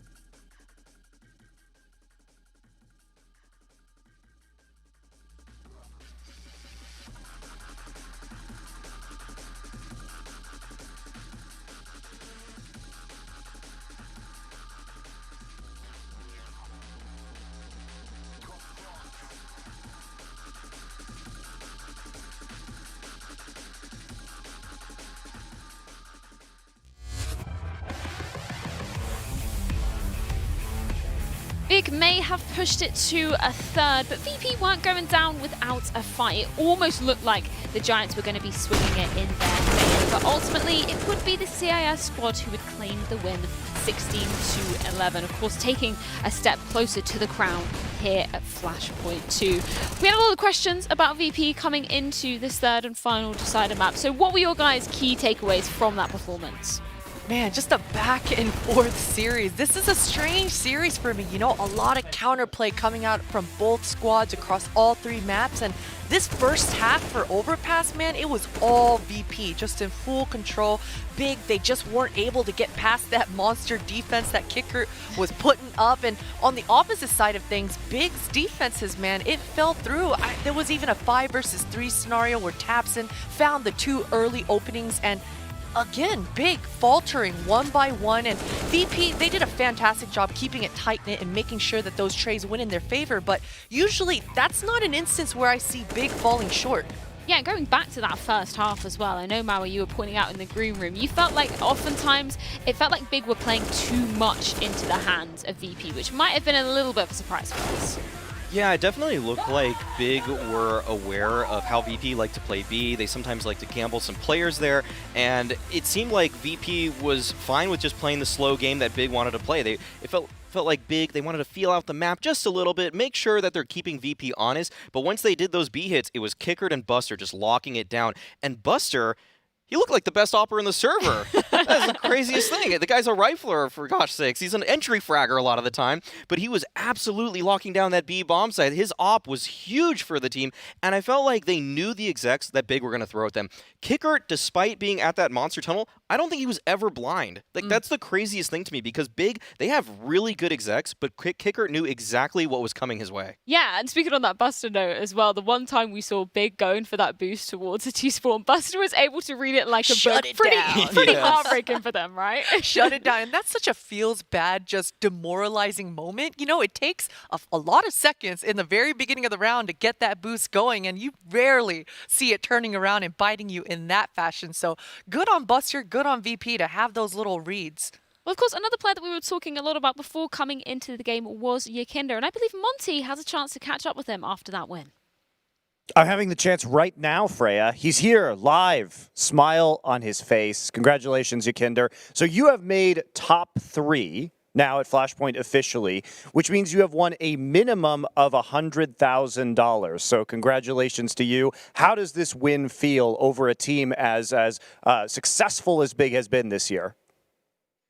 Hello there, beautiful people. Well, I mean, the win is actually really good. It's feeling really good because Big is an insane team. For me, especially like individually, because Tapson, Xantares, Kito, they're all players that I looked up in while playing FPL, and a lot of stuff that I know now is from them, that I see them doing on FPL. So it was a pleasure to play against them, and even more pleasure to win against them. It was a cool game. Vertigo didn't work out because the game plan of the CT was a bit wrong for us. We decided that whatever, and the overpass was insane as well. I really liked, and I had really good emotions after the map. The last time we checked in with you, Yakinder, you said that you thanked your teammates for carrying you, in fact, and you said you hadn't been feeling like you were playing your game as well as you could. Did that change coming into this match today? How have you gotten back into the rhythm? Well, I mean, I started playing a lot. I played I'm playing like now 14 hours a day, so I can feel better, so I get back into my form. And then Sanji actually told me about the cold shower thing in the morning. First time I tried it, it was pretty cool. So yeah, really gets you in the zone, focused. It wakes you up, right? That's true. Okay, so I do want to give your #1 fan, who is Maui Snake, a chance to ask you some questions, because he was calling you his son while we were in the green room watching the game. He absolutely adores your play, so I'm sure he's got some good questions lined up for you. I would say, Yakinder. Hey, Maui. Hey, how's it going, man? I just want to know, how do you guys feel now moving forward? I also really wanted to know, are you guys changing your map pool up this significantly for Big, or because you feel like it's a comfort thing for you? we just know that we spent a lot of time in practice. We only picked Dustune and Inferno, but all of our maps are similar level, so we can shuffle it around depending on the enemy team. That's why we can play any map, and it's not only for Big. It's going to be in the future as well, and against any team. Cool. That's great to hear. Anybody else on the desk have questions? Nope. Okay, well, Yakinder, you're going to be facing off in the winner's bracket final against the victor of our next match, which is going to be Fnatic or MIBR. Now, MIBR already pulling off some massive upsets, looking a lot better than people predicted, and Fnatic always a strong team. Which of these teams would you rather be playing? Probably Fnatic more, because I don't know. I'm just used to playing with JW Brolin and Flash on FPL, so it's gonna be easier for me to play. I think I don't know how MIBR plays as individuals, but we would like to play Fnatic probably.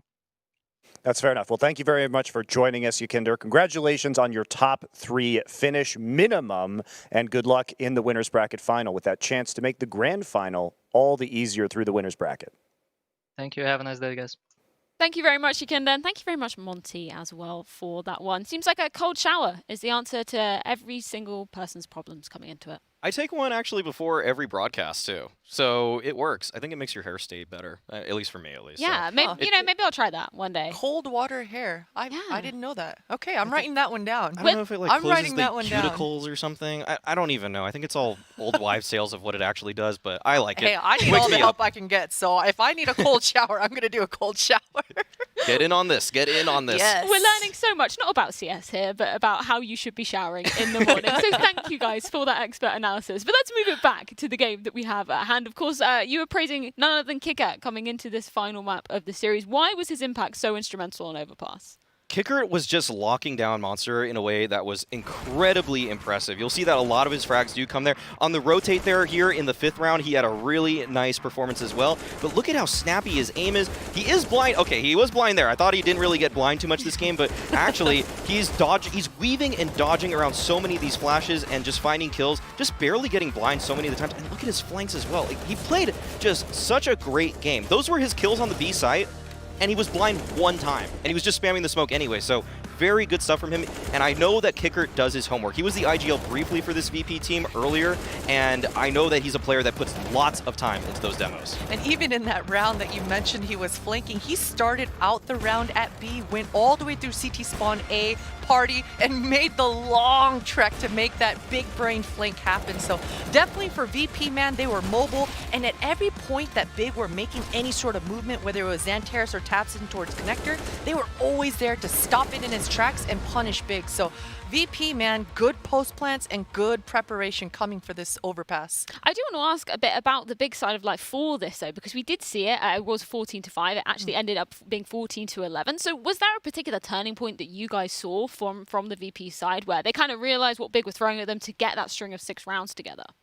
I think they just eventually realized that B was a little bit weaker than they initially thought. They were trying to keep Big honest with these defaults, but Big was actually doing a really good job at the A side of the map and in connector, just picking apart those players. And then eventually VP said, wait a second, guys, we're trying to keep them honest, but we haven't even really challenged B yet, so let's try going there. And once they did, they were able to take that bomb site with relative ease. And of course, Big aren't down and out of the competition just yet. It is double elimination here at the Flashpoint playoffs, so they will be going down into that lower bracket, which is interesting because, Maui, you said before the game, you thought VP were going to be making it perhaps to the finals, at least to top 3, but you thought they were going to be the ones going down into the lower bracket. So now it's going to be Big. Not the last we've seen of them yet. Yeah, Big, though, are a team that just play such a solid game that you definitely have to probably put them as the favorites to make it through this lower bracket. I think for a lot of people coming into this tournament, Big were the definite favorites to win the whole thing. So the fact that they are actually sent to the lower bracket a little bit earlier than expected will surprise us, but we still, I think, genuinely have confidence that they will be making it all the way through. It'd be a pretty big shocker unless someone like OG or Fnatic took them down. Those seem like the only teams that can really play to their level other than VP. And as Monty pointed out as well, VP are now guaranteed at least third place here at Flashpoint 2. So they've got $100,000 in their back pocket already, Christine. That must fulfill them with a little bit more confidence. Oh, it should. It should. And I hope that it does, because Yakinder, I'm going to say my favorite phrase. I know it's your favorite as well, Maui. He's got a great head on his shoulders, and this young man is absolutely stepping up.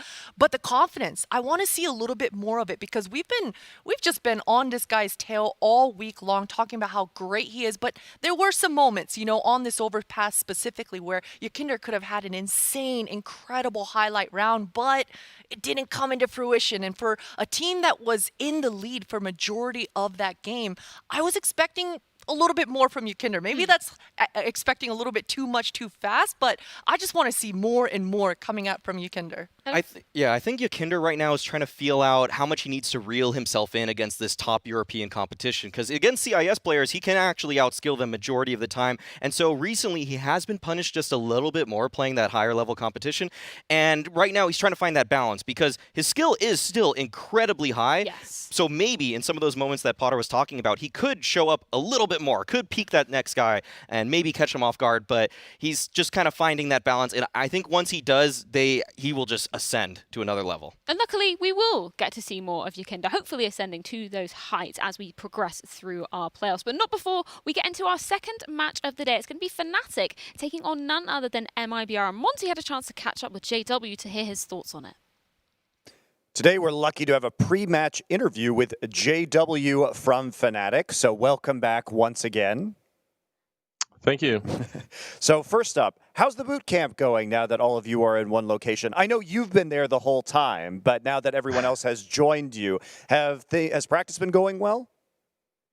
Yeah, I think practice is going well, and I think we're really moving forward the way we hoped we would do. Arriving at the boot camp, haven't really had the biggest of tests in Flashpoint as of yet.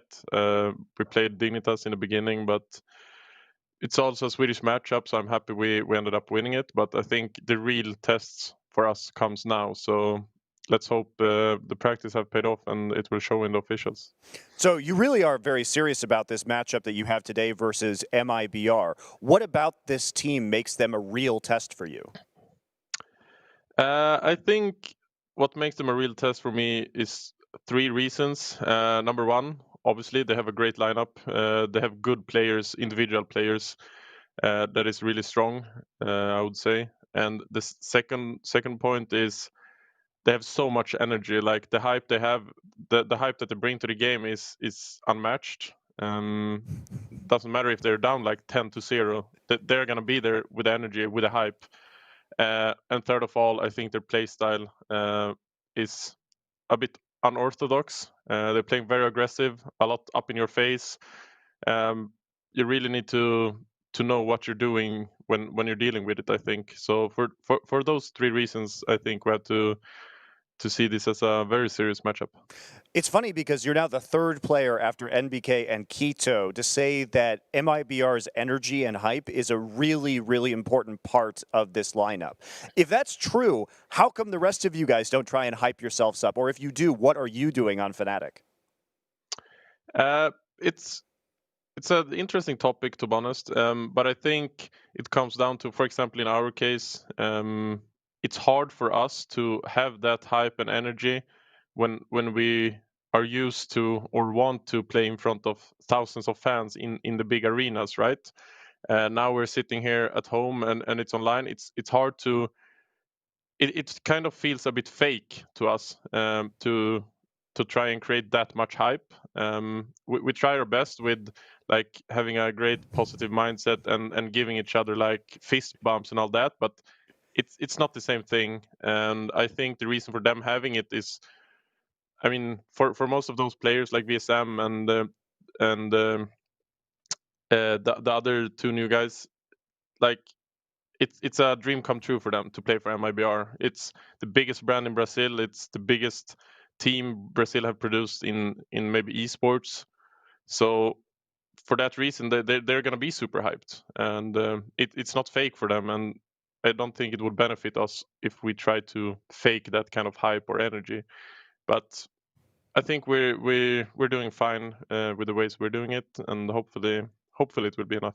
I think it's a really good explanation, JW, about how they have the kind of kick of adrenaline that you might not get because, not to say that you're jaded, but you're a little more used to the live environment and the LAN environment. So it is, I think, a disadvantage in that way, just mentally. I agree. That's a good take. So as you're looking forward to this matchup versus MIBR, were you surprised that they managed to beat OG? Were you expecting OG to be your opponents here? I think both yes and no. I expected a little bit more of OG maybe. They felt kind of flat in that last map. But at the same time, I know that you kind of can't expect MIBR to just lose straight up to them as well. I think they are in a kind of a similar spot, but MIBR are a newer team than OG. OG is also, like when they were new, they played a lot on that hype, and you didn't really know what to expect from them. And I think we kind of see the same in MIBR here now. We don't really know what to expect from them. And so to me, it wasn't a clear cut that we were playing OG. Obviously, OG was the favorite, but it was more of a 50-50 matchup in my eyes. So now that you've had a couple days to prepare, what have you guys been doing to get ready for this match against MIBR? We have looked into their most obvious picks against us. They're probably going to pick a map that are really good for them and that we are struggling on. So we're trying. It's really important for us, I think, that at least we show a really, really good face on their map pick.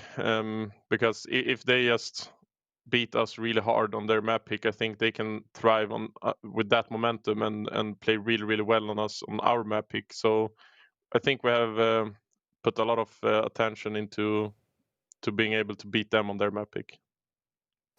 That's fair enough. And as you move forward in this tournament, if you can beat MIBR today, who do you think is your most dangerous opponent in the winners bracket? Who would you rather face? Would you rather face Big or Virtus.Pro? I think the most dangerous team is Big. They're a very complete team. They're very well-rounded. They have great tactics. They have great aimers, and they have a great AWPer as well. So I think they are the most well-rounded team of the tournament, probably. So, yeah, they're also the best ranked. So in that sense, I would rather meet them. But if I would want like the easier way, if you can say that, I guess Virtus.Pro would be the pick. But I would love to play Big. I think we have some good matchup there, and I think we want to have some revenge from previous matches as well. Yeah, that's fair. It would be a very exciting winners bracket final if you were to face off against Big. Of course, that will already be determined by the time we have this interview, so we'll hope you get that big matchup in the winners bracket. Thank you very much for joining us, JW, and good luck in your match today against MIBR. Thank you. After the break, Fnatic versus Flashpoint. Fnatic versus MIBR. See you in 3.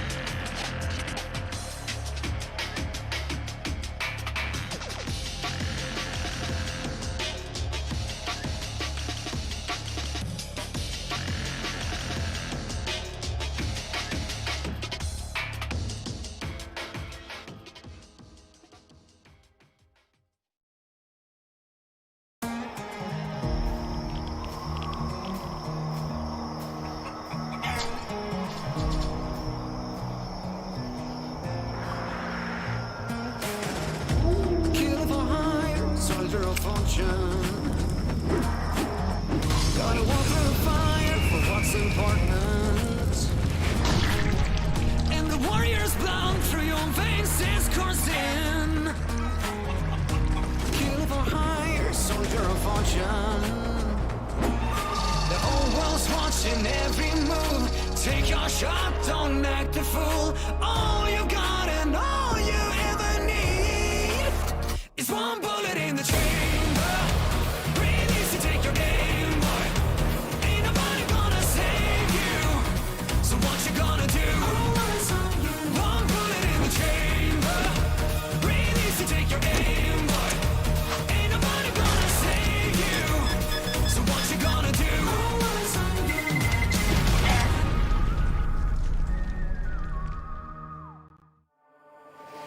VP were the first to be taking a step closer to our beautiful Flashpoint AK-47. But of course, our journey is not over just yet. We'll be continuing on the road of our upper bracket in our next best of 3 of the day.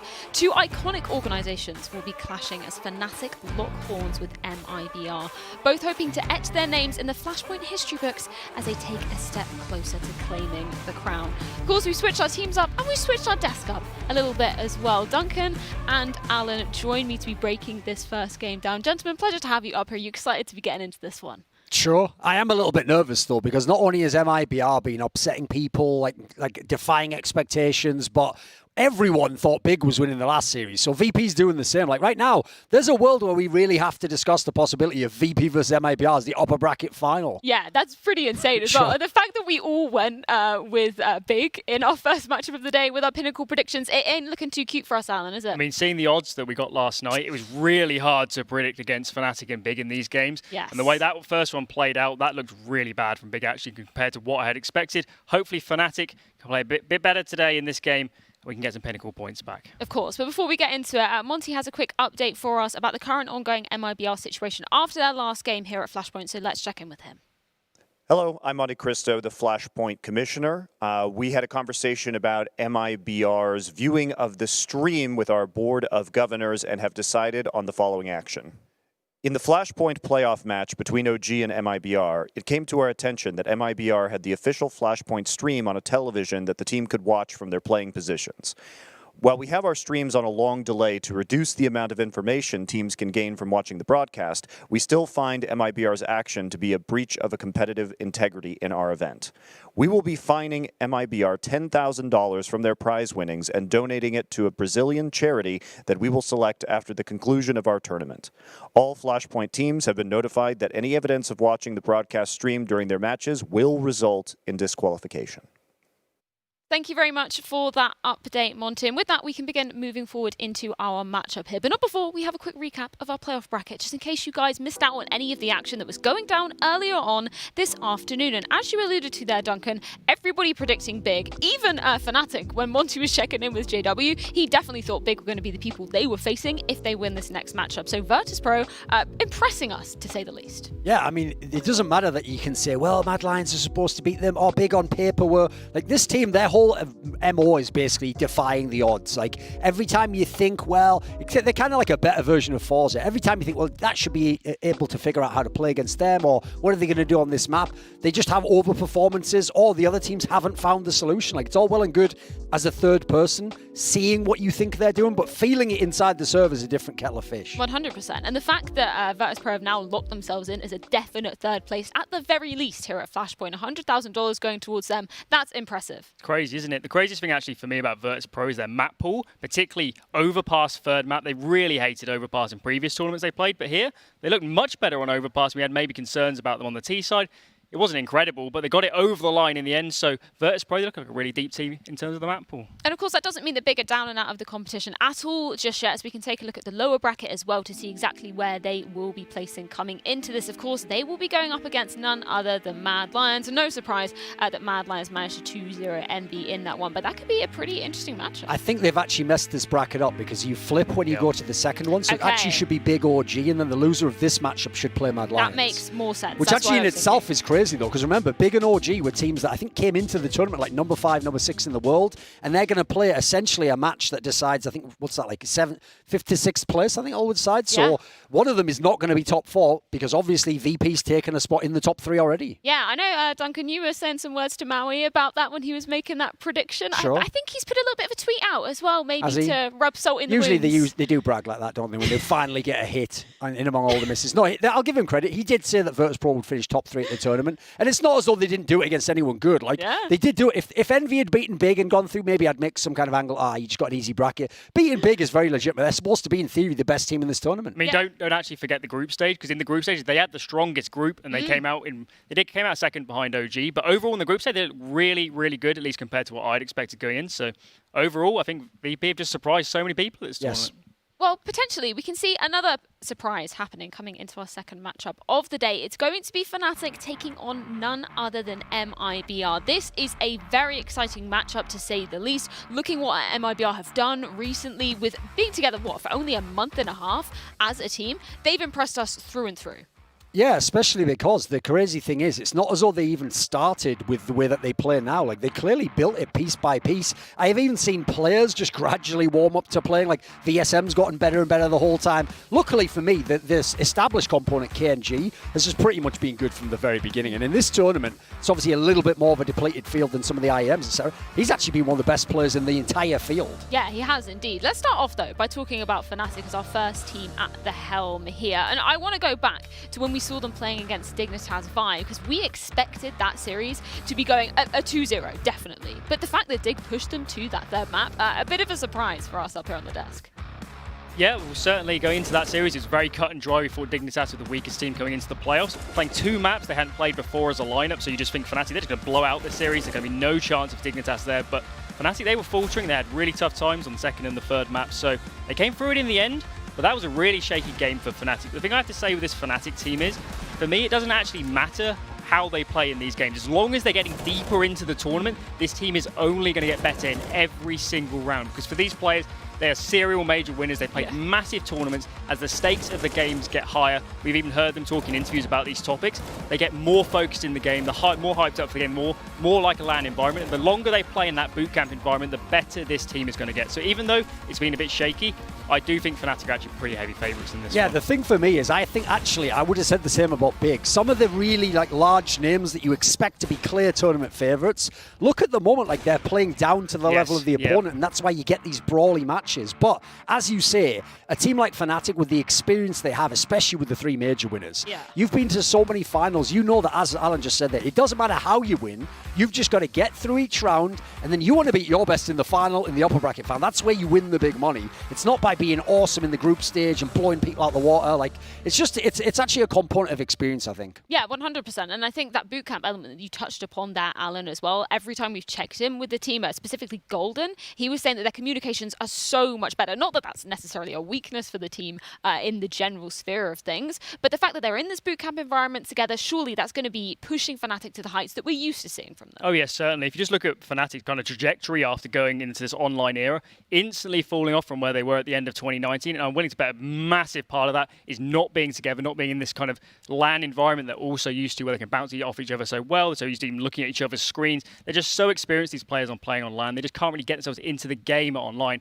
And this happens so much with comms, where you need to have really high intensity. And when you're playing online, when you don't feel like the games matter as much, it's hard to bring that intensity to every single round. I think for Fnatic, they might have had issues with that in the group stage, particularly that first kind of contact match, looked really bad potentially in the comm situation.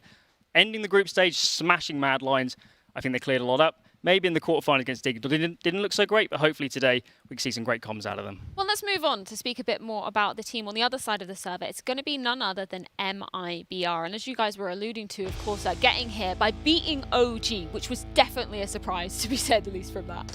I don't think anybody on the desk saw that one coming really at all. OG, even though they looked a bit shaky in the group stages going into that one, we saw them in the group final against VP. They looked so good. I was very, very confident that OG were going to win that, particularly actually from a veto perspective, because they shared a lot of kind of maps they like Nuke, for example, but they just fell flat on that one. But MIBR, they looked really, really strong. Third map on Dusty was crazy. They were so good on the T side.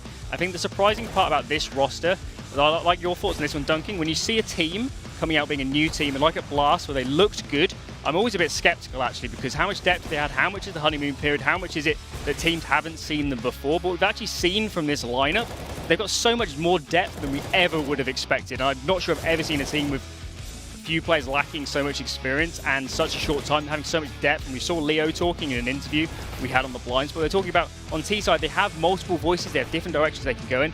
And it's just crazy to me, actually, how this team has come together so quickly. I think the craziest thing is, when you actually look at how many maps they've played, they have heavily gone into certain maps. Oh, yeah. But that's also because they're just playing so far, they've bizarrely had opponents that just kind of are willing to play their maps. Like, nobody really tries to pinch the map pool against them. And so far, that's been great. And it's actually been them who've been the ones who, if anything, try and flex in the different areas and take punishes and try and show that they've got this wider map pool. So, again, something about this is one of those teams where I almost wish we had like a documentary crew going with them, because it can't just be Kogu, and it can't just be that they were watching the stream before and all the rest of it. It can't just be hyping each other up. Like, I'd love to know, how are they approaching these maps? Because the speed that they're actually getting a baseline level on a map to be willing to play it is I've almost never seen it outside of elite teams. It's incredibly impressive, and as you were saying, you can't just put it down to one person, but somebody that you were bringing up in that last series, Anne, was KNG, and it really was the KNG show coming into it. You were saying potentially the best player in this entire tournament. Has that cemented it for you? Certainly has, and even the series since then has cemented it even more. I think KNG, the way he calls around himself, the way he sets himself up, I mean, you could make the case that because he's setting himself up, it helps his stats and all this, but he's so good on both sides of the map. T side, he's so good at finding entries, just adds a dimension to that team we don't see on other teams. You watch a team like Virtus.Pro, Jaime is never going to be going for entry kills, never going to be contacting and calling around himself. But KNG, we didn't know how he's going to perform in this in-game leader position, but every single series, I think his T side's been better and better. And I'm not sure who the credit goes to. Maybe it's Kogu. I remember reading interviews going into this lineup, and Kogu was saying he was helping a lot with helping round-to-round calling, which maybe would be an issue for someone like KNG who hasn't called in these roles before. They tend to be better at kind of mid-rounding these players that are going into the IGL role. But so far, from an in-game leading and an AWPing perspective, it's actually quite hard to criticise him, really, with the tools he has available. That's actually one area where I would speculate then, if you say that he's having this relationship with KNG, maybe he is picking things up there, because unlike Fallen, who in his latter days was a bit lost in his own identity as a team and was just trying to be an IGL, actually Kogu was a star player, basically, was a selfish star player, but because he was like the best AWPer in the world, so his logic was, let me work, let me operate where I'm going to be on the map, you guys do something else elsewhere, and just give me all the resources I need, basically, and I'll get all the kills. Well, on this team, KNG's living up to that. Like, one of the things I always thought was really impressive about him as a player anyways, even though now he is top in the stats, he's a player where like the scoreboard plus minus doesn't tell you what he did in the game. Like his killing stats are always outrageously high, no matter where MIBR was at, because his raw fragging ability is very high level. And so if anything, perhaps this new unit has just allowed him to pick his spots a little bit more. He doesn't just have to just rush through and be kind of a beast just in the fragging department. Well, you picked up on the maps as a topic of discussion here, and with that I think we can get into our map picks and bans for this series. I'm wondering whether you guys are expecting any surprises from this MIBR side in terms of their picks. I mean, on the MIBR side, it's hard to go with, isn't it? Because it's not one where you can just go, haha, let's just do the cheeky Vertigo pick. Like, that's not really actually necessarily an auto win in this scenario. So I'm also thinking for Fnatic, like, does Fnatic really go into the boring Inferno against a team that actually somewhat seems to like Inferno? Obviously, Nuke's there if MIBR wants to flex that. I'm interested to see, will someone like Fnatic have a balls to go into an overpass or something? I think there's a few options actually for Fnatic, even like a train. What would you like? I would like a train actually in this one, because we've only seen MIBR once on that map. I don't think Fnatic are incredible at it, but if you're the better team, you need to pick into their weaknesses in this scenario. So the bans are coming in. Fnatic permaban Nuke, we expected it's just that the best map now, of the MIBR ban is actually really interesting, because we have seen them on all 7 maps. They normally ban Mirage, but I want to see an overpass ban here, because I don't really think they have a chance on overpass. So we'll see that ban come in, and let's see what you they also go for. surely don't really fear that. Ooh. You surely don't fear that they're actually going to pick Mirage into you. Like, I just don't think that Fnatic. No, there's no way. There's no way. So you've got to float that one. I actually like the Inferno ban in the sense that like it is the obvious boring conflict that Fnatic would go into. So now if you're Fnatic, like I say, I feel like you've got to go for something a bit cocky. You've got to go for something like overpass or train. Like as we're pointing out here, as good as MIBR have been, we're now getting to bigger pressure matches. We're now getting to moments where there is no experience for some of those players. If I'm Fnatic, I'm using that to my advantage. I'm saying forget the map pool for me. Where are they going to feel uncomfortable? The thing about Overpass and Train is for MIBR, they're not that comfortable on either of the maps, so I'm not sure it actually matters so much where Fnatic goes with this. If I had to guess, they'll go for the more comfort pick of Overpass. There we go. There it comes in. Even though recently we haven't seen it so much from Fnatic, this core of players in this lineup in general, particularly towards the end of last year, were lights out on Overpass, so we certainly can expect good things from them there. I think for MIBR, I think this can be a very obvious Vertigo pick. Fnatic, they don't play it so much. They had a good game against Mad Lions once, but apart from that, we don't expect so much from Fnatic on Vertigo.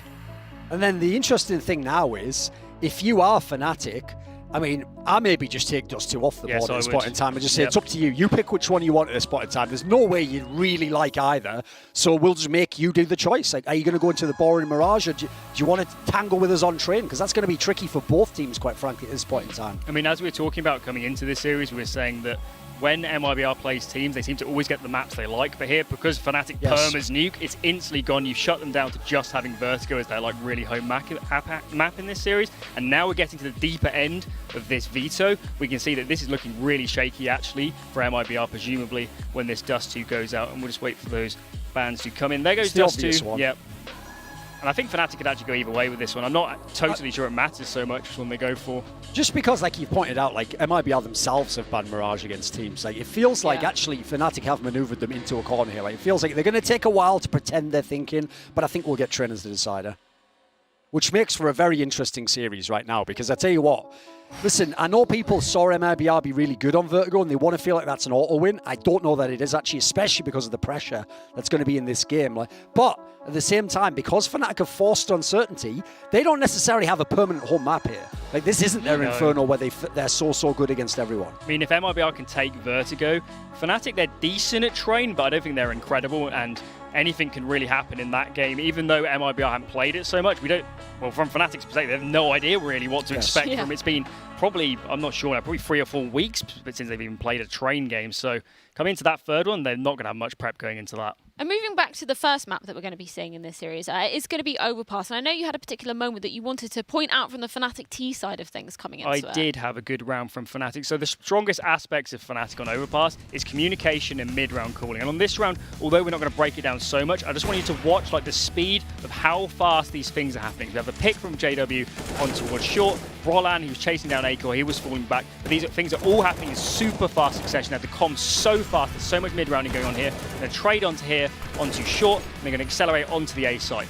And although we're not seeing kind of the really in-depth things on this round, the whole idea is that on T side Overpass, this is where the mid-rounding of this team comes to life. Golden's so good at mid-rounding on this map, and it's a map where you can actually get quite a lot of information as you push up towards A and see where the AWP is. Okay, the AWP is on this side of A, let's push into mid. If the AWP is on mid, let's take long for free, and they're so good at making those fast decisions, and hopefully we see that from Fnatic in this first map. So let's switch things over to the MIBR side of life, because we've only seen them play Overpass once this tournament. It was against Envy, and it was an incredibly close 16-14 loss. I know that KNG, again, was lights out on that A-long position, particularly on that CT side. But I'm wondering if there's anybody else you're going to be looking at coming into this first map, if they have any hope in hell of taking down Fnatic. Just the obvious person for a frag game perspective has to be VSM. Like, you can see why this guy was somewhat hyped when he was VAC banned and people would say free VSM, etc. Like, when he's been able to get into his game, he has been really strong. He even sometimes will take up the AWP and they can have the double AWP setup. So I need a player like that to play, because as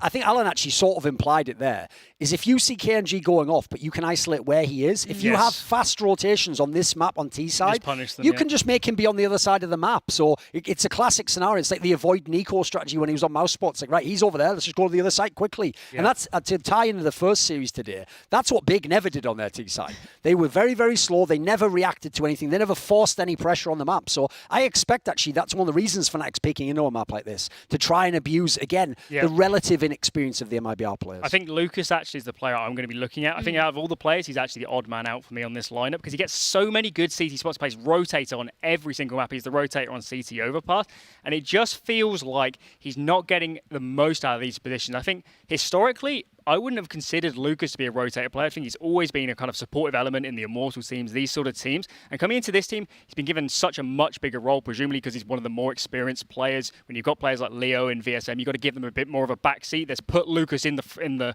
spotlight as it was.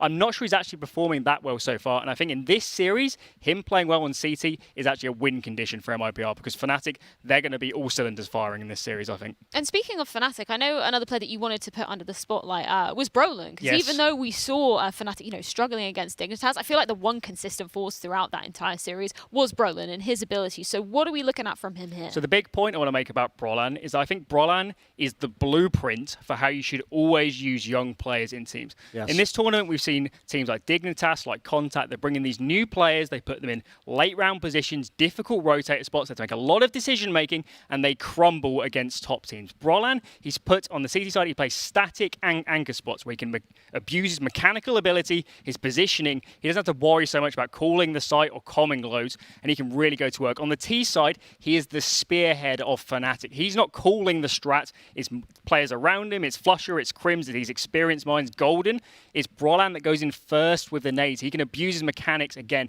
And other teams, I don't see enough teams doing this. Yes. And it's just such an obvious thing to do. You're taking all the decision-making away from these players that don't have the experience. Even take a player like Yakindar, for example. I don't think he's looked that good in the playoffs, actually, because he plays all these massive rotator spots on T-side. He's always going in kind of early, and he's got so much pressure on him where he can call around himself. But Brolin, they're using him absolutely perfectly, and I think in this tournament, he's looked really great. I know for actually Christine, he was one of the highlight players in the whole tournament for her, so certainly Brolin's going to be a player to watch. And that distinction is not a small one to make, because classically I would contrast the Dig guys who were NIP and Fnatic, because what happened in NIP famously is the fifth spot was just a rotating guy who get cut over and over again, because you bring in a guy because he has talent, but then you throw him into the spot no one wants to do. Yep. He fails while you're basically propping up your own positions that themselves weren't good enough. Whereas you see, as we see in Fnatic now, that is the difference. They've got the established core, but some of those core players have become role players now. People like Flusher aren't taking up space in the team. Instead, you've taken this guy who, in terms of raw aim, you look at people like Yakinda, like him, like Xantares, the raw pistol, like pixel perfect aim is unbelievable. So why not make that his strength? Why put any decision-making in the equation? Leave the decision-making to the super met vets who've won all the majors. Well, Alan, you touched upon it there. You spoke about Christine loving a bit of Brolin in her life, and I believe she has a bit of a Telestrator segment for us heading into this first map of Overpass.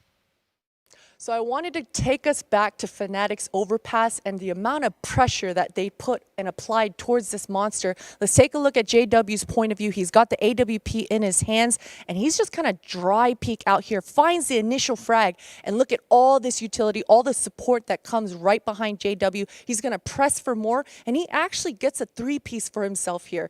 So this is the pressure that I was talking about from Fnatic. It made Dignitas really nervous. We go on to round 8, the round right afterwards, and you're going to see the defenses of Dignitas overstacking towards this B.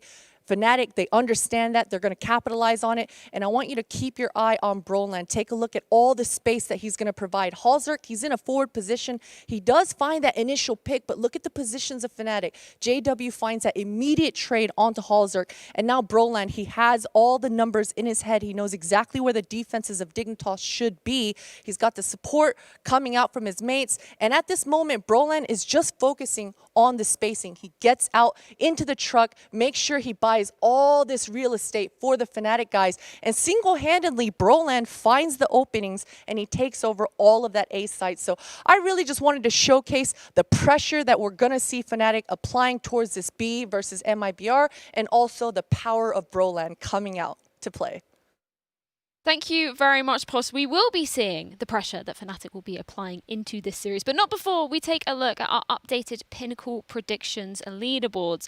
Feels bad, man, for myself and Thorin right at the bottom. Although Thorin, I want to say, a bit of a gap between us there, but it doesn't matter actually this week. Still time. Because 6 of us will be going for the forfeit. Alan, you've moved down a little bit as well in the rankings, getting a bit scared. He's getting a bit nervous here, but the thing, if you just look at the points, they're so close from Anders down to Sembler actually, and then, when we get to the late stages, when it's an OG big sort of matchup, I might go on OG in that sort of matchup because they'll probably be an underdog, and then instantly I might even be up to second sort of place with these sort of points. So it's not over yet. We've got a few days to go, and hopefully I can recover and get out of the punishment at the end. I've also heard some fools have picked MIBR, so I'm already feeling like I'm going to be starting to gain a bit of ground. I'm going to get back into it. They're going to be coming closer to me. Then I've already told you my strategy. It's already out there. OG and Mad Lions. I'm going to ride those underdogs all the way to bust or some sort of stupid dance or something at the end of the week. One of the two. I'm surprised that anybody went with MIBR just looking at the odds there, because they're not that crazy that you would think it's really worth the risk. It was only, what, 2.12 last night when we were betting on it?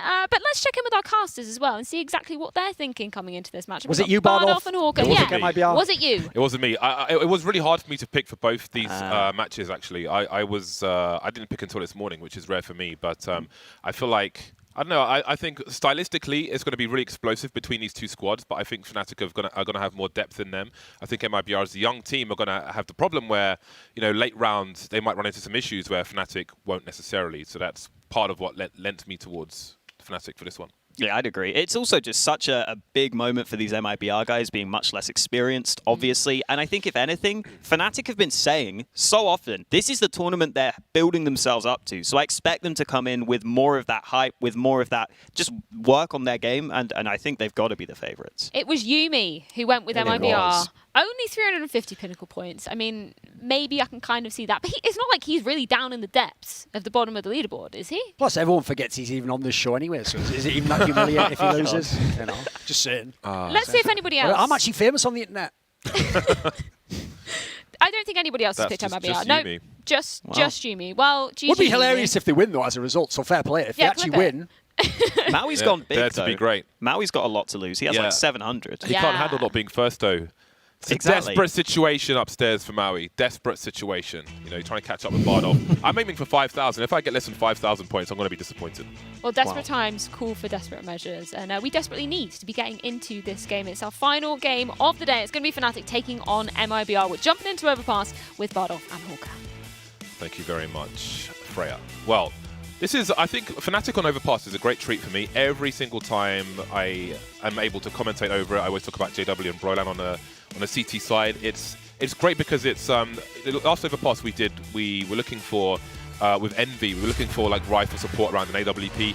Weren't able to really have too many examples of that. I think that will be different on this Overpass, so fingers crossed. However, it will be MIBR starting on the CT side. Fnatic will be the aggressors, although in this series I think both will be aggressors regardless of what side they're on.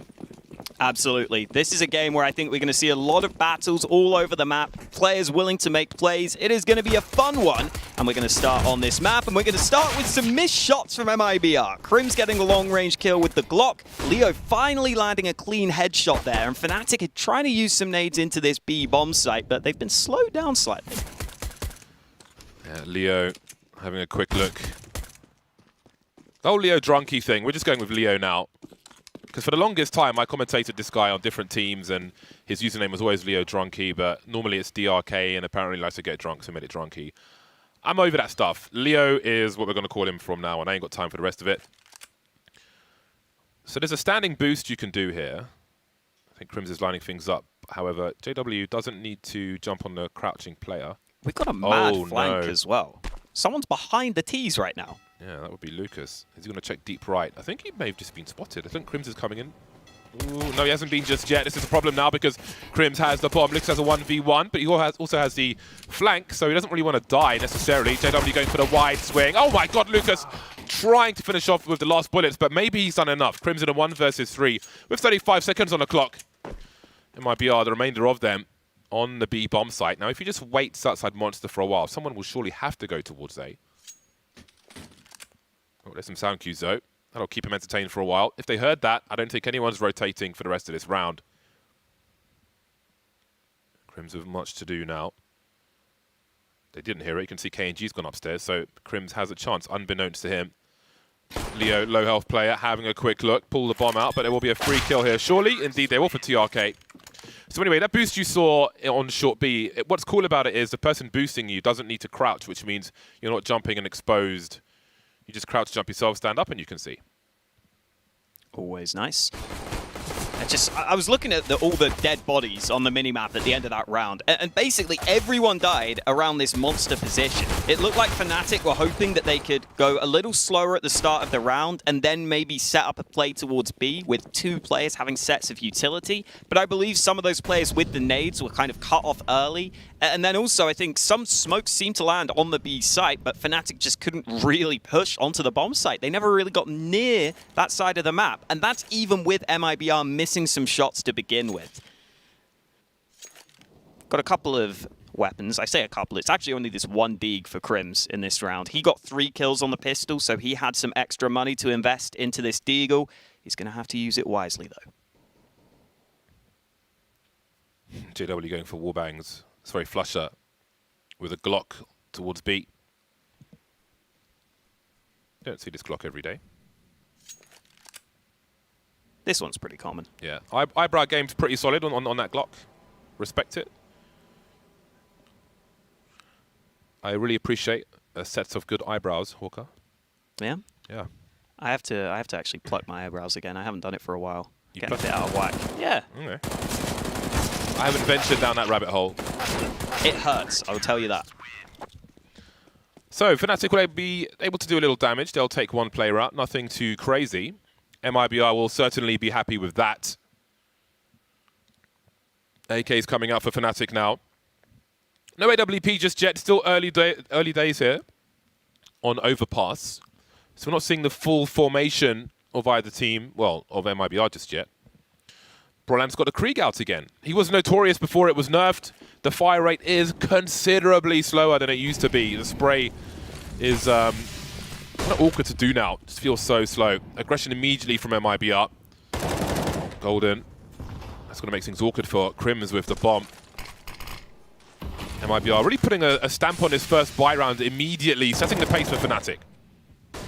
Yeah, they've got good backup here as well. They've got 3 players pushing on this side of the map. Leo, the only man sticking around, though. And that Krieg of Brolan, it may shoot slow, but it shoots quick enough to get the kill. JW coming in with the AK. Some fast frags from Fnatic. And oh, wow, JW fell asleep at the wheel for a second there. But once he pulled the trigger, he was dead on, landing the headshot onto VSM. And the weaker weapons from MIBR will not come out on top this time. As soon as Fnatic get the rifles out, they make it look easy. Yeah, and that's put MIBR in the bin immediately. Money's broken for now. Oh, they're going to go for the force buy. I thought maybe they would eco 1 round and then have a full buy, but they are going to... I said it would be aggressive, Hawker, and they're definitely making that true. Double FAMAS and an M4A4 for MIBR.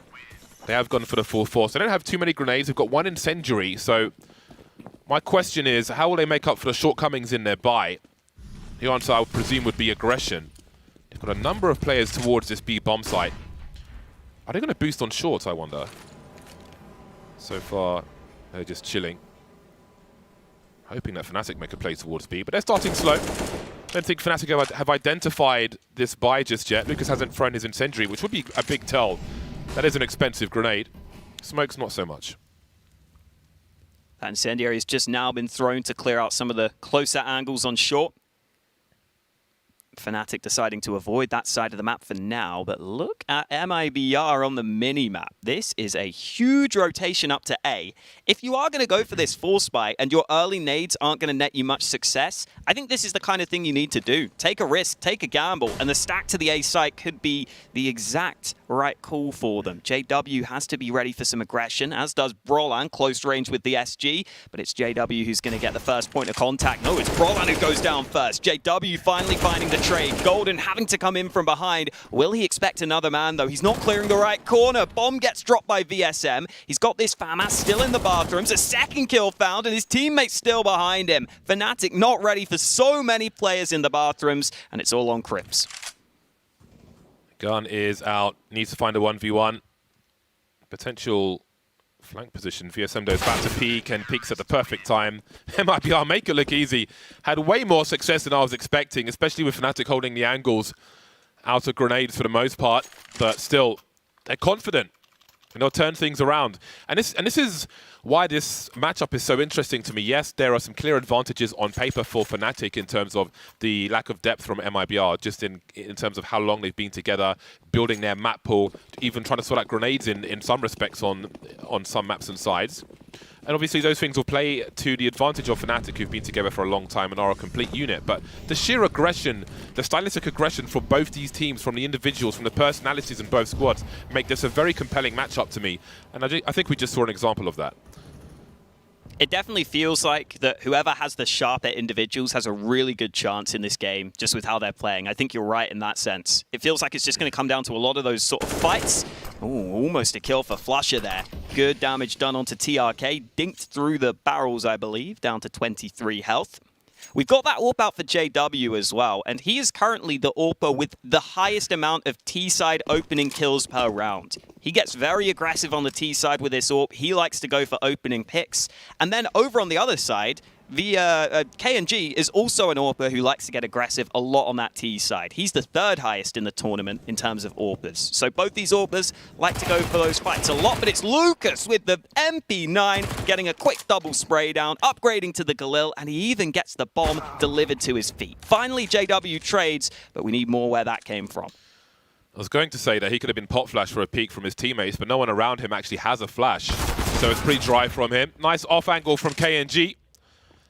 JW expecting someone to be long or in the corner, but not in this weird angle. And KNG finds another weird angle, but Flusha is ready for it. The bomb spotted, however, and Leo makes it. Only Flusha now. 22 seconds, no time to rotate. Has to be an A play, more or less. There will be flames fire. That smoke grenade is not going to be helpful either, because VSM will be further away from it, so Flusha won't be able to see him. His legs will be exposed if he pushes. His options are being reduced to almost none. Question of survival now, as he does not want to die after time. AWP rescued, and I think he'll be safe, but MIBR have put a fourth round on the board. A surprising score considering they were sent straight into a force buy after the first buy round, but here we are. They've come on strong. We haven't even had to see the AWP for KNG so far, which is always a good sign for MIBR if they're winning without KNG on the AWP. Some of the riflers doing a good amount of work at the start of this game. Now for Fnatic, Flusha saves the AWP. That means he only has $300 in the bank. The rest of the team are just buying up a few pistols. So Flusha's money is going to be really bad into this next gun round, but there's a chance that if he can win this round for them, that won't matter. I think the issue is JW is definitely more of the AWPer who you'd want to have their armor in this round to be able to try and get aggressive, to try and open things up. Flusha doesn't quite strike me as that same kind of AWPer who's willing to go aggressive, who's willing to try and burst his way into the round and find an opening pick. So we'll see how Flusha is set up in this round with this sniper, as Fnatic are slowly creeping their way forwards. Some crab walking, just a little bit. Been a long time since the Inferno crab walks up T-ramp with the Julies.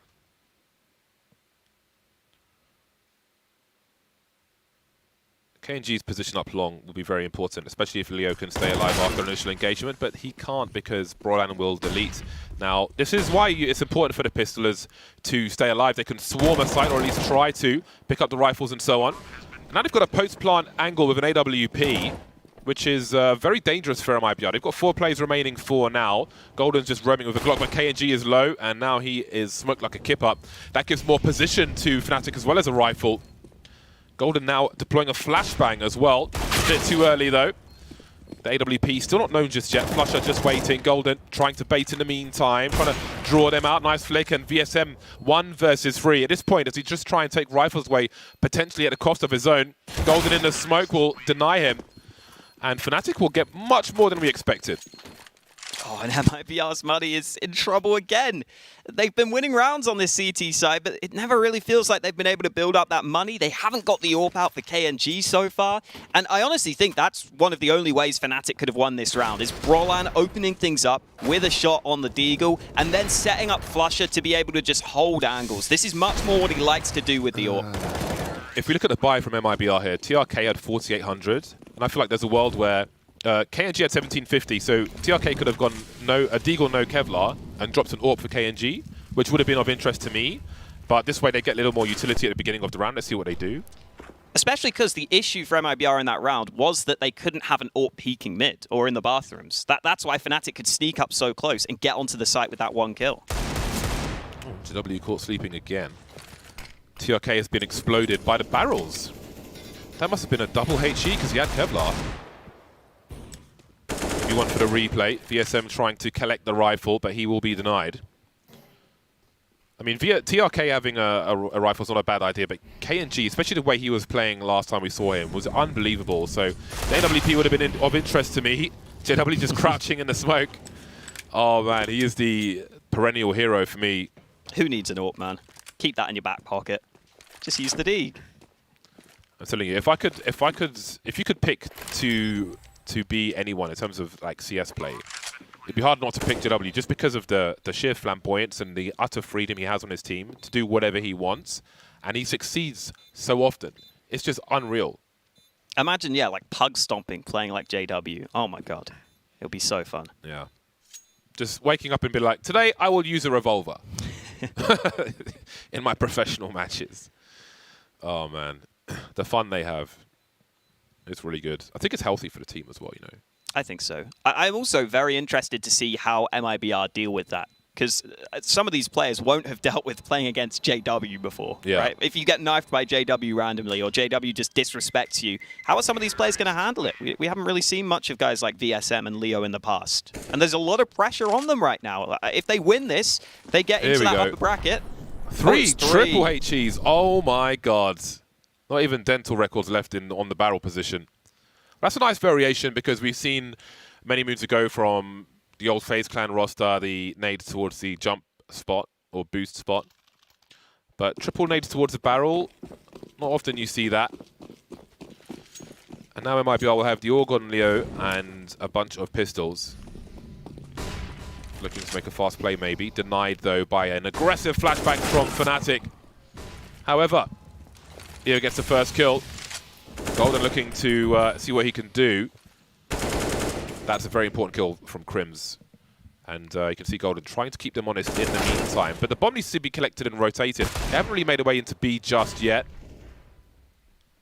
4 versus 1 now. Do they know where VSM is? They do certainly know where he is now. And down he goes. 4-4. MIBR really need to get a grasp on this economy. We still haven't seen an AWP for KNG. We're not going to see one in this round either. That is a shame, because on that A side of the map, it's so valuable to have that AWP early. You can peek mid, you can hold bathrooms, you can hold long. There are just so many angles that are favorable for the sniper.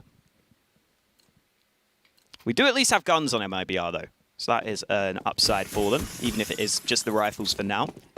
I really love the B side of Overpass in general. Just the way a lot of things interact around B, where you can have boosts, you can have all these nade stacks over the top. It feels like a really nice bomb site in that sense, where there's a lot of new things that can happen. JW just took an AWP shot, and KNG hasn't had an AWP yet, and he's hungry for one. He wants a sniper in his hands, and he's going to get the chance to get it. Flanking through, and KNG finally has the AWP. Yeah, and Fnatic have 0 map control. There's a minute 25 on the clock. MIBR know where Fnatic aren't, and that is A. You can see KNG on the radar as by party, holding a rotation by connector, which you can either choose to hold the stairs or have an off angle. So MIBR know what's coming, but still they can't do anything about it, or maybe they can. Lucas with an angle, but he will be exploded as well. Golden trading the frag, leaving Leo to do what he can, trying to back off in the smoke, but his decision came too late, and now surely KNG wants to save this AWP. Fantastic flashbacks from Fnatic in that round. Oh no! KNG, get out of there! Get out of there! The aggression from both sides, no one really letting up. I like it. I mean, Fnatic have a ton of money. They can afford to hunt this down if they want. They know it's the AWP that KNG recovered. Definitely on the replays, watch out for some of these flashes that Fnatic are throwing over the top. I think it was Golden who got one of the flash assists. It seemed like a bunch of the MIBR players were blinded for a fair amount of time there. I'm really enjoying this utility usage from Fnatic as well, because sometimes it can feel like that's maybe a slight weak spot on the team. In some occasions, I feel like they don't always have that prep work put in. But here it looks like they've really come in with their homework. They've got nade stacks going. They've got all sorts of cool ideas to work with. And there are some of those kills. Golden got that early flash assist. Then the player at Heaven was blinded as well. Really nice stuff from Fnatic, storming that B site. And now KNG may have the AWP, but I'm not sure how much his teammates are going to have to back it up. Yeah, and perhaps we'll see a tease of the round that I would have liked to have seen when TRK had 4,800. One of them was going to have a deagle anyway, so honestly, I think, for my opinion anyway, I would have liked to have seen the AWP there, but we must let it go. Time for round number 10. So some stuff will be purchased. MIBR, though, tend to lean towards the pistols more than the grenades, but we'll see the odd smoke. Now, what kind of pace will Fnatic run? They know an AWP is on the loose and the money is broken for MIBR. Do they go straight in towards B, for example? Maybe the answer is yes. 3 heading in that direction. Bomb is not going to be committed just yet, so we'll have Golden in connector with the usual Molotov to stop a split of the short B position. Now they know where the AWP is, but most of the personnel for Fnatic are towards B bomb site, so there won't be a fast A in response. And even when you spot the AWP on that B side of the map, it's pretty quick to rotate back up. He can probably get there before you, even if he is going to be further back on the bomb site.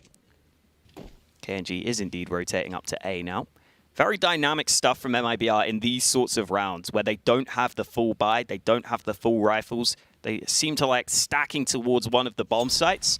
And so far, Fnatic have fallen into the trap on occasion. This is a round where maybe we need to see Fnatic just poking for information across the map, waiting to see if they can spot any stacks. Speaking of which, have a look at the toilets here on A. We've got 3 men slowly edging their way forward. Brolan will spot 1. If he tries to make his way towards connector, though, well, Golden gets picked off, making his way out of connector. And he was the escort for the bomb, Crims, who almost made his way out there. So we've got some warning signs and some lethal shots from VSM. He's put a JW. What a bounce from him around the circle. Here's a big rotation with Leo. He's got a potential to flank here and pick up a rifle, I think. Indeed, he's picked up the AK-47, so Fnatic have got to get their skates on. They'll try to create some space, but there's a boost from KNG. Brian goes up to get slam dunked by KNG. 4-on-2 now. Fnatic are in a lot of trouble.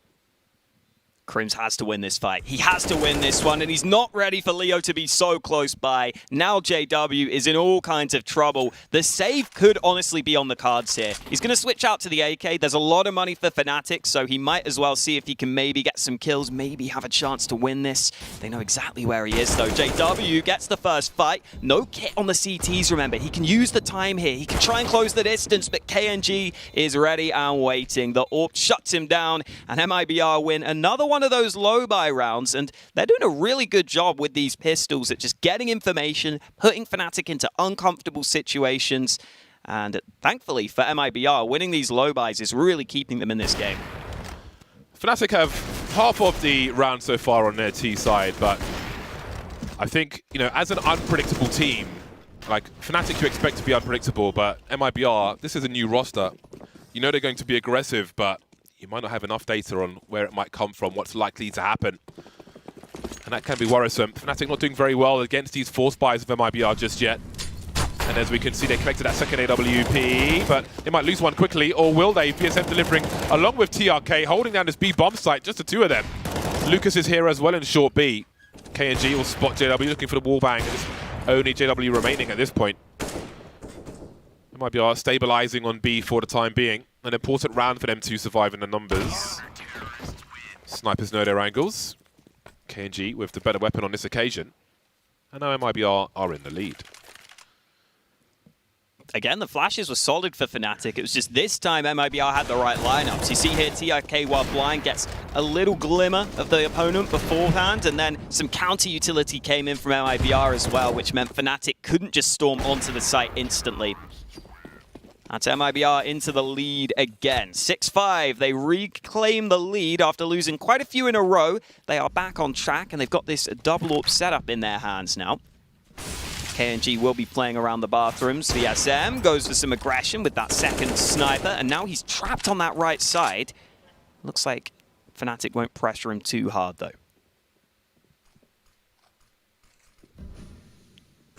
Leo's very deep up long here. No flashbang support for Brolan if he goes for a peek. Usual default grenades we're seeing. Thrown on the fly. Take the AWP angles away. You can see Lucas and KNG moving together around the toilets. Borland creeping through the smoke. You can see KNG looking on the inside. Borland could be in a lot of trouble here. His gun barrel may be seen as well. There we go. Oh, wow. And Leo's just pushed up long, dropped the bomb from the hands of Crims. Fnatic are just falling one by one in this round. They don't seem to have the protocols to be able to get some of this map control. Normally, you maybe want to have some smokes and some nades to be able to start to take these bathrooms, a couple of players pushing together. It's not been allowed to happen in this round, and now with 35 seconds left on the clock, it's about going for a backup plan, and well, that backup plan is not looking like a successful one. Flusher is hoping to do some damage. He's at least baited out that shot from VSM. Nice headshot from Flusher, but the round win is not really on the cards here. It's all about trying to get some kills, and Flusher's got a lot of different angles to try and deal with. Finally getting flanked by Leo. MIBR staying in control of that round. I think what this round tells Fnatic to some degree is that they may have to use more utility to clear out the A toilets, for example, especially with 2 AWPs on deck. There are some classic setups we see with an AWP and rifle support around the toilets where you might have to use a molly. If we saw Lucas around the divider here, if he's like playing from inside toilets and so on, just to kind of break some common setups that we see. It wasn't in use by MIBR on that occasion, but it seems they'll need to use a bit more utility to close down the sites, at least on A. We've seen some smokes recently off the kind of flower bed in front of the A bomb site to take some angles away, which would allow Ts to creep up on the outside of toilets at least. Maybe something to consider for Fnatic, who just had a timeout. It's come and gone. They've got money for the buy. MIBR, I don't think they've dropped a man in the last 2 rounds, so they've got a full buy in the hole as well, which is great for them, and allows them to take plays more confidently, take a few more risks, because they'll have a gun next round regardless. And they've got 2 AKs on some very snappy shooters, which is not good for Fnatic.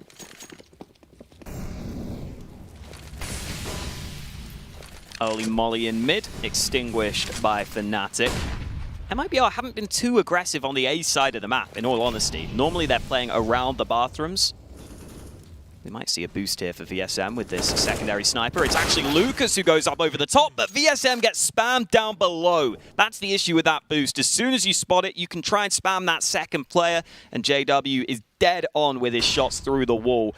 And now TRK is currently the only player committed to the B site. He's about to be backed up by a second man. The rotate has arrived, and we might get to see some aggression here. The question is, can Golden get some kills from this spot? Apparently not. He's been spotted through the sandbags. Oh, wow. Leo getting a really nice angle there, spamming him through that and bringing it back to a 3v3. Well, I just learned something.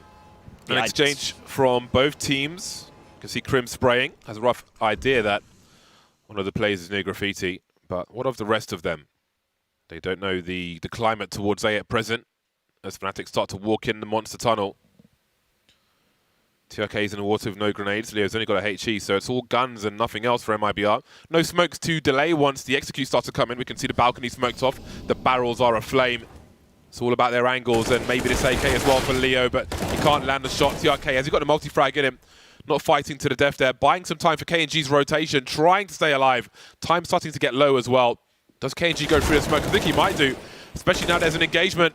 He's got to go for something, looking for JW. There's 10 seconds. JW's got to go back up again. Using the molly to try and force him off the angle. Crims will help out as well. That one went down to the wire, but Fnatic are on the board again. Again, really scrappy rounds here with fights happening all over the place. Even when Fnatic have the man advantage, MIBR are able to make it close. That re-aggression from MIBR brought it back into an even situation. And then even though Fnatic move into the more heavily stacked bomb site, I think the missed shots from Leo were really the difference maker in this round. TRK was able to survive a little bit longer, but now that he's alone on the B site, it's just so much more difficult to hold.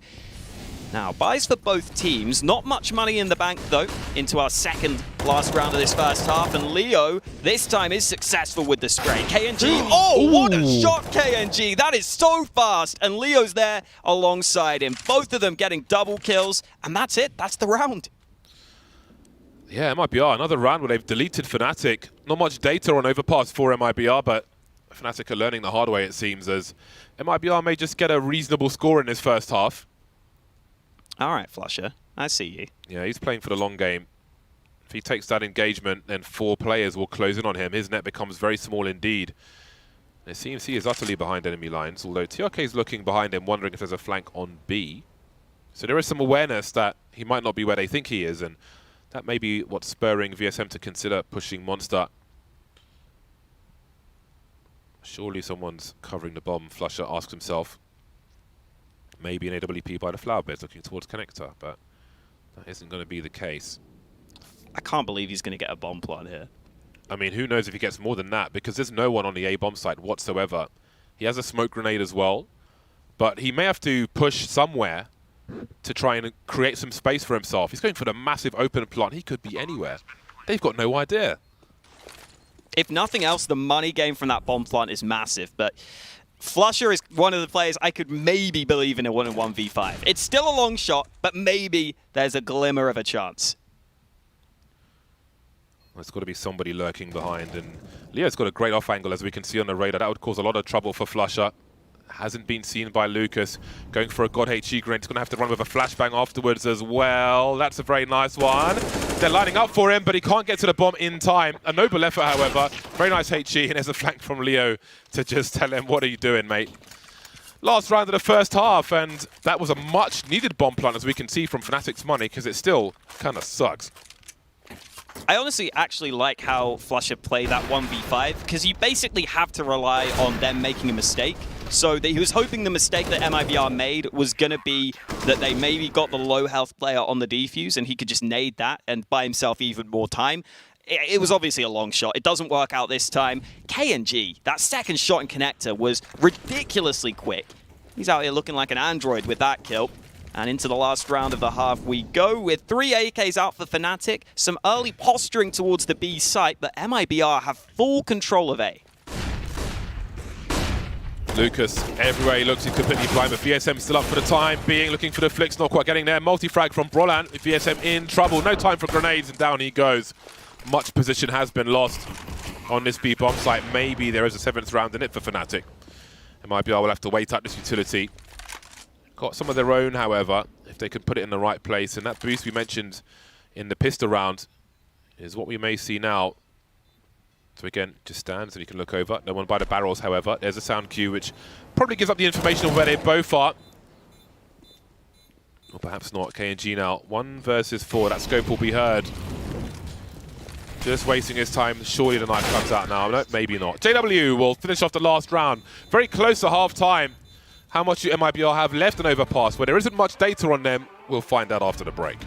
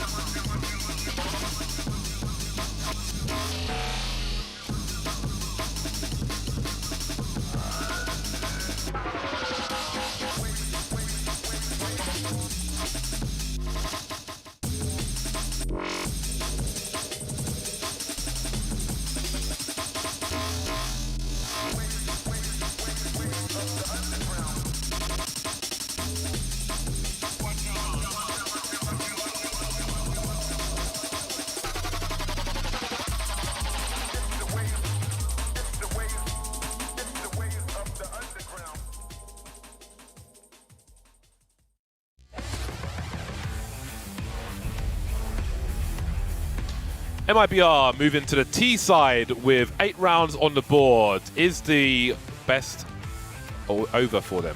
Was the CT side where they were going to rack up the rounds? We're about to find out, and it starts with the pistol. All Glocks, a lot of Kevlar, quite a few decoys as well. Do wonder if they'll be used for a fake execute of some description or fake flashes. Probably underrated for fake flashes, fake AWP shots, decoys. But anyway, TRK will have a smoke and 2 flashes himself. One of those decoys has already been thrown to oblivion. That one's not going to be used. Early bit of information for JW, who might be calling for backup on the A-bomb site, but MIBR are not slowing down. Flash, or sorry, decoy. Even I got fooled by it coming through. Yeah, they're trying to fake him out. This might just be the round the world, though. Clear out the A side of the map early, force Fnatic to rotate someone up to A, and then go back to B. It's a matchmaking classic, and MIBR are pulling it out here, but Brolan's pushed all the way through B and got that early kill. MIBR now heading towards that B-bomb site. They know there will be a flank, but probably expecting more players towards the A-bomb site. And they're not wrong about that. Only Crim's on B as Brolan's coming back to help him as fast as he can. They know he's on the way. Oh my god, he is just deleting Brolan. And talk about around the world. They're heading towards the A-bomb site, maybe expecting a rotation through connector, but no. This is the weirdest timeline, and they're getting all the kills in the heaven position. Flusher now trying to do what he can, but Brolan, who got the first kill on B, which they went to, is now the last man. Oh, and he's not clean this time. Lucas up close with the Glock gets him. The cool thing about that for MIBR is just look at how close range those fights end up being in towards heaven. It's not a position that Fnatic are going to be too comfortable with on terms of having USPs in those fights. It's actually a range where the Glocks can just start spamming and getting these close range kills. Leo there looking awkward in the fight, but eventually recovered it.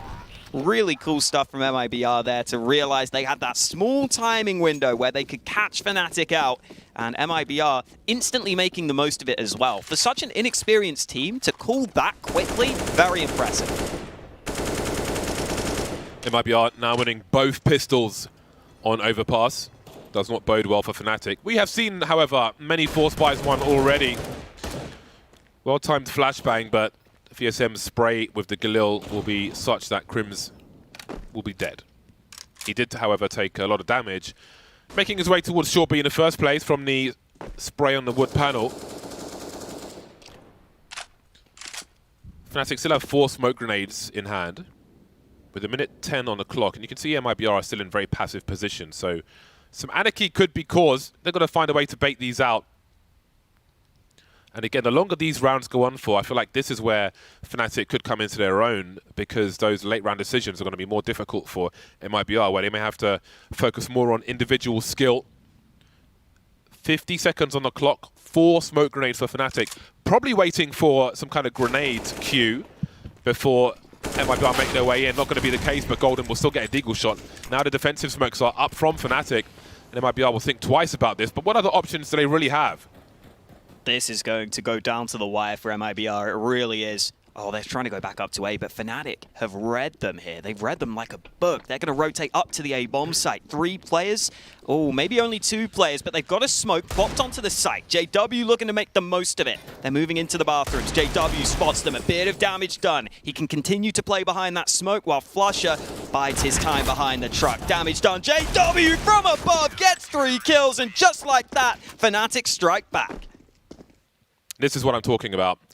That smoke with that JW dropped, we're gonna see a lot probably on the A-bomb site. Brolan likes to drop that one. It gives some space for the CTs to defend. If no one's on long, then it makes it really a lot easier for them to defend the A-bomb site. It gives them more options. And obviously you've got the one way over the top as well. And this is exactly where Fnatic have a significant advantage. The longer those rounds go out, MIBR just haven't developed the protocols yet. There are so many things for a new team to develop that you're going to have shortcomings, and that is a huge one. That was a colossal failure. You've always got to try and bait the grenades out from a force buying team. Less than a minute on the clock, 4 smokes for Fnatic equals doom for MIBR. Now they find themselves with deagles. And I mentioned in the first half as well, when MIBR go for these force buys, it's all about the pistols and not so much about the grenades, and that was on the CT side that we saw. They were still successful, but we can see how much easier it can be with the comparison from Fnatic. I think MIBR can fall into this habit sometimes as well of going for these more default-centric rounds where they really run down the clock. So I think Fnatic holding onto those smokes is actually a really great way to counter that when you have a weak buy round. That nade is dead on. VSM down to 52 health from that one. MIBR have taken a bit of map control. Baited out some nades this time. There are still counter flashes at the ready for Fnatic as soon as they spot some players. And as you so rightly pointed out, James, this is all about landing shots for MIBR. No real nades for them. They just need to rely on kills. And Golden has got the first one for the Swedes. Make it a second with the MP9. Well then there was Leo. And then there wasn't. A story told in 2 lines. 9-9. Very strong position for Fnatic now to start off this first half well, despite having lost the pistols.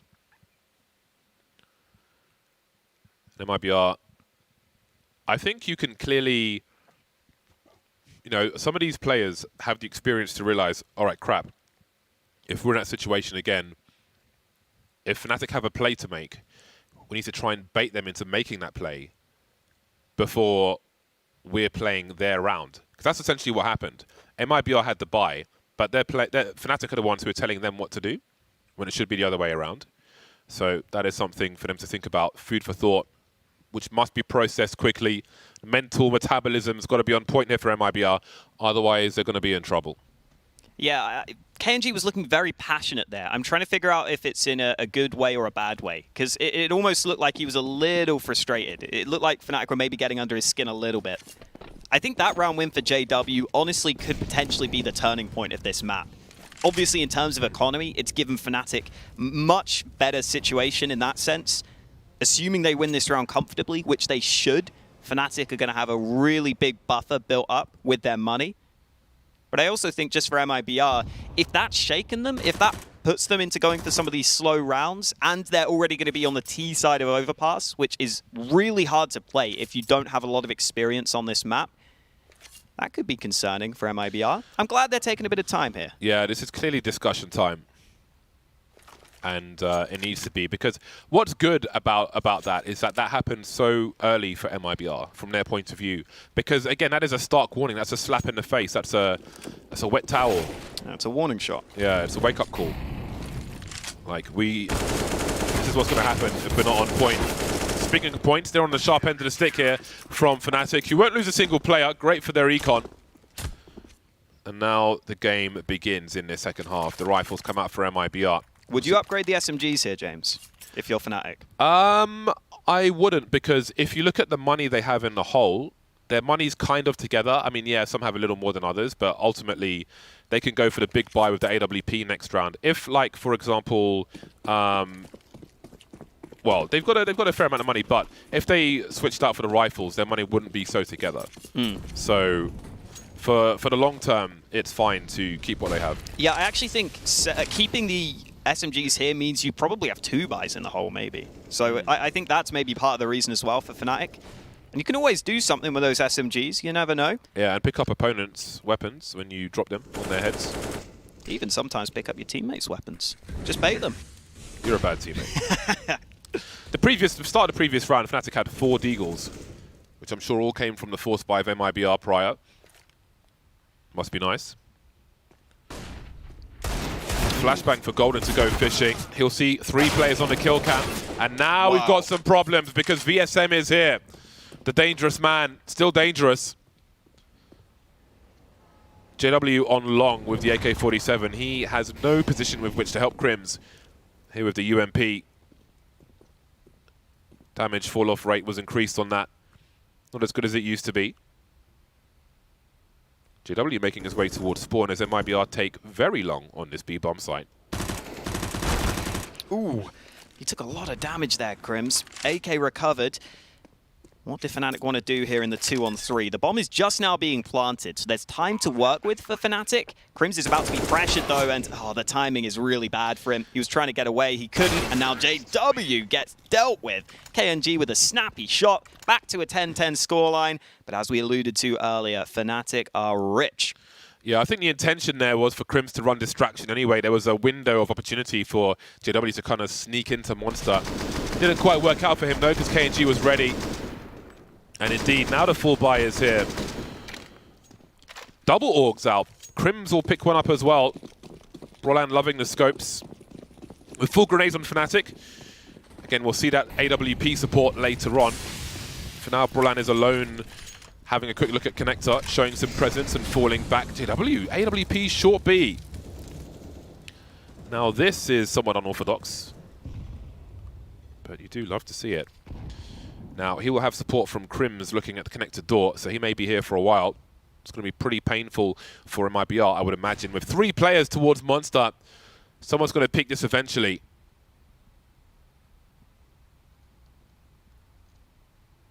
Oh, Leo. Oh, it's not Leo first, it's the player from the left side, and JW doesn't have the reaction time to land that one.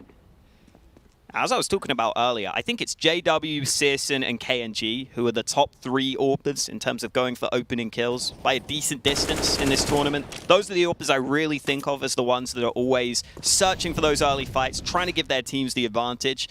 So I think that'll be a fun matchup between these two. It's a team flash that Brolan's lucky to get away with.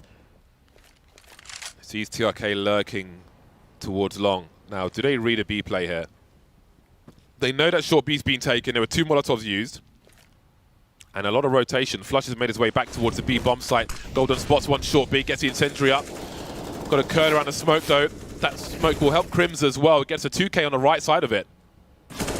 KNG will trade, but do they realize that Golden is lurking somewhere? VSM through Monster will help. Man advantage now for MIBR as they look to plant the bomb. Brolan closing in. The sound cues, they won't hear it because of those mollies. Trying to drill more bullets into these players by Monster. JW holding an angle on left side pillar.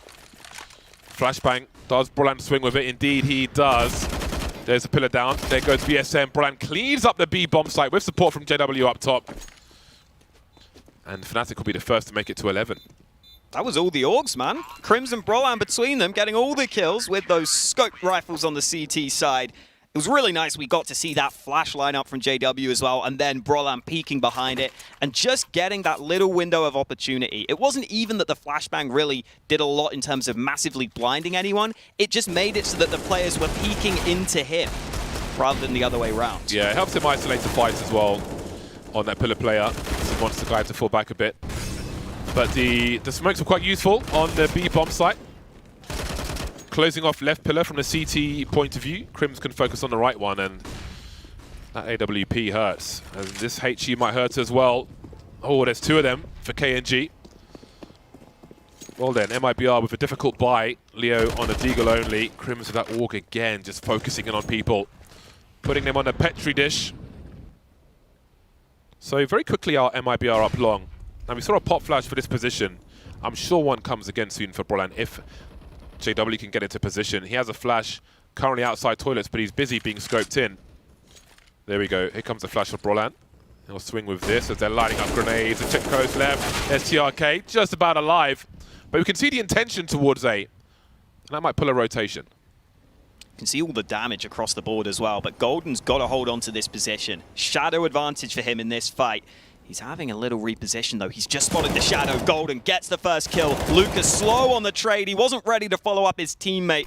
Maybe he wasn't ready for that close angle that Golden was playing, and now TRK has to take a risk. It might work. JW completely caught off guard, scoped in with that AWP. Now TRK can start to take control of this A bomb site. The utility is an issue for MIBR. Not many nades left, but at least they have a molly, which can slow things down, can help them get that bomb planted. My question is, can they get back into better post-plant positions? And I think the answer is yes. Fnatic are taking a fair bit of time before getting into position here.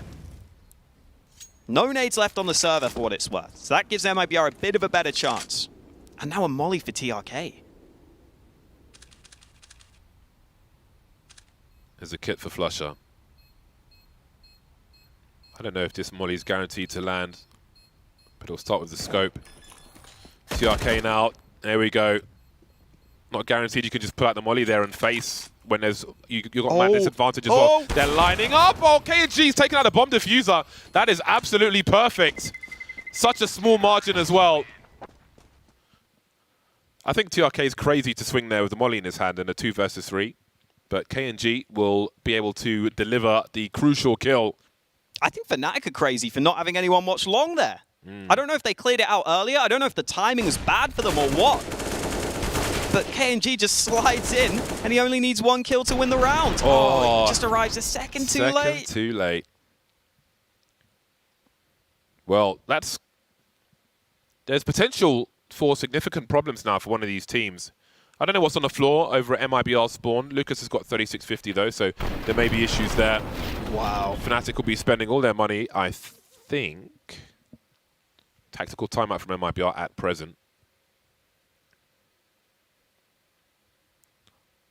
Some frustrations maybe on the sides of Fnatic. I wonder what the average hertz is that players are using. I imagine it's all 240 these days. That would be my guess. I've talked to a few players like in terms of their home setups, that is. Yeah, I've talked to a few players that say they can really notice the difference between 240 and 144. Yeah, I don't really personally, but I can get it. You're a filthy casual. True. I clearly am. Dude, I was playing on 60 hertz for years. I only got 144 hertz like a year or two ago. Fast play into B from MIBR. Difficult buy for both squads. Very key round, a swing round, if you will. Golden dancing around. The Pele's got help for... Oh my god, never mind. There's no help anymore. It saves time, surely, for Fnatic. 2 versus 5, AWP and an Org. And I do wonder if there will be a hunt from MIBR. They'd love an Orb themselves. That was a brute force round into the B bomb site. Exactly what the Doctor ordered. However, MIBR are on an unlicensed Doctor, and their patient has died in Fnatic. Fnatic took a pause ahead of this round as well. To lose it in that fashion just sucks for them. I think it was Maui who I was talking with a while ago, or maybe a few months back, about Fnatic's B site hold and overpass. It feels like it can be a bit hit or miss at times. Crims is the man you're really looking at, I think, to be the reliable force, and sometimes he can be really good, sometimes he can struggle a bit. And MIBR there just upping the pace onto B, getting success. And this was a massive round in terms of economy. Now MIBR are the ones who start to get control of the money game. We always know that on the CT side, having that economy is a huge problem if it is going against you. Leo here able to wrap around the side. Wow, we dodged that flash as well, it sounded like. And at least Fnatic save a couple of guns, but this is starting to get scary for them. They're in treacherous waters here on their map pick. Yeah, they really are. JW has a lot to do here. We don't have 4 smokes this time, just the one, which has been used already. JW flashed off the angle. Nothing untoward there. Maybe trying to escape now with this AWP. Of course he isn't, it's JW. Got a second opportunity, here we go. KNG and Leo down. They're not careful, it might be off. Fnatic will collect these rifles. Flusher going for it straight away. He's been hurt by TRK. Just running, almost surviving, but not quite. You can see the rotation from Fnatic, not expecting that third man towards B. Wow. And the aggression will continue. It's a CT boost on this side. Yeah, this is crazy. VSM's dead. Lucas and TRK remaining. Lucas won't see Brolan. He could potentially flank JW upstairs. This is going to get very, very weird. TRK still outside Monster while the bomb is in Lucas's hands. But JW knows now that somebody could be downstairs, and surely this angle is insurmountable. But it changes as he goes deep! 4 versus 1. Where are you, TRK? 2 rifles, soon to be 3 for Fnatic. Crims will spot him and stay alive. Instant formation change from Fnatic. He knows an AWP waits for him somewhere. He's in a lot of trouble. TRK is dealt with. Brolan closes it out. What a round for Fnatic. And JW is someone who's had, I would say, a turbulent 2020. I remember 3 months ago, JW actually had more AK kills than AWP kills in recent form. He was actually going away from the AWP a lot. But here, he's been back on the sniper at this tournament, and he's been killing it, man. Yeah. JW not... Well, he will outstay his welcome. And... clean everybody out. That was a very important play for Fnatic because it did feel like they were on the ropes in that round as a result of the previous round. But that really keeps them competitive for now. And again, it's another... I mean, that was a swing round, as I said. Like, they were broke, but he still just forced their way back into it. And we're in a similar situation. Of course, JW has some extra money now, but for the most part, looking at both teams, there's not a lot of money to throw around. If Fnatic could win this one, that would be very different. But we are into the clutch rounds now, 12 rounds apiece. It would be a huge victory if MIBR could take overpass. I think they have 1 recorded map on this in the last 3 months. It was at this tournament as well. It was against Envy. 16-14 loss. They lost both pistols on that one, though. Maybe that could be the difference here in another close game. Just to keep everyone clued in as well, MIBR just took their last tactical timeout ahead of this round. So if it really gets down to a scrappy end to the game, if Fnatic win a brutal round, MIBR won't have any timeouts left. That's something worth keeping track of as this game goes on. MIBR starting to sneak up towards the A side of the map. JW's got to get the timing right here. If they sneak up close, he could be in all sorts of trouble. He's alone. Yeah, he really is. There's that smoke again to create some space for himself. And where does he go? He might have to just run for it and hope that no one's around the corner. But there are two extremely late flanks. Just about spotted one, but misses the flick. Bombs planted. Now we've got a strange situation. Two CTs coming up connector. Flusher trying to run distraction in the meantime. MIBR with two players up long. Brolan doing well. Didn't use all his bullets, but KNG will still punish. Would have been exposed on a reload, was exposed anyway. There's VSM, but they're waiting for him, but he's just taken the angle. Oh my god, the timing is unreal, but Fnatic, it's save time for them as it has fallen apart, investing 4 players towards the B bomb site.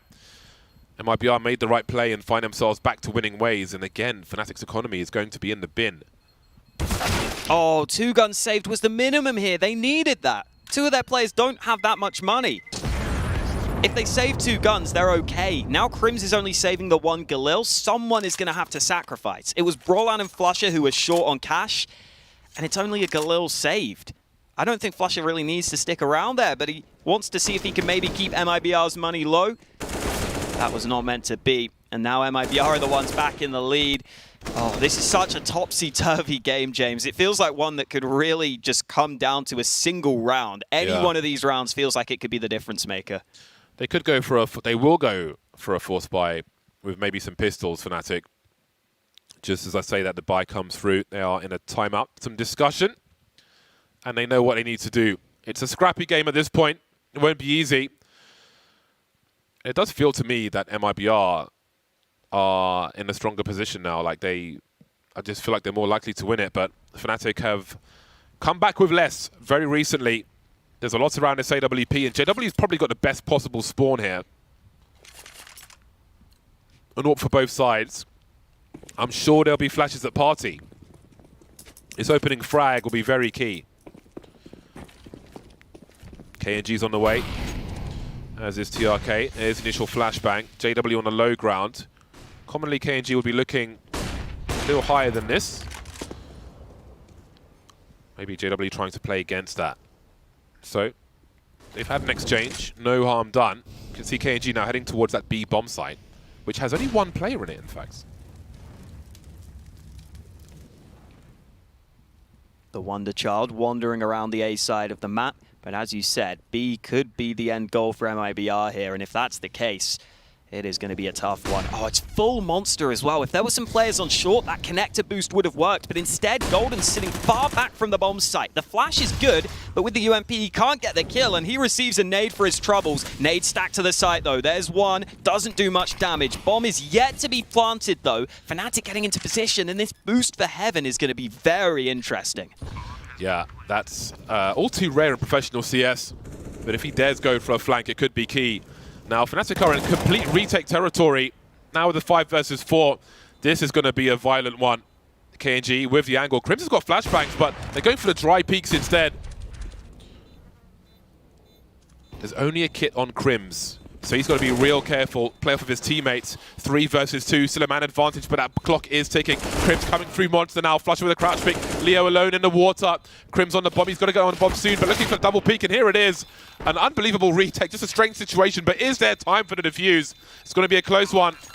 Unbelievable. Basically, no one on the B bomb site. A role reversal. Only Golden facing with a UMP, and still they're able to retake Fnatic. This game is just teetering on its seesaw right now. It's going back and forth, back and forth. I have no clue which way it's going to go. Every round feels close. Every round feels like it could be the one that makes all the difference. Leo here, if he doesn't get double peaked, he might have a chance, but Fnatic coordinated this so well, and then Crims was near the bomb with the kit. If he was the man further away, it might have not been the case. Instead, he gets the defuse, we get back to an even scoreline, and now it's MIBR who have 1 or 2 weaknesses in their buy as they go for a bit of early map control towards A. Imagine how scary this is from Fnatic's point of view. MIBR, fast towards A, fast towards B. Where do you stack your players? Yeah, especially when there's just no room for error with the money for both teams right now. Yeah, we're seeing a much more traditional round now from JW and Brolan, and these are the kinds of rounds I was talking about. Smoking toilets to delay. Brolan's got himself a one-way, in fact, actually. That's one for the demo review. And Flush is here for support as well, looking outside the toilets while Brolan focuses on the inside. MIBR with a boost of their own. They have very little grenades at this point, MIBR. Just the one flashbang with which to try and push a site or push an angle, or push somebody off an angle. So sometimes you'll see a setup where Brolan is here and the AWP is looking inside the toilets towards that party area, but we got Flusher instead. Brolan wandering now. KNG good with a headshot. Leo's drops at the same time. Down goes to Famas, and Fnatic have trouble on the A-bomb site. Oh, JW getting smoked off from long. He still somehow got a kill, but his teammates couldn't hold their side of the map, and KNG elusively backs away. Oh, what a play from KNG. Catching Golden in the back, hitting it from behind, and now Crimson JW are left 2v4. Two players trapped on the site, but they all swing together. What a round for MIBR, just sneaking up through the bathroom, sneaking up towards the A site. Fnatic had 3 players there, but the players in the bathrooms couldn't really coordinate that well because of the nades MIBR used towards long. Because of those smokes, they were pressuring that side of the map, so Flusher was worried about that, and now JW is going to have to work so hard to save this off. They're going to hunt him down. MIBR up to 14, and Fnatic's money is absolutely atrocious. They are in a lot of trouble now. This is a really bad time to have no money. Do they go for the force? Do they play for 2 in the next round? Great positioning from KNG. And as I said on Nuke, he's so good with an AK. He is so good. His spatial awareness is fantastic. Doesn't matter what weapon he has, he's always causing problems, KNG. Really playing good Counter-Strike this week. 21 for 14 at present. It's Leo who's ahead with 24 for 17. But JW currently on 25, but perhaps not enough the way things have been going. A timeout from Fnatic as they figure out what to do, and it looks like it will be the force by Hawker. Oh, it would be so Fnatic to win this round, though, James. It would just be so Fnatic if they could win this round. Are we going to see the Fnatic BS come back to bite MIBR?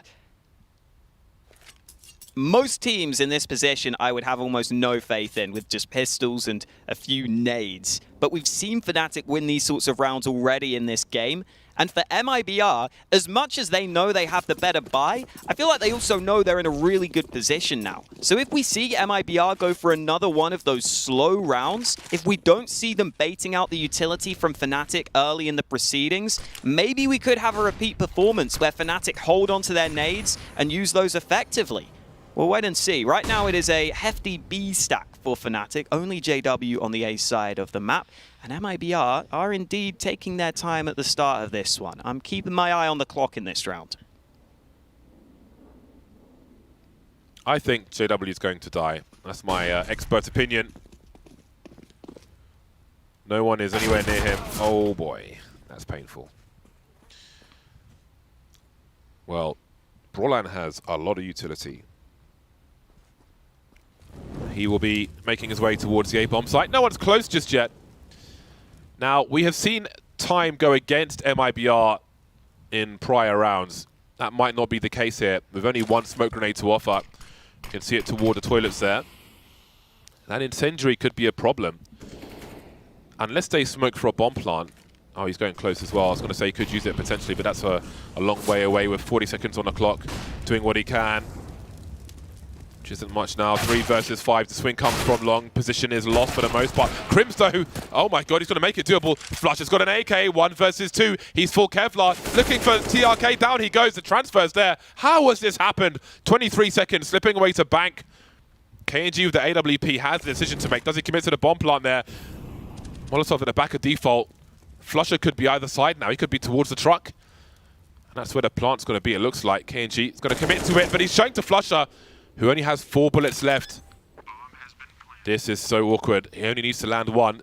6 HP for KNG. I think he hit himself with a flashbang there, trying to make his way towards the truck. Look at the headshot from Flusher. How have they won this round? Can you smell it, James? Can you smell it? It smells like Fnatic bullshit, everybody, and I mean that in the best possible way. They always find a way to win these sorts of rounds. When you feel like you can count them out, you never can. And that's what makes this team so fun. Flusher getting an AK, Crims with 2 kills in the bathrooms. The fact that MIBR get clean kills at the start of this round and put it up to, I think, a 5v2 at one point is just absurd. There's a guy standing at toilets with 2 players swinging on him from long and from toilets as well, and they win the round. That's absolutely crazy. And again, one of the biggest advantages Fnatic have, and we can see how strong it can be, in part purely down to the youth of MIBR. And again, these late round situations, I can't believe it's real life, but here we are. Again, still not a great buy, still going to be scrappy and maybe still to the advantage of MIBR, but again, individual brilliance from one of these players on either team could really swing the balance permanently in the favor here. Golden spotting one by Short B. Leo's creeping, no one must be careful. Support grenades coming through, going too deep for Golden. Kill cam says 2 players. Flush is in a lot of trouble. Brand trying to run distraction. Crims is here as well. And there's the bomb, which means full rotation. Flusher only good for 1. Deleted by VSM, he's a problem. JW now 1 versus 2. Leo and TRK versus the AWP of JW. Bomb needs to make its way to the site. 2 smokes up at present. Swinging already is JW. Planting behind the sandbags. Surely he's got a 1 versus 1. They can't double pick this. I can't imagine it. There's the flick. And now it's down to TRK! Oh my days. MIBR will be first at game point. Down to the wire every round. Oh, Fnatic's money is screwed again. I don't even know what I think is going to happen in this round at this point. MIBR just about winning it. It looked like JW might be able to scope in, but he wasn't 100% prepared for the peak. Shout out to VSM for some of these earlier kills as well. Leo going in as that first man, but VSM, oh, those 2 kills are so clean. Instant headshots on both of them. MIBR are hyped up, but they still need to make sure they can win the last round of regulation. There's not much for Fnatic, but we've seen them win these rounds a couple of times already. Surely not again. The thing is, the thing I wonder about is if MIBR are going to be more careful, which could invite more error. However, it looks like it's going to be a fast one towards B. I like this because it's simplified, and maybe all that's necessary. And it begins. Leo will eliminate Broland, but there's one by the pillar. Crims here with a 5-7, could run distraction, and there's the CZ from Flusher. Look one way, get killed from another. That's the Fnatic special. Suddenly a man advantage. Flusher, and he's behind a smoke, which is always going to be an issue for MIBR. Just trying to stay alive, hide in plain sight. A lot of utility being used, but there's not much left beyond a flashbang. Flusher maneuvering onto the site as they swing around him. Look at his teammates in the meantime. The push coming from Short B. The boost is up. The taps are here from Crims. The push from Monster as well. It's falling to pieces again. JW spamming to the body. Only 1 more needed. TRK has 2 players low on health against him. It's a clutch for the map. It's a 1v3. The bomb is out in the open. Fnatic are just playing it safe, though. They're sitting back and saying, TRK, we know you have to plant the bomb. We're going to put all the pressure on you. We're going to force you to make the call. Can he go A here, though? 25 seconds, James. He's still looking for these angles. He's thinking about going back to this A bomb site. This is the move that might give him a chance in this round. Fnatic have not budged. They remain on B. TRK is going to sprint to A. He's going to get the bomb down, and there's no kit for Fnatic either. He can buy himself some time here. He really has a chance now. He can isolate fights. 2 players don't really have any health. JW is just over 1 bullet from dying. Crimson 14 HP. The AWP. If he takes out Crims first, then Fnatic have a chance because they can line up the AWP. They've got to go for a 10-second defuse. They can't mess around here. Someone's going to have to take a bullet first. We can see Crims low health is going to run around and see what he can find. TRK playing for the long con. Crims going back for the re-peek, and that's going to be enough. Unbelievable. So many comebacks from Fnatic, fighting with sticks and stones. Unbelievable. This goes to overtime. Oh, the defuse is so close! I don't know what to think anymore, James. Oh, neither can they. They're like, what? How is this real life? How is this real life? MIBR. Oh, in every buy round they look stronger, but every force buy, that's their biggest weakness. It's their Achilles heel. I mean, the problem for Fnatic now, James, is that they're going to have full buys the whole time. With how they've been winning these, boy. I just don't know. It's so crazy. Look at the left hand, get slapped by the right hand. It's basically what's happening to MIBR in these anti-force buy rounds. It's so simple. One player runs distraction, another player finds the kill. And remember, no timeouts for MIBR. They just have to play straight away. They have to go straight back into it. They used all their timeouts earlier. Now it's overtime. Now there's all the money available. 16k starting money. JW's going to have the AWP in these rounds. He's not going to get the chance for the early fight with it, though. And MIBR have to go right back to the drawing board. And surely at this point, they have not got much else up their sleeve on their T side. Yeah, and the longer this goes on for, the more Fnatic could potentially learn. But again, MIBR perhaps a little unorthodox. Oh my god, that would be a strange way to find an entry kill. Brolan's lucky to be alive. Looking like there are some serious problems towards the bomb site. Leo now in the smoke, Brolan dancing around it, being careful. Crim's on the rotation. And they can't do too much to play off of this MIBR. The bomb is still towards Party, and there's some by Monster as well. But that bomb can rotate. The issues continue for Fnatic, praying to make it to the T side with something to show for it. Because these CT rounds continue to be a problem. The patience from MIBR. 5 versus 2 with 44 seconds on the clock. Surely now they can convert. Oh, nice kill from Lucas and from Leo. MIBR get the first on the T side. They can hype themselves back up. Leo's got a really good knack for getting into the back lines on occasion as well. He did it in a round against Astralis on Nuke, where he got a massive flank through Heaven. He's that entry man on the team a lot of the time, going in first, and if you can get into those sorts of spots... Did you see that HE grenade? Yeah, that was cool. That was nuts. However, I wonder if Fnatic need to play some kind of default 2-3 setup and try to plug any holes, because MIBR keep finding a way. They just keep finding a way. Brolan now having a quick look towards Party, and he'll go back for rifle support with JW. So it does seem a more standard affair here for Fnatic. Let's just play a normal round and see how that works versus MIBR. Bread and butter rounds. You can see big focus from MIBR towards B. Really looking to keep that pressure up. Straight from the get-go. They've got a lot of smokes, a lot of mollies, and a lot of flashbangs in MIBR. They're all here outside B. One flash in hand of KNG right now. It could be a simple contact play towards this B site. We might just see a couple of pieces of utility and then a quick push. Leo going in first. Crims has to back away. It's almost a lineup, and it's Golden who gets 2, and he's got the chance for more, but he fluffs his lines. Crims is still here on the bomb site, though, and the health on MIBR should still be against them. They are so low. Just a couple of shots are all that's required. And as the time ticks further, Crims just gets one through the smoke. JW closes it out. We are back to even, and we wouldn't have it any other way.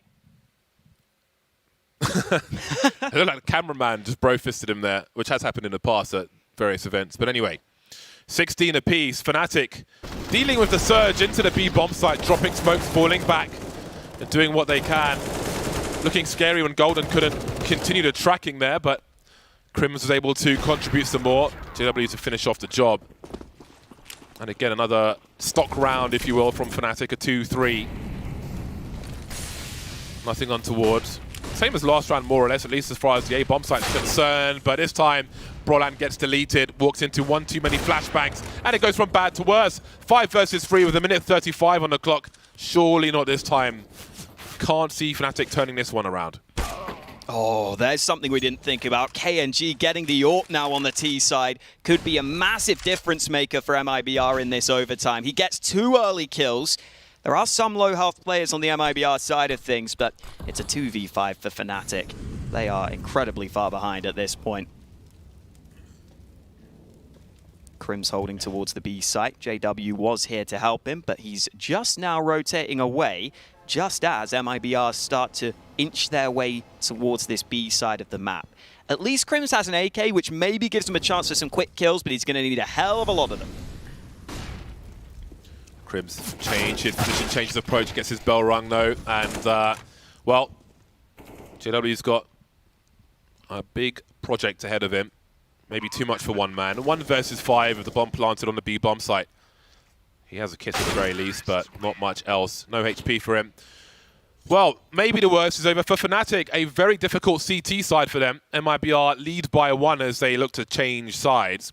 Leo now on the 30 bomb. JW 1 away from the same. Who do you favor at this point? I mean, logically, I should say MIBR, but like these are the games that I feel like historically Fnatic just always seem to win somehow. Even if it doesn't make sense, they just seem to do it. They're going back to their T side now for Fnatic as well. And it looked a little sloppy at times for them. The thing is, there's no force buys because of 16k. Exactly. So I favor MIBR. It's literally, yeah, honestly might be Although a good on point. their CT, it's the anti-force buys which are their problem. So yeah, I would favor MIBR. But let's see. Let's see how they do Fnatic. Again, there's a lot of data to be gleaned from this one best of 3 for these two teams already. And let's see if they play against that. Margin for error for Fnatic is not too great here. Two very aggressive teams. Entertaining so far, and this is only the first map. They could boost over this smoke to look towards the short B position. Well, now Fnatic know there are 2 players in connector at the very least. Only 3 of their 5, though, are focused on the B bomb site. I think the squeaky door may have been blown off, which will compromise where Fnatic can stand unless they clear connector. But MIBR have gone from con towards long. So this basically gives them a 6-man because no one has cleared connector just yet. And Fnatic know they were there. So MIBR are taking liberties with their map control right now. Leo and VSM continuing to stick together. VSM will be the man in second, and Leo gets the timing right. VSM is actually the man who steals away the kill, but ganging up on Crims is exactly how you want to start this round. They will start it as they mean to go on. 55 seconds left, and Fnatic are fast to react. They saw 2 players at long, so they assume bathrooms are open. They assume they can get up through short. The lurk smoke goes down to allow them to close the distance even further, and all this pressure has drawn out a rotation from MIBR, but Fnatic look like they may still commit into this A side. Great positions from Leo, using that smoke against Fnatic. 3 versus 4 now. Bomb drop to make it 2 for Fnatic. VSM moves forward. Rotation. Support is on the way. Flusher gets his bell rung down to 5 HP. And it's game point again for MIBR. 2 of them this time. Maybe looking like the stronger team here on overpass. Ignoring the anti-force buy issues. Fnatic. It's been a real scrap for them. I feel like they've been on the back foot for a lot of this game. They've got to win 2 from 2 now. I love that MIBR is still remaining active as well on this CT side. Leo and VSM going for the boosting connector to begin with, then just walking up long to make life difficult for Fnatic on the A side of the map. The timing was nice for them, which obviously helped, but it just means that Fnatic's set nades into A can't be used as successfully. They can't be used as efficiently because they have to be worried about some different angles. They're already a man down. There's already a rotate for MIBR because they had some early information. All good things for the Brazilians, who have 2 chances to steal their opponent's map pick away from them. And we know how good MIBR have been on Vertigo. So if they win this overpass, I'm sure they will be licking their lips and liking their chances in this series. Fnatic is still alive, though. They've used quite a few of their nades early. 3 smokes remaining for Fnatic, as well as a few flashes. MIBR have also used a lot of their utility, though. So as this round plays out, I think in terms of the early proceedings, I think Fnatic will be pretty happy baiting out that much CT utility. It'll give them a better chance to more cleanly go for one of these takes.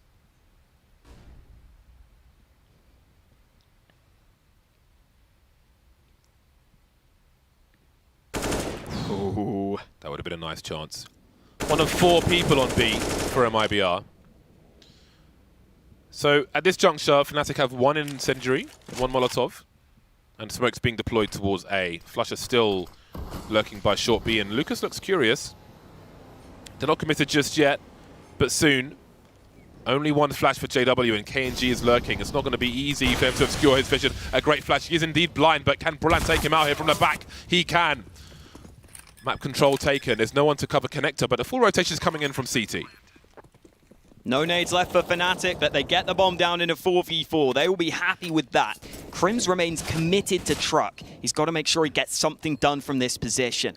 Still sticking on this spot. trying to see if he can cut MIBR off before they get to the site, and he's got the early kill. Lucas finally trades it out. Lucas gets a second. It's into a 2-on-2, but Fnatic just sit back in the toilets. They know the bomb is planted for them. Flusher remains up close. Flusher dealt with. Lucas going huge. Brolan gets the first, but he's so low. USP out. Lucas needs the kill. He goes back to the bomb. Brolan going in, but Lucas hasn't got the time. They've done enough. Fnatic win another round, and we will go to the last round of this first overtime. Man, every round going down to the wire. Every single round. One more.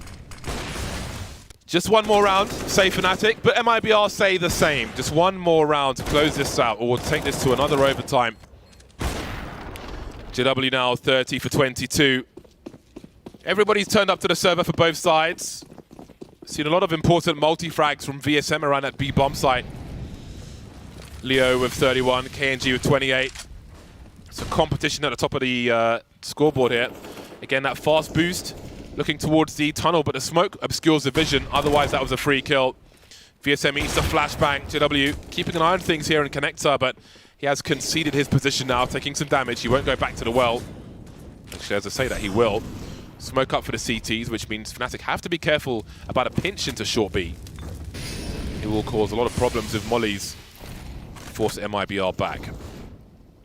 Is Brolan going to get this timing right? They're exiting Connector, but alone here, Brolan doesn't want to take a massive risk, which is understandable. He knows there could be an AWP around the corner. KNG has been using that sniper pretty well so far when he's had it in this game. 55 seconds remaining on the clock. Still a good amount of utility for Fnatic. The bomb remains in T-spawn, undecided as to where it's going to end up in this round. But it's looking more and more likely that JW may deliver that bomb towards the B site. This setup from MIBR is a risky one. They are very committed to holding that monster position. Golden's going to try and feign some presence towards the A side of the map, but with 32 seconds remaining, he's going to go down, and it's all down to the B play. Big flashback coming in, so important, but oh, look at the hold from VSM. Good enough for one, and that might be enough because there's still a man advantage for MIBR. Going for a very fast bomb plant. Leo in the water for now. Can JW back off safely? It seems he can. Bouncing out of dodge. Brian now short B. There's a one flash for both sides. No smokes or any junk. MIBR with the man advantage now. Boosting to look towards Monster. JW looking to offer a flash for Brian to swing with. Pillar flashbang on the way. Here it comes. Brolan will spot one close. They're lining up for him. Surely. Oh my god, KNG, he's got to get on his bomb soon, but they're not going to face him. They can play for the beeps. Brian will peek ahead of it. And we're not over just yet. More overtime to come. Fnatic surviving again just when you thought MIBR had gone too far. Fnatic pulled them right back. Not leaving us yet, buddy. The timing on that flash as well. I was wondering if it was a little too late for Brolan to be able to peek into it. The bomb was already halfway gone, but MIBR took a lot of time setting up that boost to begin with, trying to clear out some of the other positions, and that flash was beautifully timed for Brolan to line them up and take us to a second overtime. Here we go again. You can just never count Fnatic out, can you? I came close to doing it, right? But the thing is, so many rounds have gone down to the wire. I think we have got a quick bathroom break for some of these plays because this one has gone on for a while. Round 37 around the corner. So we have a pause where people can reflect. And people can just think about the players they're coming up against each time based on the positions they play and how they can find an edge.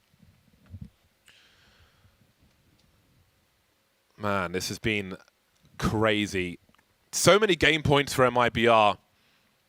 And again, we can see the disadvantage that they have when it's come down to those force buys. But they've all gone. We're in overtime now. There's a full buy more or less every round. So they don't have that issue anymore. Speaking of, these are some of the force buy issues that we saw earlier on, which really helped Fnatic turn things around. And I wonder, when MIBR are able to fix those problems across the board, what kind of team will they look like? Yeah, once these guys get a bit more experience under their belt, you wonder whether they would be able to close out some of these earlier rounds just back in regulation even. There's definitely a case to be made for that potentially being the case in the future for this lineup. Then again, it is against Fnatic, so I think you can almost take everything you know about Counter-Strike away from games with Fnatic in them. You can kind of cut teams some slack when they are playing against this Swedish lineup. See JW looking jovial right now. I feel like Fnatic at this point probably realize that if anything, they can play with a bit of freedom because they probably shouldn't be in this position to begin with, considering some of the rounds they had to win to get to this point. But they have done enough to get through. That's the only thing that matters. We are still alive and we are still playing Counter-Strike. Second overtime about to come at you. I assume we will get the standard buys. Brolan still happy to go for that SG. Over on the MIBR side, they also have the AWP for KNG. TRK's been a bit quiet in this map. Only 12 kills so far. Considering we're in the second overtime, that is low for him. He does often play in the back lines. He sometimes doesn't get all the fights, but still, we'd like to see a bit more from him as we see some early nade damage. Golden down to half health. I wonder about those triple HEs we saw many moons ago towards that barrel position from Fnatic. Maybe they forgot about it.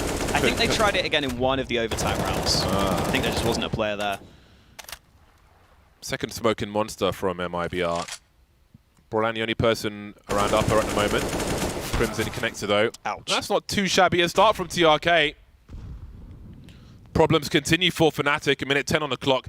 Haven't really made much progress towards the A bomb site just yet. They know KNG is lurking somewhere, and it has been painful for them to find him in the past.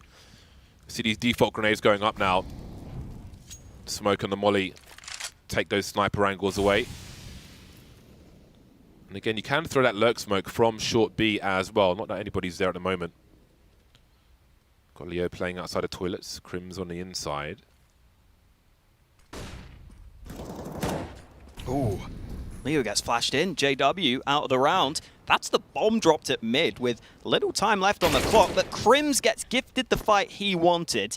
29 seconds remaining for Fnatic, though. They just have to commit to a bomb site together here. It would be a 3v2 on this A site for them. Flush has gone for the AWP. He's going to see if he can get a long-range kill, but MIBR are tucked on the bomb site, and this might be giving the game away from the Fnatic perspective. Throwing the bomb to the teammate, but Crims goes down. Flusher needs a kill. He needs a trade. He's not ready for Lucas, who lines them up, and MIBR strike first in the second overtime.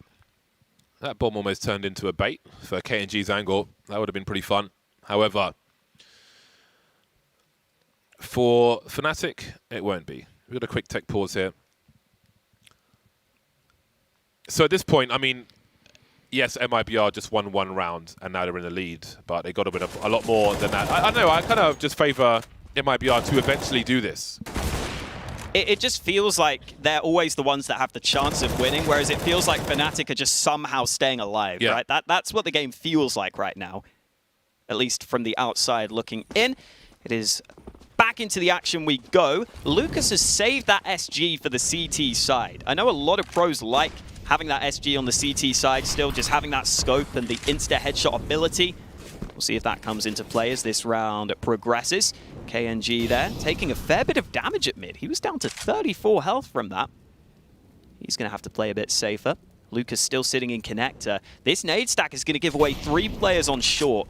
I wonder if Lucas could get the timing right and could try and strike from behind. Oh, he's just left connector, but that nade stack does good damage. But MIBR are playing a smoke-chicken monster, but are they going to push through it, I wonder? It looks like they are. And if they keep going, they're going to find the actual bomb, which is going to make things very, very strange indeed. They're going for the flank instead. We've got flanks on flanks because JW is on the way, but my God, this is going to be really crazy. Not expecting TRK to come in afterwards. The transfer is here, but he won't finish everything off. They haven't seen a bomb just yet, though. This is getting super funky. Does Lucas just randomly open a door and finish off Golden down to 5 HP? He does. But whereas JW, they don't know just yet. 1 versus 2. KNG creeping already. Molly's flying his way. He's got a few seconds now while this smoke is up to decide where he wants to go. Does he try to force his way towards CT here? Oh my. He's got a Glock out and KNG with 34 HP will simply hold the angle. JW had to make a play. Wasn't the right one on this occasion. MIBR now 2 from 2 in overtime 3. In that clutch there was a nice molly from Lucas, which landed behind JW, which really cut down on the options JW had in terms of movement. So MIBR can kind of keep in their heads, okay, we've mollied the sort of backside of the site.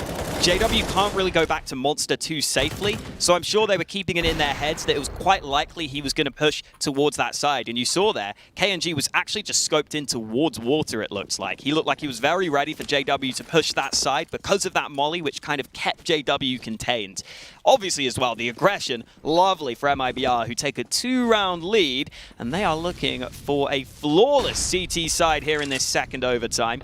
Fnatic might have something to say about that though. Boost, oh, it must have been spotted. It's been spotted by Leo, who has the angle in his favor. KNG with another kill. MIBR 2-man to the good, and they haven't taken any damage yet. Finally some damage done to Lucas, but it is a clean 5-on-3 and a bit of team damage to celebrate. I can't believe that boost went that way around. KNG will be deleted by Brolander. Taps with the Krieg. Very lethal. Still has 100% armor penetration. But wasn't expecting Leo. Now, you would hope there would be a call. Now, Leo is the one who got that kill from Party, so he could be in the vicinity. 2 versus 4, and it gets worse. MIBR now growing with strength here on Overpass, as they look to keep a clean sheet in this third overtime on the CT side. 45 seconds for JW to 1 versus 4. It's a long journey scoped in. Very slow movement with the AWP. Will be forced to unscope. Give the sound cue away, and that's going to be that. Do Fnatic have anything left? Because they need everything from this second half. Oh, are Fnatic going to keep just putting themselves in these positions and then bouncing back? Surely at some point it has to go against them. Wow, that's such a tight angle for Leo. KNG was also watching for it, but then looked back towards mid where he got that kill. This was then Brolan just getting caught off guard, and by this point, it felt like the round was already over. So Fnatic switched to the CT side. I feel like JW has been on 31 kills for a while. I believe he ended regulation on maybe 28, 29. Yeah, he's cooled off for sure. He has cooled off. Another short break here. Someone else heads to the little boys' room. 3 required from Fnatic, and I feel like the CT side felt like it was the most difficult. What was Crims doing there? Was he about to take his shot off? They just had a lot of issues caused for them by MIBR, the way they were playing. Oh, hello. No nipples on Twitch, please. RIP No Shirt TV. But yeah, I think Fnatic are most certainly under the cosh here. Under the cosh. Oh, yeah, well, Brolan looks like he's under a lot of pressure there. MIBR looking much more content right now. Even if you knew nothing about Counter-Strike, I think you could see in the two teams' faces who has the better chance of winning right now.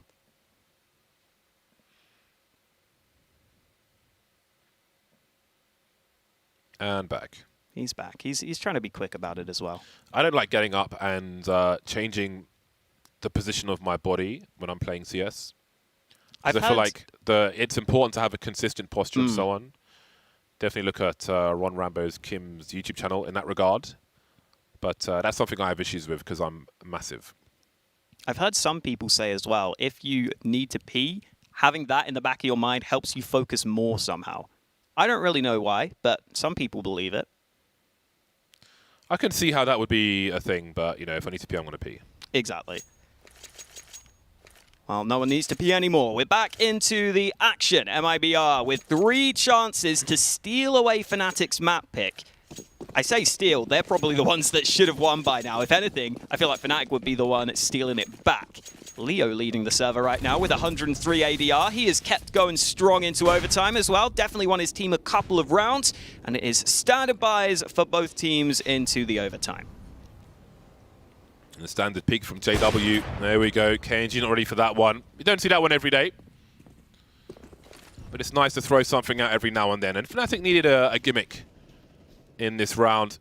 And again, if Brolan gets some sound cues, if they go for that pop flash in toilets once again, notice a dry peek, but they're running. Will the flash come in time? It will do. Brolan going to peek with the second one. Scoped it, looking for the transfer, not quite getting there. I'm not sure if he saw the bomb. But it's a 4 versus 3 for Fnatic. It's a good start, and With their player eliminated on long, they're going to try and re-aggress, but Flusher is caught on the rotation, which causes even more problems, but maybe makes the flank stronger from JW. Been very impressed by some of these timings Leo is getting. Oftentimes it feels like the players aren't expecting him to be there. He's catching players off guard. Part of that may come down to Fnatic making mistakes and not knowing exactly where he is. But as you pointed out, this aggression from JW could be so valuable. They're reading a flank. That's why they're going as far back as possible to make sure no one's behind them, wherever they choose to go. Oh my, JW. Yeah, this is where the stylistic prowess of both teams is. This is why it's such a great match. The aggression never stops. So they're going all the way around to make sure no one comes in from the back and messes them up later. But Fnatic are not just going to allow them to do that. And they've got the information anyway. Yeah, they were right in that JW was doing JW things. It just wasn't where they were looking at. And now 2 mollies arrive on the site. 8 seconds left. What are they going to do? They need the bomb plant. They need it now. JW drops it, and that's the round. Nothing MIBR can do. Fnatic have one of the 3 they need to keep this game going. Oh, God. For MIBR, I wonder if we see a faster round at some point in this overtime. I almost wonder whether they'll throw in a B rush or something. They've found a bit of success with that at times. That round is a perfect example of why this is going to be an awesome series.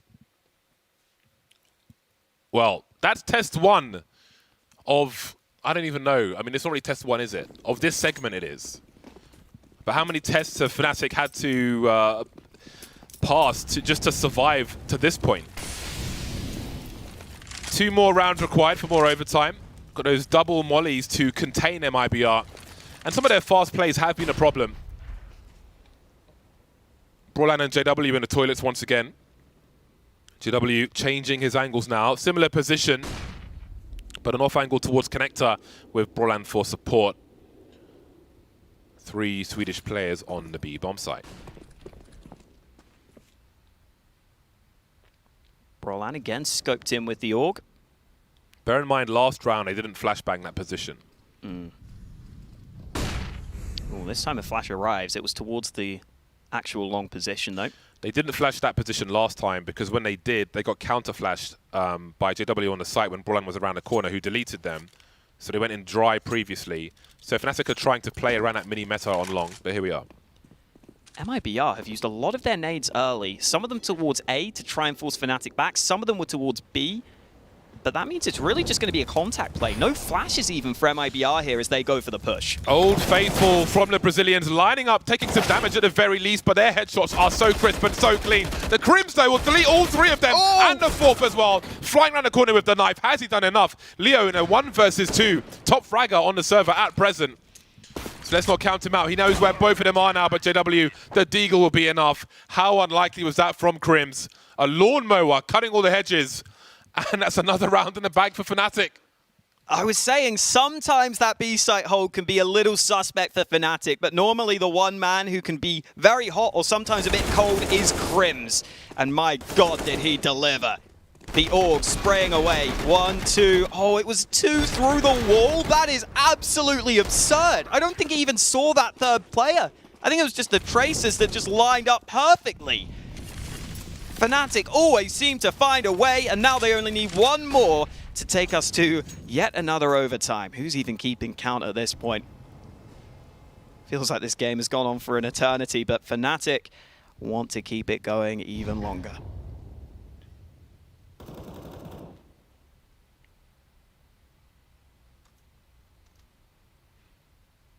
Again, the dryness from MIBR, the minimal warning. Got to be careful of right side barrels. Got to be careful of this peak as well. But CTs know these angles, of course. Don't want to give something up for free, but sometimes they do. Golden being real careful. Lucas, KNG's going to pick surely. There we go. There's a trade. That's a lot of information, though, for Fnatic. They still have 2 plays here at the very least. Got extinguished flames and more flames. VSM now heading towards Monster with an AWP. Big rotation. Not sure how many sound cues are here, but Brolan is on the way. Crims will commit to this bomb site once more. The AUG, he sees some heads, but can he pop them? Trying to do what he can. He has support from Flusher, but this is so nervous. That's a big HG grenade and a follow-up from Flusher. 34 seconds, 4 on 3, 2 AWPs make it 1. Fnatic seem to be taking this to another overtime, but it's not over just yet. KNG is alive. 1 versus 3 now. 21 apiece. This will never end. My God, how have they turned it around? The CT side was so difficult for Fnatic. The force buy situations were a boon for them. There are no force buys, and here they are with 3 rounds. How many map points have MIBR had at this point? I don't think Fnatic have had any map points, have they? It's always been MIBR who've had the chance to close the game. Yeah, I feel like it. It feels like it, yeah. I mean, I can't really keep track in my brain right now because this game has just been absolutely crazy, but all good things must come to an end eventually, James. We just don't know when. It is now our 3rd overtime. 21-21, you can see at the top of your screen, the first team to 25 would take the win, or we could go again. Golden gets the spray, KNG trying to make some magic happen, but his magic trick through the smoke is unsuccessful, and Golden just naded that AWP back towards him, I believe. Just maybe to try and get it out of the hands of MIBR. So again, Fnatic maybe finding some comfort with more standard setups. Again, that similar position on the A bomb site with Brolan and JW. I don't think that setup they have on the radar there was fully discovered last time they used it. MIBR now quietly wondering about the party position. And there's a clue. Now JW can visualize. He will have the shadow advantage as well. There we go, the crouch peek. Time for a second attempt as well. And then there was TRK, down he goes. A trio of kills from JW. And Fnatic look good for a 1-round lead here. VSM 1 versus 5. Again, nothing to lose. He's pretty much got to go for it. Well, there's the beginning of it. 35 seconds to find 4 more players. There's a pop flash for Brolan. He'll put VSM in the corner. Avoids the second one, but he can't avoid Brolan. Too many man. And it's 22 rounds for Fnatic to 21 of MIBR. Hot diggity damn, JW planning some excellent shots in the bathrooms, one by one. They all try and trade and they just can't find it. TRK at the end there, he got the timing right on the peak. He just seemed to miss the shots. It was a spam to the body. It wasn't enough damage done. Fnatic have the lead. Feels like they've always been the ones behind, but maybe now they can come out to a strong start. And maybe they're going to be the ones with a chance to close out the game. We can't get ahead of ourselves, though. Couple of nades in the hands of Crimson Brolan. They haven't seemed to do too much damage. Fnatic this time with a double stack towards the actual bathrooms. So A-Long is wide open, and MIBR are already starting to make the most of that. Do you think that washing machine's for sale? I hope not. Doesn't look very clean. I like those top-down classic ones. Old as long as school. it's clean on the inside, Hawk, that's the point, yeah? All right. The bomb has 2 escorts going up long while VSM shows some presence towards B. And B has been a nervous problem for Fnatic. MIBR have quite fancied it. JW is holding some angles. We can see him jump peeking behind the armored personnel carrier.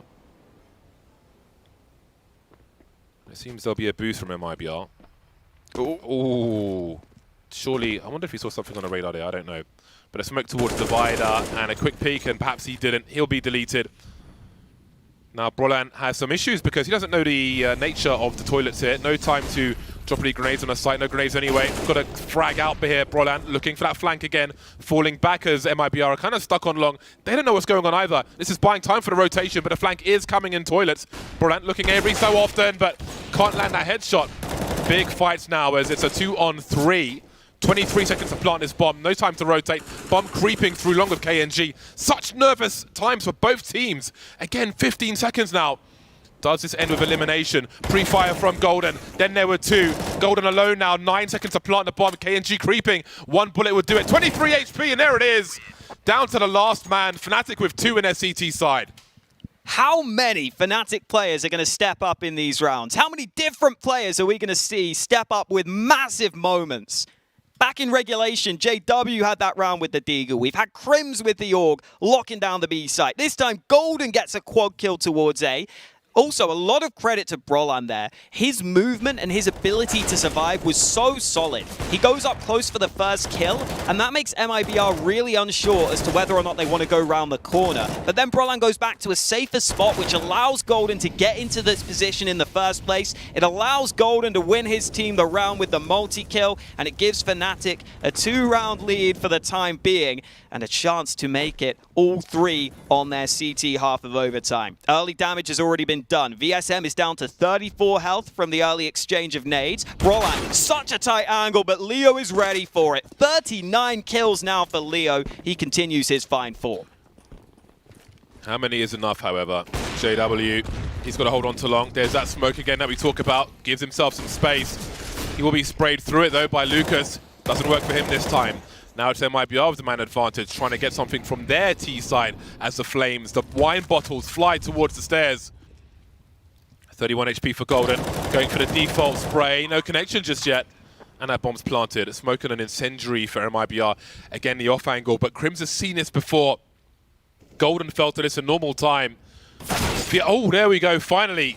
We can see all the data they've had from the previous rounds will help. Suddenly, it's turning around. Crimson Flusher making a 3-on-2. Leo and KNG fighting for survival, for something. The trade from Flusher. Golden knew his job. His job was to die. And maybe it's KNG's turn now in a 1 versus 2. Trying to survive with the AWP. Misses the flick, and it's 3-0 for Fnatic. Finally, they've got some game points on Overpass. This is the first time Fnatic have reached map point on this whole damn map. And they've got 3 of them, thanks to all of the CT rounds in this third overtime. And again, just the individuals have been shining so bright for Fnatic in some of these rounds. Crims' awareness there to continually watch his backside was incredible. He gets that all-important kill, which means they can start to swarm in the bathrooms. They can start to make it so uncomfortable for these other players. As you said, Golden just jumping out there means that Leo's crosshair is taken fully away from the second man. It sets up the trade beautifully. And Fnatic just need one of these next 3 T rounds to take this map.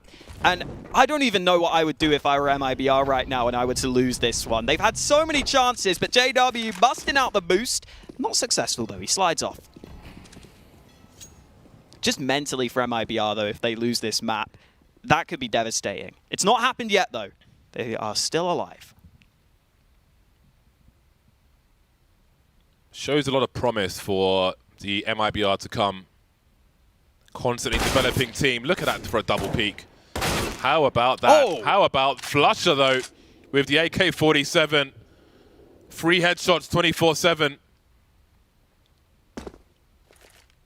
That's not too shabby a start when you only need to win 1 round. 4 versus 3 for the T side with a minute on the clock. Does this force the hand of MIBR? Does this force them forward? Does KNG take more risks to try and turn things around? We can see him being active, at least looking towards long. Still focusing on defending the bomb sites now. Bomb collected by Flusher. Fnatic bunched up, moving together. Got the shields and the spears out. Just checking for a flank. Crims will trail behind, make sure the bomb doesn't get dropped in isolation. Boost over the smoke. Maybe heard by Lucas, not sure. But look at the time on the clock. Fnatic are taking too much time here. Has somebody called? It says 20 seconds on the clock, and they're still by divider. They don't know the climate on the site. They will look to trade out. Leo's got to be checked for here. There's a massive headshot from Crims. That will certainly help. But the flames on default will make it harder to plant that bomb. Heading towards truck, there is a smoke up, a cover from Brolan as well. A nice transfer from Lucas, but the bomb will get planted, and it's all over, at least for the first map. That's just the first map! My God, Fnatic get away with it. So many chances for MIBR to close it out. So many rounds that Fnatic shouldn't have won, but that's what Fnatic do best. They always find a way. 25-21 in the end. And we still have at least 1 more map to go, James. Bloody robbery on Overpass. That was just the first map, though. There's so much more CS to come, and it comes after a few minutes. We'll see you soon.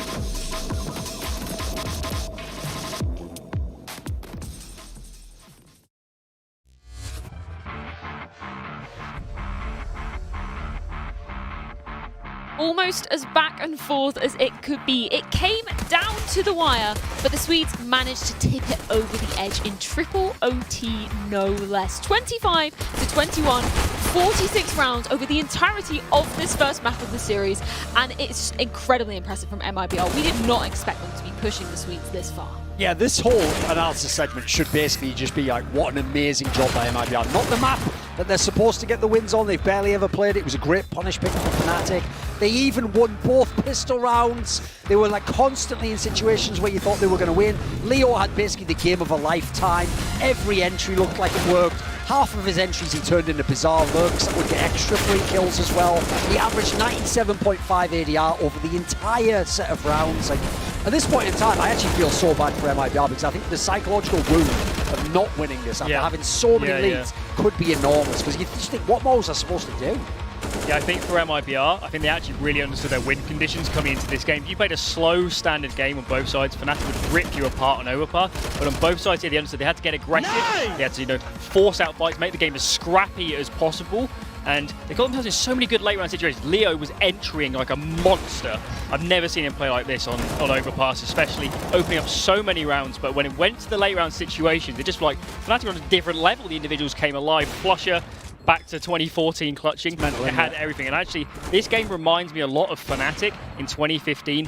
After they came off the high, coming into the summer when they won Cologne in this period, they weren't a solidified top team in the world at that point. TSM had really come to them. And in this period, when games went close, they could just grind them out in this fashion where every single late round scenario this came out on top. And of course, we still have 3 players from that lineup here. So this game, I feel really bad for MIBR. I think they had so many chances, but Fnatic, they just held in there the whole time and took it in the end. This is what we used to say is just Fnatic things. Yes. Like, this is where, again, like Flusher was like doing terribly the whole game long, and at the end, when they had to win, basically, just turned it on and started winning all these clutches and stuff. It's nuts, isn't it? I do want to go back to that second half as well, because we were in the green room, we were kind of saying, MIBR on that T side of things, we were kind of doubting maybe their potential coming into it. So what particularly impressed you from those moments in that second half? I mean, one thing that was very bizarre was, since they had their entry guy going, you would expect like a lot of up-tempo, like rushes. They were willing to play a super slow game. Like KNG was trying to lurk around. Like, it looked like actually they didn't have any fear against what Fnatic was going to do. Whereas I personally thought, like, the nightmare when you play against Fnatic is JW's going to be pushing everywhere, flanking you. Like, if anything, you want to get your attacks off early. Like, what do you think, Alan? I think at the start of the half, they played it very, what we've seen from MIBR anyway, is contact plays 4-1s. They went late in the half, they went a lot looser, and they let the individuals go to work. I don't know if they had particular reads on how Fnatic were playing, but Leo especially, VS Emerton, great rounds, KNG the whole time. Anytime he was behind them, he tore them apart.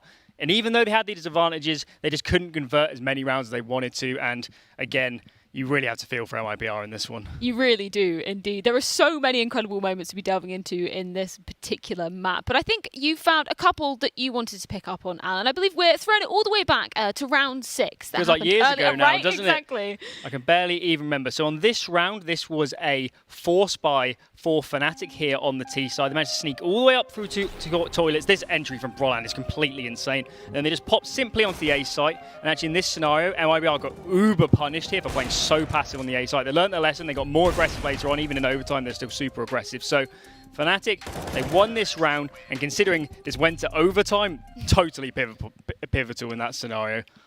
Yeah, I believe there was another pivot point that we potentially thought that we were going to be seeing in regulation from Flasher, wasn't there? He managed to pull off an incredible clutch. We thought, this might be the momentum that the Fnatic side needs to be closing out in regulation. Of course, did not happen. It did go to OT. So what was happening in this one? So when this round was played, I believe it was 13-13. No, it's 13-14 at this point. They actually just got reset. And at this point, Fnatic, they full force. This whole map is on the knife. Actually, Crim's 2 massive kills. Flusher now 1 on 2. He's going to play around the dice. He's going to get a really great frag on the left side here. And he's going to fall back into bank, catches KNG jumping onto the truck.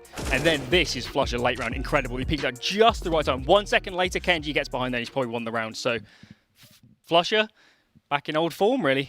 Flusher just doing Flusher things, that's exactly what we want to see. And picking up on that as well, so coming into this third OT, was there anything you saw key that Fnatic were kind of shifting and adapting to make sure they could get those 4 clean rounds to push it over the edge? I mean, one of the things that's sad to say is actually people like Brawlan, etc., they weren't really getting the kind of highlights you expect. Like they would get 1 kill in a scenario where you expect they're going to get 2, 3 follow-ups. So I actually think towards the end, I thought Crims came alive with some of his sprays. They were really pivotal on those CT holds with the AUG. Basically, it was just hitting their shots. The crazy thing is, I always used to say this about the great teams, is if you ever have a lead on them, if you ever have your foot on their throat, you can't take it off for a moment, because what will happen if they hang around, they are just going to eventually get a round that will work. They will get the kills. Great players don't just roll over and let you win. You've got to actually stamp them out when you have the chance. And unfortunately for MIBR, they had a million chances, and right when they needed one at the end, they couldn't get the rounds they needed. And what you actually saw in the last overtime segment, that was all Fnatic. So just the whole way, they should have just hammered them out. And then MIBR had so many chances, but when Fnatic finally reset, calmed down, thought more about how they were playing each side, they just closed the game out.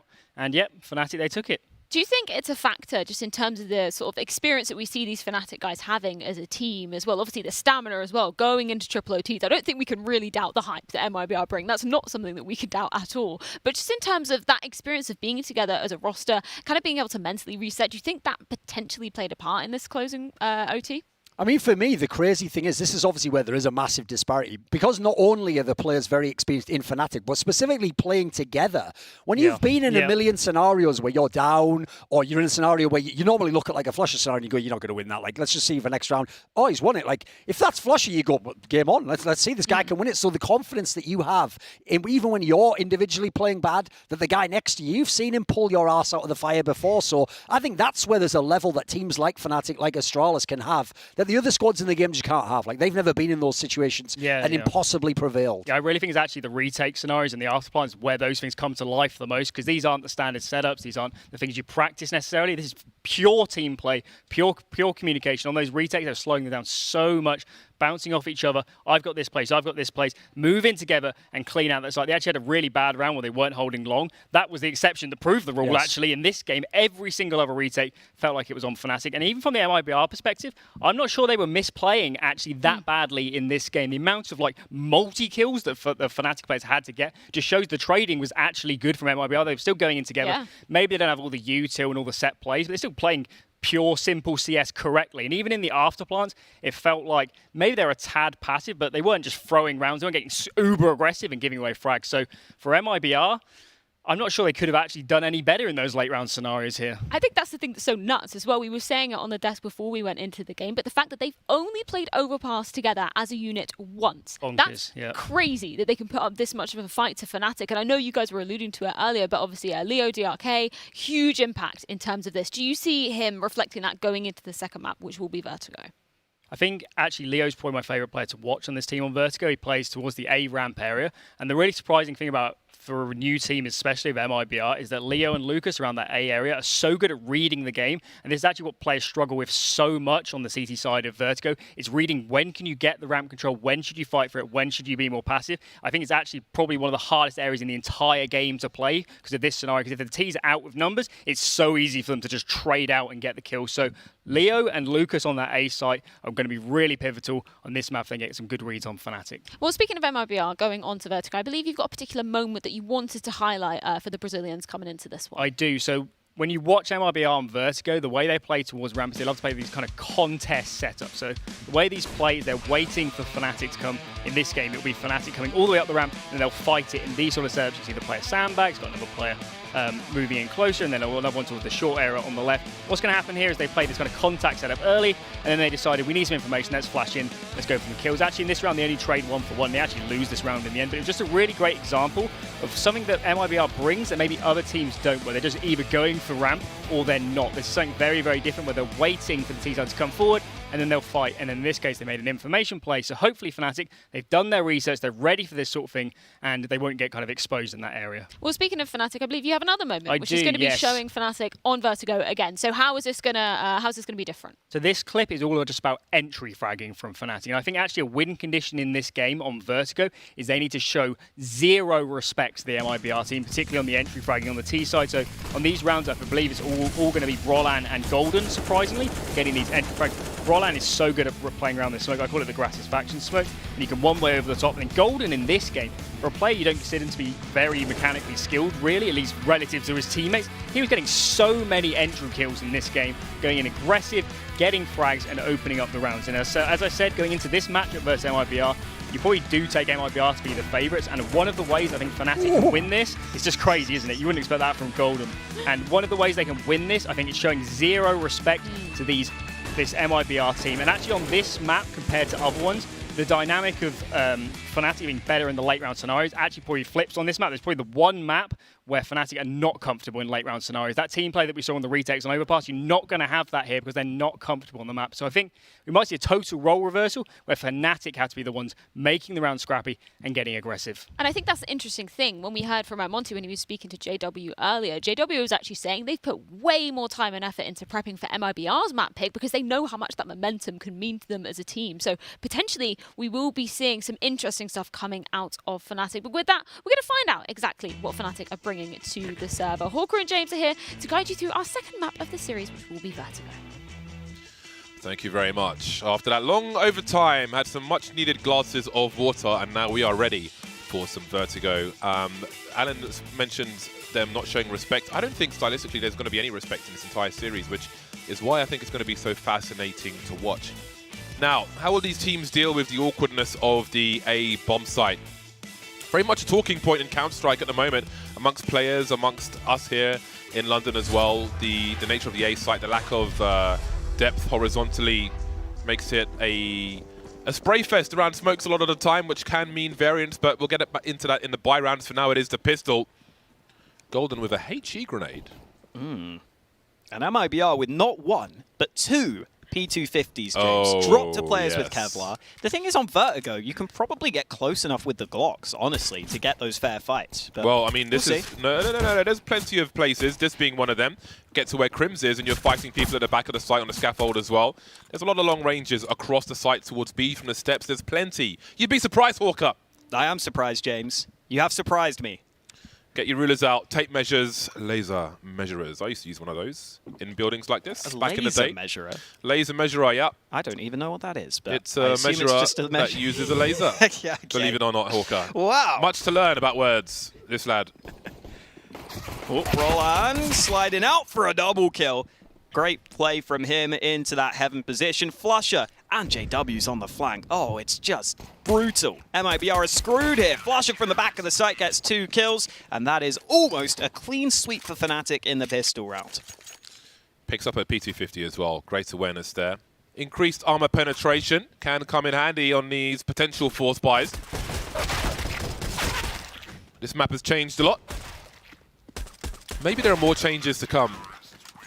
We saw some compatibility updates. recently for a number of maps. But no update from Revolver just yet. But that's a different topic for another day. Well, there will be no Force Buy, it seems. There will be 2 P250s, however, in the hands of MIBR. There's the Florida Man P250, as I like to call it. Fnatic with some SMGs, some rifles. Some spotting from Broland. Flash is playing close with that UMP. Again, the damage fall-off is significant on that weapon. Closer you are, the better. I think for Fnatic as well, having Broland do really well on the pistol is a good indication for this game, because against Mad Lions on this map, he was really good at locking down that mid position, at dealing with some of the aggression Mad Lions went for in that spot. So I think he could definitely be a big piece of the puzzle for Fnatic on this CT side. One player falling there, Golden dying to the P250 at range, but Crims is here on cleanup duty with the MP9. Oh, jumping as well. You said it before, James, that the MP9 has that good jumping accuracy. Yep. Gets a FAMAS at the end as well. Okay then, MIBR on the T side will pay close attention to the grenades. I'm sure this map will be very imposing to people at home in terms of playing it yourselves as well. We'll try to explain the utility as we see it. Spend some time learning some of these grenades. Really got to force yourself, otherwise you'll hate yourself for a long time. MIBR not messing around, just running straight into mid. Seems that we have a hard read here, and there's instant problems for Fnatic. Broland still in trouble despite that frag. Flashbang from Flush, it didn't go the right way, and Broland needs help desperately. It won't come in time, though. It will never come in time. MIBR just straight running through mid. However, JW is already on the flank as the bomb gets planted. He might have a chance onto Leo. A nice burst from him. Is he good for the second? No, but he'll buy some time for his team to rotate at least. Smoke got as VSM hunts for Golden. Grenades over the top. Doesn't really hit the mark there. He knows Crims is to the right. Misses jump. Crims stuck in the smoke, though. Will still somehow get a kill. Seeing absolutely nothing. And Fnatic find their third round in the most bizarre of fashions. They had no clue he was there. I don't think they knew he was there until he jumped. Because Golden, you saw molly that close left position towards the sort of, whatever you call it, wooden panel. This area that he's standing in now. He mollied that spot. So it looked like he didn't realize that the timing had worked out for VSM to sneak forwards. VSM will be so frustrated watching that one back in the demo later. Crims getting one through the smoke at the end there, hearing the player. That was VSM falling. And Fnatic are able to rotate over in time. Again, Broland doing a good enough job at surviving to allow Crims to get into position for one of those earlier kills. This is the smoke you need to learn on Vertigo. The ramp smoke. Throw it like that, and you are good to go. It will bounce all the way down, but Flusher don't care about those smokes. He's going aggressive with the MP9. It is another buy for MIBR, though, and the AKs are finally looking good to win a round. Broland up close. 2 kills for him. That's the bomb drop. He's got his team right back into this round. Smoke on the bomb as well, and again, this is an advancing situation, an urgent situation for MIBR because it will develop quickly. That smoke buys time for rotation. So much spray. Broland in the red, but not dead just yet. Bomb still in the smoke. And again, all this time where MIBR are trying to recover that bomb, they are very aware that the CTs will probably be closing the net on them. KNG looking for that as JW quietly slinks into the site. Doesn't have the angle, however. Before the bomb's even rescued, the flank is eliminated. Broland still trying to stay alive. So many risks to be taken. Finally found by TRK, leaving Crims alone. Hasn't died just yet, but that may change soon.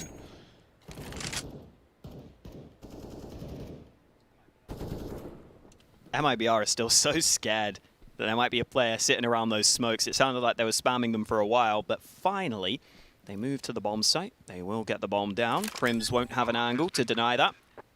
AK in hand could be worth saving considering the money in the bank for some of the players. Even if he saves, I'm not sure they'll be able to buy. So he's sticking around and, well, he delivers the first headshot. Smoke in hand could be very useful on this retake. If you can just smoke off the left side here, you can actually cut down on the angles considerably. Instead, he smokes the bomb, perhaps to try and bait MIBR in, maybe make them a little bit scared. Oh, the smoke has gone a bit too far, though. Doesn't really do anything for him. Crims about to peek. He gets the first kill, but the time is against him. TRK sitting in the corner, not falling for it. TRK finally goes out wide, and MIBR get their first round on the board. It ends up being a pretty costly one, though. They only save 1 AK, but I think it is Fnatic who are going to have the weaker buy, if they even buy. Well, let's see how the money is spread on the T side, because they've got a lot of troubles. Fnatic have not made a decision just yet, if it is to spend some cash, and indeed, here it comes. Well, wow. Where will they go? This must be a spawn-based play, surely. But I would imagine someone goes with him because he's got no Kevlar. Yeah.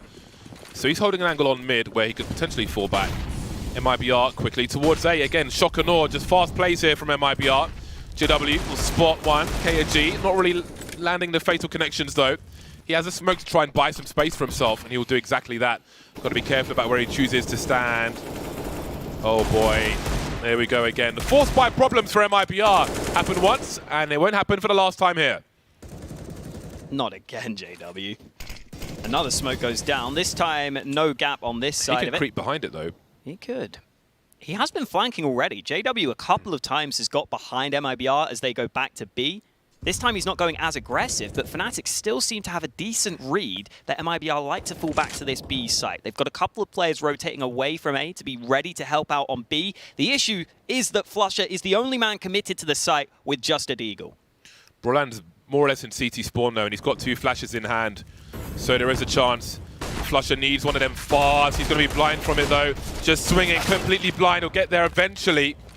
Flash from Lucas, which blinded him, in fact. Oh, there we go. With the AWP now, a great angle for Golden. Looking for the final player. Just needs to hold a laser angle, however. They know where he is now, VSM. 1v3. 1v4 in total with 30 seconds on the clock. Waiting for the curiosity, but a bomb's on the floor. No need to be concerned with the flank here. Lining up for a double peacock, Crimson, Brolan, and there it is. Instant trade. And force buy problems continue for MIBR. Again, being forced into a plan B by Fnatic, by utility. We saw it on the previous map on Overpass with the smokes. We see it again on Vertigo with the smokes. That position that JW's in is so powerful with the Deagle as well when you put that smoke down, because you can just spam to the body. I mean, Flusha here, it is crazy that he can just run across the site like that and get away with a kill. But then Golden arrived in a really powerful position because MIBR didn't have the nades up to deny that AWP. And Golden lived up to that sniper. In fact, Golden has stuck with the sniper again in this round, James. That is very interesting. Yeah, there was an exchange. But the thing is, JW can be content with other weapons. Sure. We know he likes to use basically every gun in the game. And it may be a positional-based thing, as the AWP is focused on mid. Let's not forget that first round from MIBR. But again, they've been unpredictable on this T side. They've been surging in different directions. Flusha has spotted the boost. He needs some help. Help is on the way. Will there be some flashbangs behind him? Look at the transfer from Flusha. Really limiting the threat in this eco round from MIBR. Lucas now still alive with the bomb, but doesn't have much hope of anything. He'll be punctured like a football by Golden with a big pin. And it's 5-1 for Fnatic. Marvelous. Yeah, so I guess it was just JW wanting to farm eco frags, basically, having the MP9 in the last round, because now he's switched it over to Golden. Golden will get the MP9, JW will get the AWP. Everything is back to the way it should be for Fnatic, and with a 5-1 lead, I am a little concerned for MIBR just because of the fashion in which they lost that first game as well. Going behind early on this one could be really demoralizing for them. But now that they've got a full gun round out, they can turn that round. JW coming close to connecting with the AWP. Yeah, question is, how many players did he see? Because we saw about 3, of course, we have the X-ray. Depending on how many he saw, there may be a response from Fnatic. See JW on the side now, as the 2-man swing comes in from MIBR. Not really using that smoke for this side position. There are variations which you can use. We'll get to that in a second. Crims through the panels will eliminate Leo. Now, will JW go for a deeper peek at some point? He'll hold his angle patiently, and KNG is gone. 2 players spotted and swatted now around this A-bomb site. JW forced to back away. Golden pops on the site. They will have some issues now. JW trying to avoid the sprays in shotgun mode. Got to be real careful. Flash goes high. Crims avoids it. No real vision over the top of this smoke, but TRK is so low that one stray bullet would do it. Oh, and it has landed. Brolan gets that kill. JW is going to be so unrelenting in this position, I feel. With the AWP close quarters, he's probably one of the AWPers that's most comfortable taking these sorts of fights. And JW gets it again. Second kill on the round for him. Oh, JW is styling on him. Triple kill at the end of the round. That orb doing a lot of damage for his team. I wouldn't be surprised to see JW in that sort of spot a lot in this game. That did not look like a great round from MIBR. Just lost staring at smokes and spraying them. Deleted by the sandbags. Fnatic looked very prepared for Vertigo. Not too shabby a spray from Brolan. I don't know if there was a molly from sandbags. It looks like maybe they had mollied a T out of sandbags and sprayed where he was likely to exit. So that was pretty smart. Wouldn't call that a lucky spray in that respect. Eco territory for MIBR. Average $3,500 per person, and that's not really great. Their ecos have kind of sucked. They've been deleted repeatedly by Fnatic so far.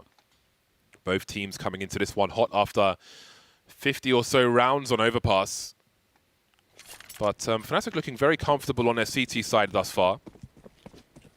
We'll see what MIBR do in the future round. But for now, they'll have the Galil onto VSM. They have spent a fair amount of money on this round, heading towards maximum loss bonus, so they can do that. This is what I'm talking about, man. JW is just going to be close range orbing all over the map, even when it's against pistols. Like, realistically, I would probably want JW not to do that in this round, because if he does miss the shot, it's one of the ways in which MIBR could have a chance to win this round. But it's JW, so you don't really tell him anything, because it's probably going to work more often than not. Golden landing a good shot there onto KNG. They should just be falling back at this point. Again, no need to risk giving away your rifles. Flusher with just an MP9 on the B side. Flash in, and it's a solid spray. VSM there with the Glil, unable to trade. Support grenades from Golden. Oh, he just went a bit sideways. It actually helps him. He went a bit sideways as he was throwing that, but indeed it will have some area control. Where did that come from, JW? I have no idea where he's standing to get that kill onto TRK, but MIBR have got to find some changes now. In that last round, we saw two players go up the ladder for MIBR on Eco. And ladder position, if you break the glass above it, you can actually bounce an incendiary towards the side where JW has been abusing them to try and force him away from these angles. Because you saw he was trying to dodge the usual spray positions and so on. There are ways to deal with that if MIBR know the grenades, and that would really help them take control of that side, because Fnatic have had the luxury of doing too many things from there. So we'll pay attention to how that goes if they look to do that. Now it'll be a slower start. Very nice HE from Fnatic, however. And again, JW is back in Old Faithful. Yeah, that AWP angle is so strong if you don't use any nades against it, especially with Fnatic putting enough early pressure here to hold this position. Like, look at JW's angle. How do you even flash this, right? You can't really flash it. You kind of have to use that smoke, I feel like, to get him out of this position. And JW has now been smoked off. Yeah, Leo's deployed a Molotov actually from that ladder position, but I'm not sure where it's gone. Looking at the radar, I don't think it actually landed in the playable area of the map, and JW is still able to abuse this position. How on earth is he still alive? Flashbangs, and he's going back again with a no-scope. There's one more to find. He is undeleteable. Golden will surely check this. Surely he's going to check this.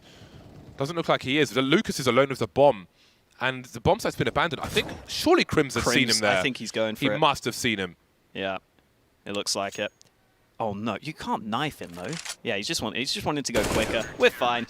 Lucas now 0-9. I thought Golden saw the player clipping through the wall almost. It looked like he might have been able to see him, but who the hell knows? So where JW is standing, there are smokes you can throw from T-spawn. There's two variations of the smoke. One sticks out more, so if he tries to go behind it, you'll see his legs and you can spray him.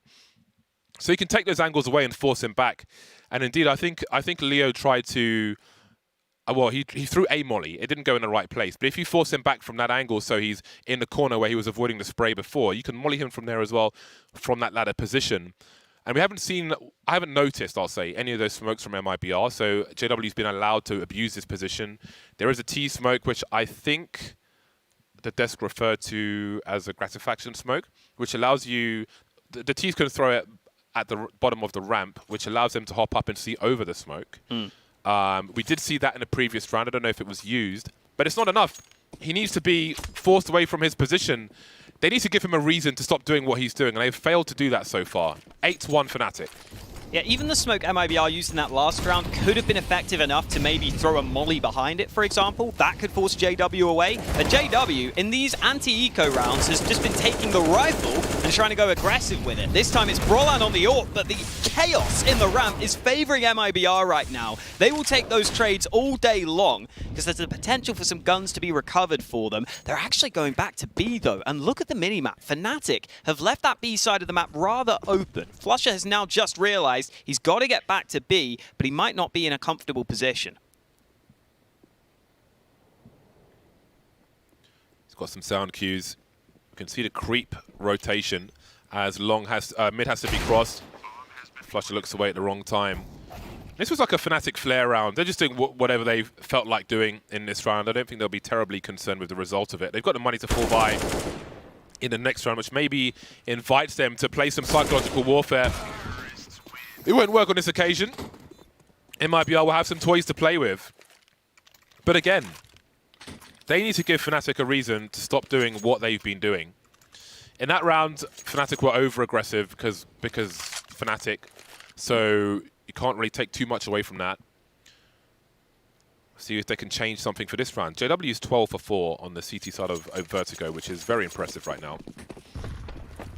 And it's him back with the AWP now. Now that it's a full buy, this is where he does go back to the sniper. So it's just against those anti-ecos. He goes for the rifle, aggressive plays. He's happy to go with the AWP this time. Brolan's pushed all the way down into B stairs. In fact, Brolan's pushed all the way through that position. JW's got a kill, as has Golden. Golden gets 2 from mid, knocking them down on that position. And just as MIBR win a round, this next one goes horribly wrong. Smoke from Crims, which he could have looked behind, but there is a molly to deal with that. You can see Lucas on the way now. Crims has he's got to make a play here, or does he? He's got his teammates on the way, but he may be focused on this for too long. He knows Lucas is just around the corner. There goes Leo. The bomb's dropped now, 3 versus 1. There's a molly from Fnatic, which will allow them to keep control of the bomb, which they may see if they choose to swing. Swinging around the side now is Lucas. 2 more to go. Trying to isolate the fights there. Spotted Flusha, which allows Brolan to move forward. Again, they know they've got the bomb. Flusha does not have to fight to the death here. There is time on the clock, though. There's time for Lucas to clutch. And then there was Flusha. Has he rotated? That's a question. Lucas still with 40 seconds on the clock here, looking for his 4th kill. Convinced Flusha rotated round the back, but he's playing the same position. It would be a very long rotation. He can't really walk all the way to B, such is the nature of Vertigo, so it kind of has to be A here. Goes for the fake. Flusha does not move a muscle. Starts to creep now. He's got a smoke Flusha. Sound cues from Lucas. He knows exactly where he is. He can smoke him off. Lucas doesn't even have an angle unless he runs all the way around. And Flusha looks like he's just going to chase him, but again, so many sound cues here. Flusha's been given so much information.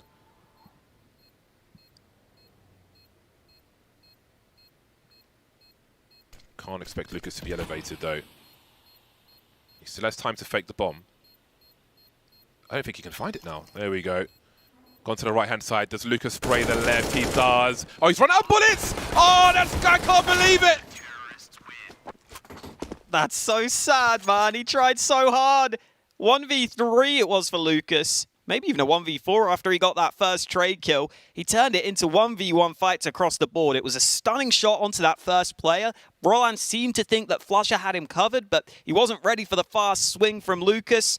And then Flusha at the end there, he almost got outbrained, but he was the one who got the defuse in the midst of the smoke. Still, a close round for MIBR. They can hopefully take some positives away from that. They were able to trade onto the ramp much more effectively. JW this time has been forced away. KNG also has an AWP on the T side, which could potentially counter JW. But Crims is the man up close that they are probably going to have to deal with first. Seeing some mix-ups now from Fnatic. JW by the sandbags. Crims on the side. A re-smoke. Goes a bit too far on one side, though, but this smoke Lucas is about to throw is the one I was referring to, where you can look over the top of it. But Fnatic will know what that means as well. So this is just forcing MIBR to waste some utility.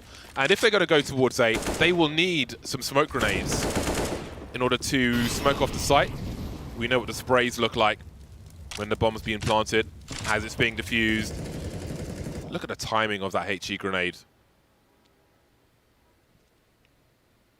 That's a funky setup from Fnatic. If JW engages up there, surely Golden gets at least one kill. Not bothering with the side this time. We see the mollies actually finally landed.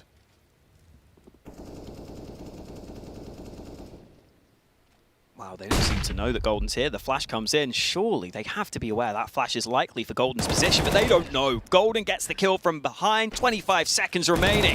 Now MIBR have to commit to this A-bomb site. Crims is trapped in this position. They're going to wait for the ramp players to fight. They're going to try and fight together, but the counter smoke is so good for cutting off those short players. Crims backing off through the smoke, gets another kill. 10 seconds remaining, and that bomb has made no progress to the site. Finally, Lucas making something happen, but it's too little too late.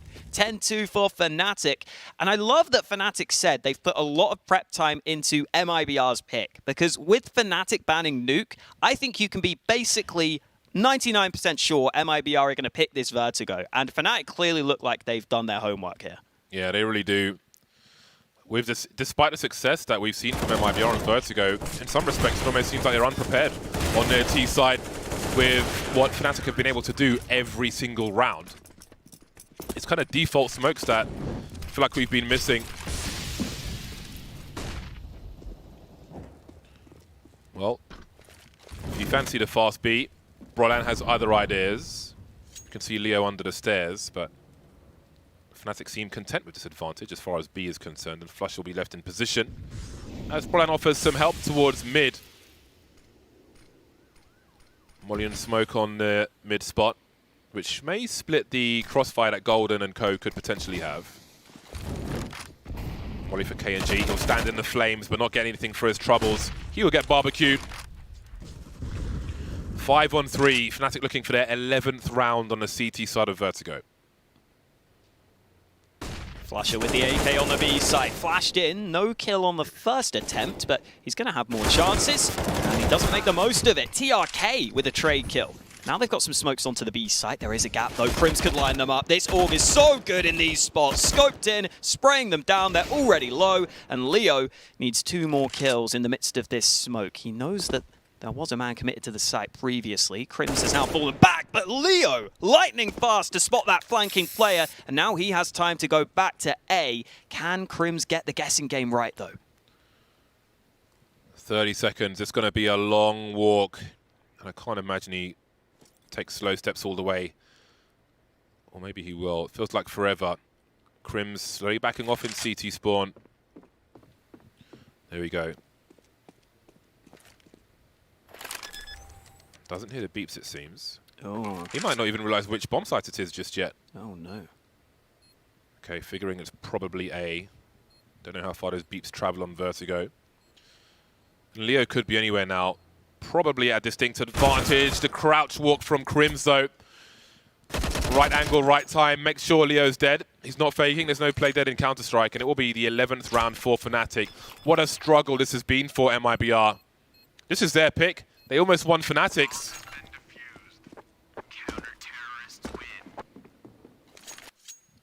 Another good effort from MIBR in these clutch scenarios as well. Like Lucas nearly wins a 1v3 earlier. Leo comes very close to a 1v3 here. They've actually been showing some signs of life individually. It's just that they're so far behind off the back of the early trades, they're never getting the chance to actually put themselves into a fairly winnable position, which is a shame. Definitely been impressed by Leo in this series. Even if Vertigo's not going well for them, he's definitely really looking strong. And wow, Lucas alongside Leo able to team up on Brolan at the start of the round. JW's got a kill elsewhere. Flusher remains close to this smoke. And there are also 2 Fnatic players at mid that would be able to rotate over very quickly if required.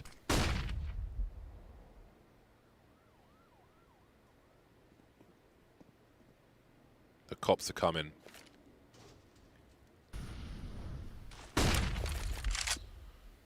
Smokes towards mid.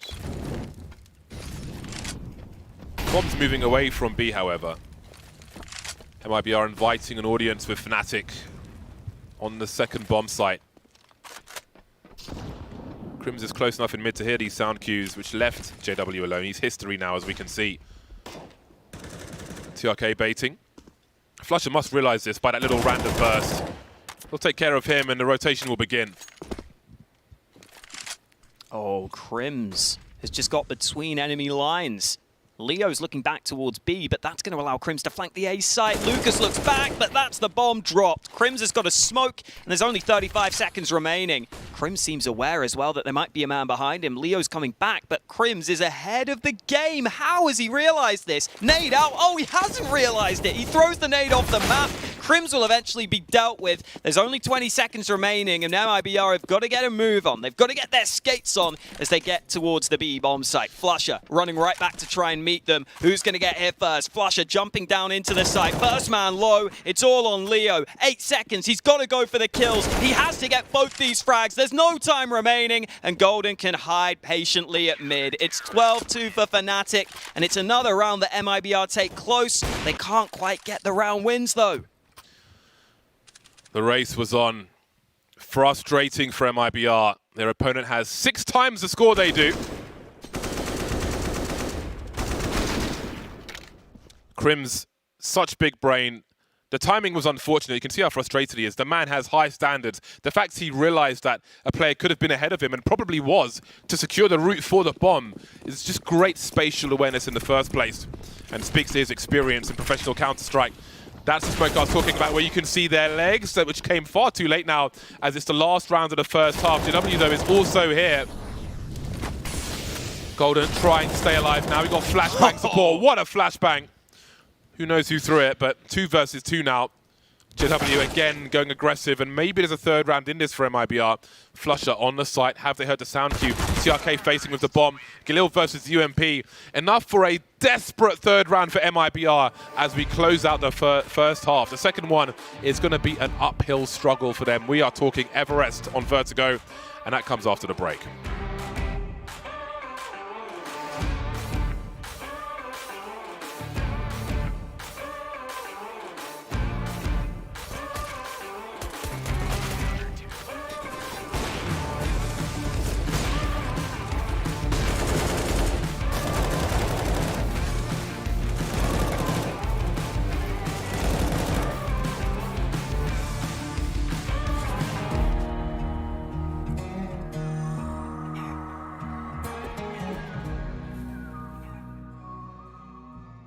It wasn't pretty for the side of MIBR in this one. 16-2, that is such a brutal scoreline. It is.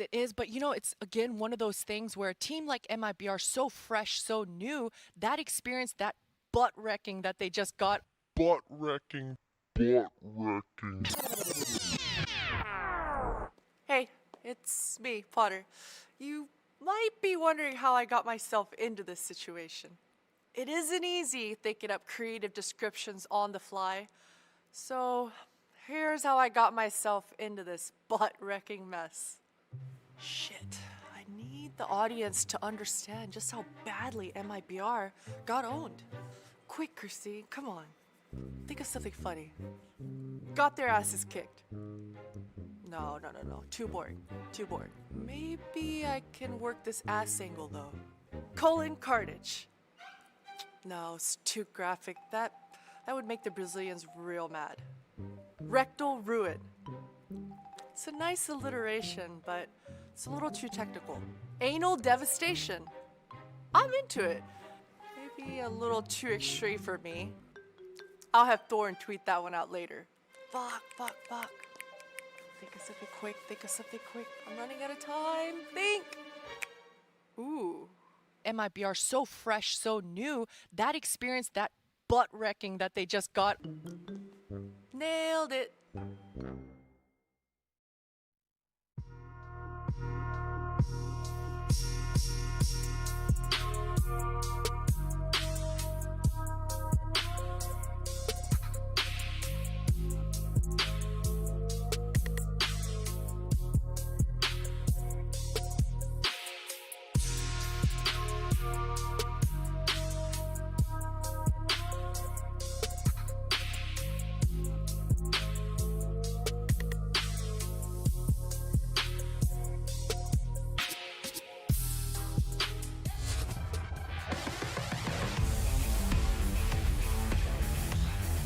I hope next time Potter's on a podcast, that episode is called Anal Devastation with Christine Chi. Yeah, I mean, she's into it, apparently. Yeah, apparently she is. I certainly aren't. But anyway, enough of that break time video. We are back into the game. 3 rounds for MIBR as they move into the CT pistol. They are on the ropes, so close to so many game points and overpass, only to find themselves backs against the wall here on Vertigo. Fast B for Fnatic. VSM playing up close. Flashbang is on point, but he's not able to get a single kill from this position. Now he is, though. Fast flick from VSM to get that man out of the air. He's going to get back to the bomb site, and now Fnatic are going to try and molly TRK out of position. He's got to try and get something done, but it's not meant to be. The rotate has arrived, though. MIBR have plenty of players standing ready on this B site, and Fnatic might be having some second thoughts here. Yeah, it looks like the bomb is backing away. Gold is being left in position, shows some presence. Found himself a 1 versus 1 of VSM. Entertaining 3 of these players who should quickly realize what is happening. I can't imagine Leo's going to be checked for. He is going to be checked for by JW. Awkward for both squads now. Which way will they go? Heading towards the A bomb site, it seems. Brolano try to cut off the rotation. Or clear the B bomb site. I can't imagine VSM sees this one coming. So many potential flanks. He's just about seen Lucas, though, 12 HP. KNG could peek. No, he's going to go towards A again. This is so awkward. 3 versus 1. Now, this is scary for MIBR as well, because there's got to be a flank coming from somewhere, but where? Is it for KNG? Is it for VSM? They both have to be concerned. This becomes very, very weird indeed. Brolan hiding in plain sight. KNG will get popped as well, which opens up the A bomb site. JW will make the most of it. Getting that bomb down and leaving VSM removed from the action. Oh, Brolan gets him. Triple for Brolan, who hasn't had to do too much. He was in single digits from the first half because his teammates were playing so bloody well. But now he comes in with a triple. And realistically, MIBR's chances have been snatched away from them unless they can maybe win a force buy here. That's what they have to rely on. Really nice to see that Fnatic didn't just fully commit to the B site there. I think some teams would maybe just try and go for the call instantly. But Fnatic realize it's not worth the risk at that juncture. It's not worth the risk at that point. Ow! TRK getting 3 nades to the face. That is an amazing opening kill from Fnatic. Not the first time we've seen triple frag grenades from them. And it's been successful again. I love the evolution of teams being forced to pay attention to detail in terms of their use of grenades rather than throwing them randomly at the start of a round, etc. They can get so much more for them if they just focus. And that's a great example from Fnatic. Potential crossfire for MIBR, or at least a trade frag situation. Crim's made me the man to deal with it, though. Oh, Leo, his gun. Oh, no, that first shot was a complete disaster. A complete disaster. And now they find themselves in a 2 versus 5. Do they throw good money after bad, rather? This round is surely not recoverable for them. I think Crims thought he was JW for a second there, flashing himself through that smoke. Not successful in doing so.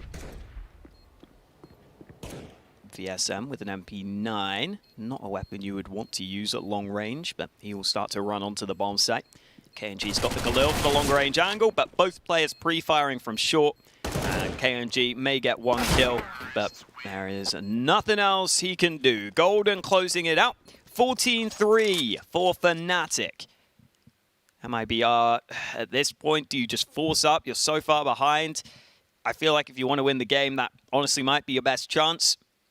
And they will do so again. They want to try and see if they can break Fnatic early to give themselves some slither of hope. But it's looking more and more likely that Fnatic will be the team advancing through to the upper bracket here. We've got those 3 nades again. Fnatic making sure no one can push mid early so that they can get that map control. Brolan, the only man holding on this A side of the map, has the SG in hand, but as MIBR get close towards him, he might be in some trouble here if they flash through this smoke.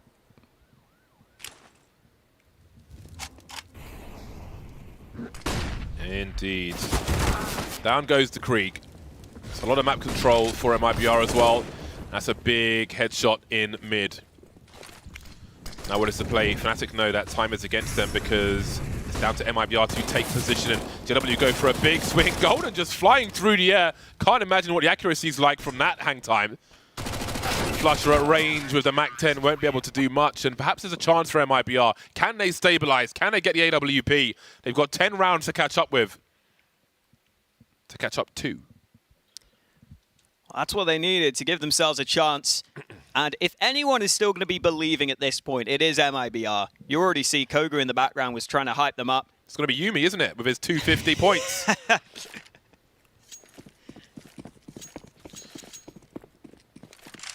It's a desperation play, let's be honest.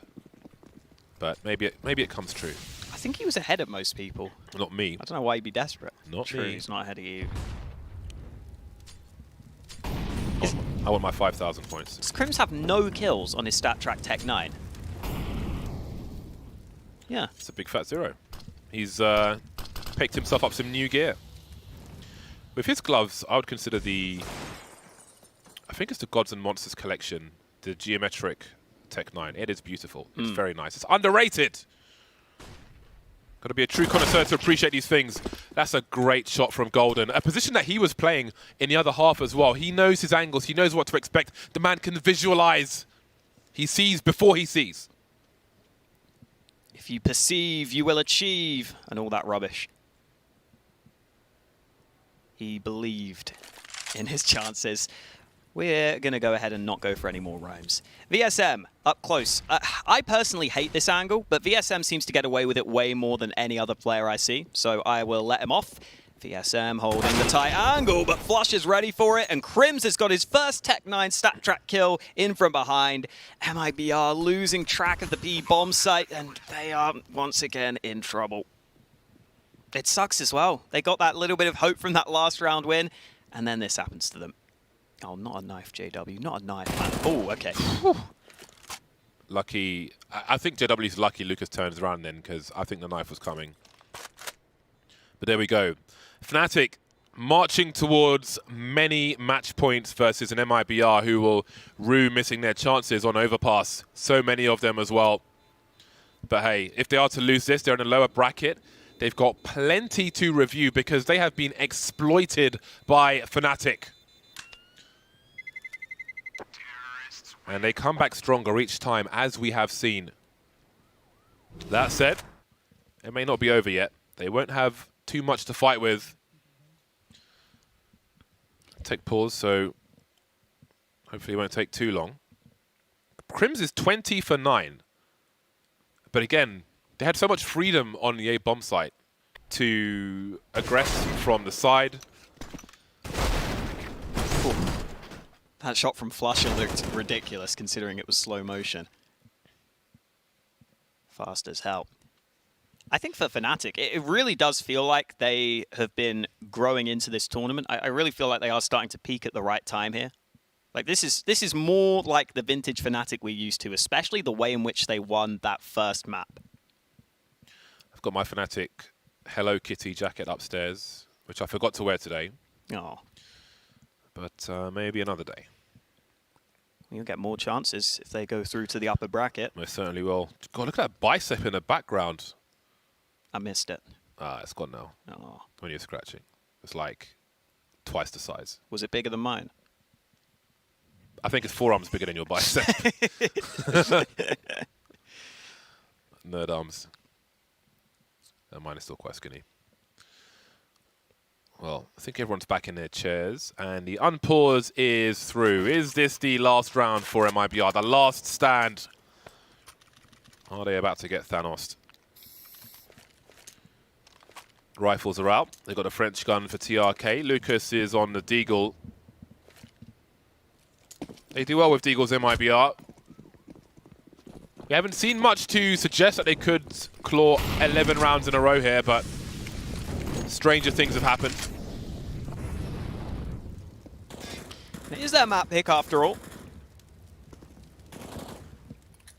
Boost for Barolan over the top of this smoke, making sure no one gets aggressive, no one gets into an awkward position.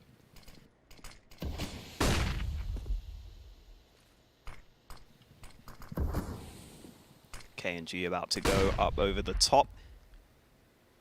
Not much going on at the start of this round. Fnatic just making sure there aren't any early pushes.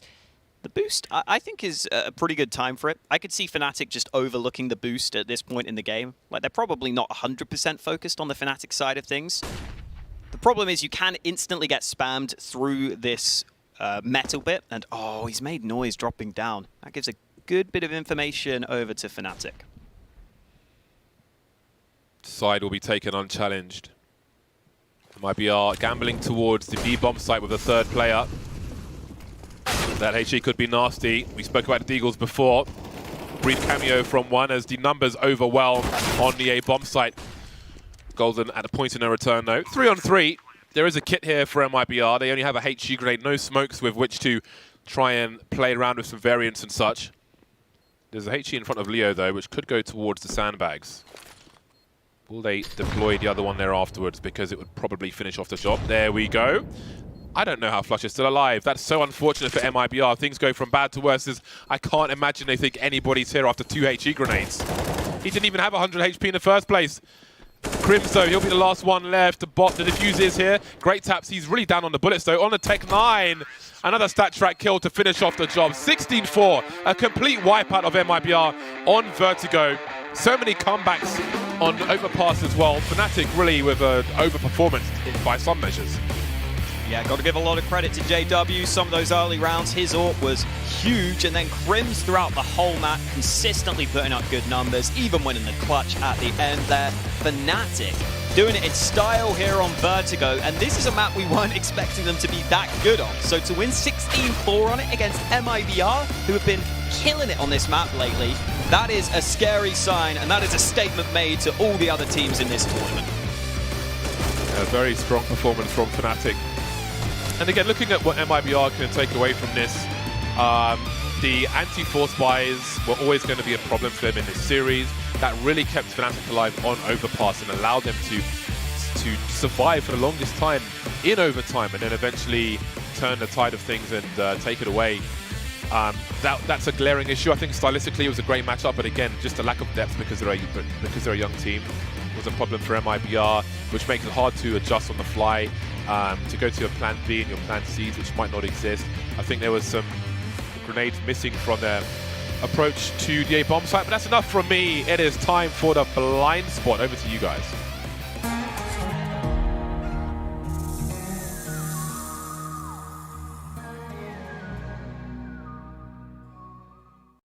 Thank you very much indeed, James. One of the longest maps we've had at the entirety of Flashpoint, followed by one of the shortest. Fnatic, they made a statement in that final map of Vertigo. We were expecting them to take it, but the fact that was MIBR's map pick, very dominant from them. Certainly wasn't the series that you expected after map one, but this is why I actually said going into the veto. Like, I know MIBR and people who've watched them earlier in the tournament are going to think Vertigo's their map, they're going to win it. It's like, Fnatic is no joke on that map. In fact, as we saw there, this wasn't even a real game of Counter-Strike for me. Unfortunately, like I said, the psychological carryover for the MIBR players, they looked like they were already out of the tournament, which they aren't. They're now just in the lower bracket, but you could tell they never got off of Overpass. Meanwhile, Fnatic, they were just playing with house money, just doing anything they wanted, and everything worked. Yeah, it felt like on the first map, MIBR got so many entry kills, found themselves in so many 5-on-4s, and then in this map, they didn't get any entry kills on this half, and of course Fnatic, they stayed so good late round, they just had no chances, even just in terms of frags, they weren't in this game. So obviously coming off that first map, mentally probably were out of it, and even with this team, you suspect they probably dump a lot of kind of emotional energy into that first game, and then coming into Vertigo, which probably most people would still side that the way of MIBR in this matchup. They just had nothing, and I don't think I've actually seen MIBR crumble like that on T-side before. It feels like in most other games, when they go really far down, they get aggressive, they get faster, KNG takes more control. I feel like in that game, they were just getting super passive. They were respecting Fnatic way too much.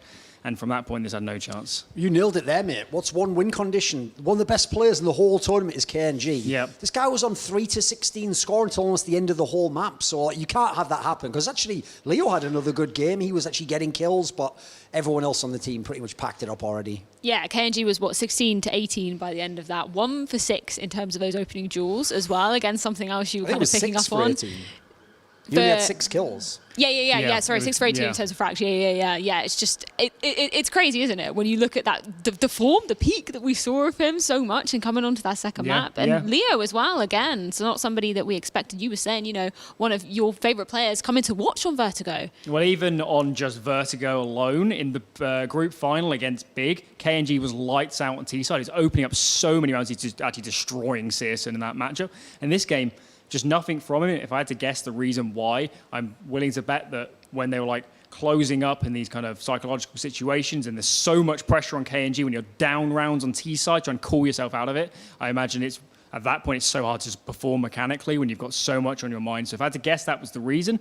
But if that is the case, I think you have to really criticize Kogu, actually, in this game. There were no pauses when they were going badly on the T side for them. Kogu needs to slow the round down, have his input, say, let's run this set round. We've played this before. You know, we'll just run this out and try and get onto a bomb so I can give ourselves a chance. But no tack pauses, KNG falling apart cooling-wise. And yep, I think we just, it's just a bit disappointing, actually, because the more I reflect on that overpass game, the more I'm just like, what more did MIBR need to do to win that game? And obviously, going into Vertigo, we might have expected better, but it just kind of fell flat. It's interesting with the pauses as well, because I believe we saw MIBR using up all of their pauses in the regulation of Overpass. So I'm wondering whether that's kind of that mental game of like maybe Kogu wanted to have a pause left in one of those 3 overtimes that we saw, but obviously didn't have any at his disposal. So I don't know, that's just throwing something out there random. Maybe you have to remember he wasn't a coach. Like he's just taken this role on now. He was obviously even a player for a long time in CSGO, just at the lower levels. So he has to adapt himself to this game. Like I'm sure as a coach, you just start watching the game yourself and you just pull in for people. But the difference is on Overpass, I got it because they had control of the game. If anything, they're not the ones who wanted to cool the game down there. Everything was going their way. They were probably loving that Fnatic weren't calling them. But I agree on the Vertigo match there, like even as an observer, about a third of the way into the half, you were like, someone pause it right now. Like, this tempo is terrible. You're never going to get anything, especially when you never get the opening kill, like you say. So that gift that you were getting on Overpass, you never got on Vertigo. Yeah, and then that was something else that JW was saying too. He was in that interview with Monty earlier. He was saying they'd actually poured so much time and energy into the pick of MIBR, which when you looked at Fnatic's ban, you presumed, you know, it was probably going to be Vertigo coming into it. So was there anything that you particularly saw from the Fnatic side that was really, really catching MIBR off guard? The surprising part about Fnatic on Vertigo is they've had consistently really good CT halves.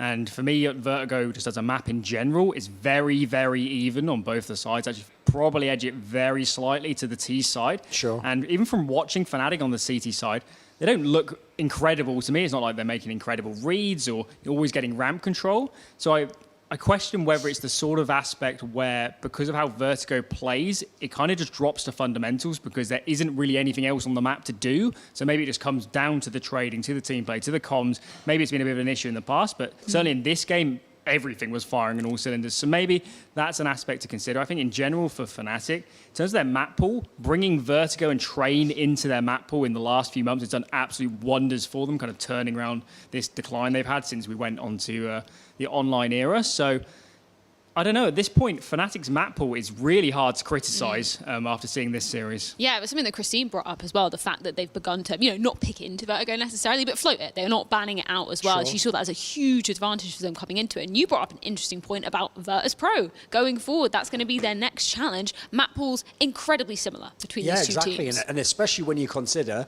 so before today's matches, you would say, well, I'd obviously just pick Overpass in a Virtus.Pro. Look at them, they look terrible against Mad Lions. Not anymore. Looked awesome today against Big. Then you go over the other side, Virtus.Pro's own pick against Big was obviously the Vertigo, and then they look terrible. So it's not like you're just going to pick it straight into Fnatic. So I actually expect this might be a scenario with the amount of money on the line and the prestige of the match. You get into the final automatically if you win. Yeah. This is the scenario where typically, at least on the VP side, you just agree to a handshake and you play the Inferno, the Overpass, whatever it might be is the third one. Like you just say, we'll just play the standard maps. Like I don't think you're going to get the crazy like Train pick out of nowhere. I don't think you do that in that kind of a big money match. Well, we'll be seeing going forward what more Fnatic will be bringing. But before we do that, we've got to check in with one of the Fnatic members. It's Brolin, I believe, on the line with us. Congratulations, man. How are you feeling? Thank you.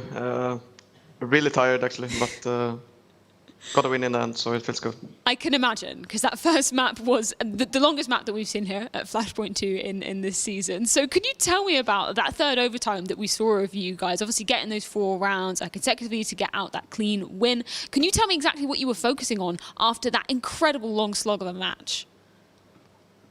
I mean, like after the first map, we kind of knew how they were playing. We started to know what they were doing and stuff, and I think it was like a hard match, like a long match on OPS, and I think we came into the second map very prepared, and we knew much more about and how they're playing and stuff. So, yeah.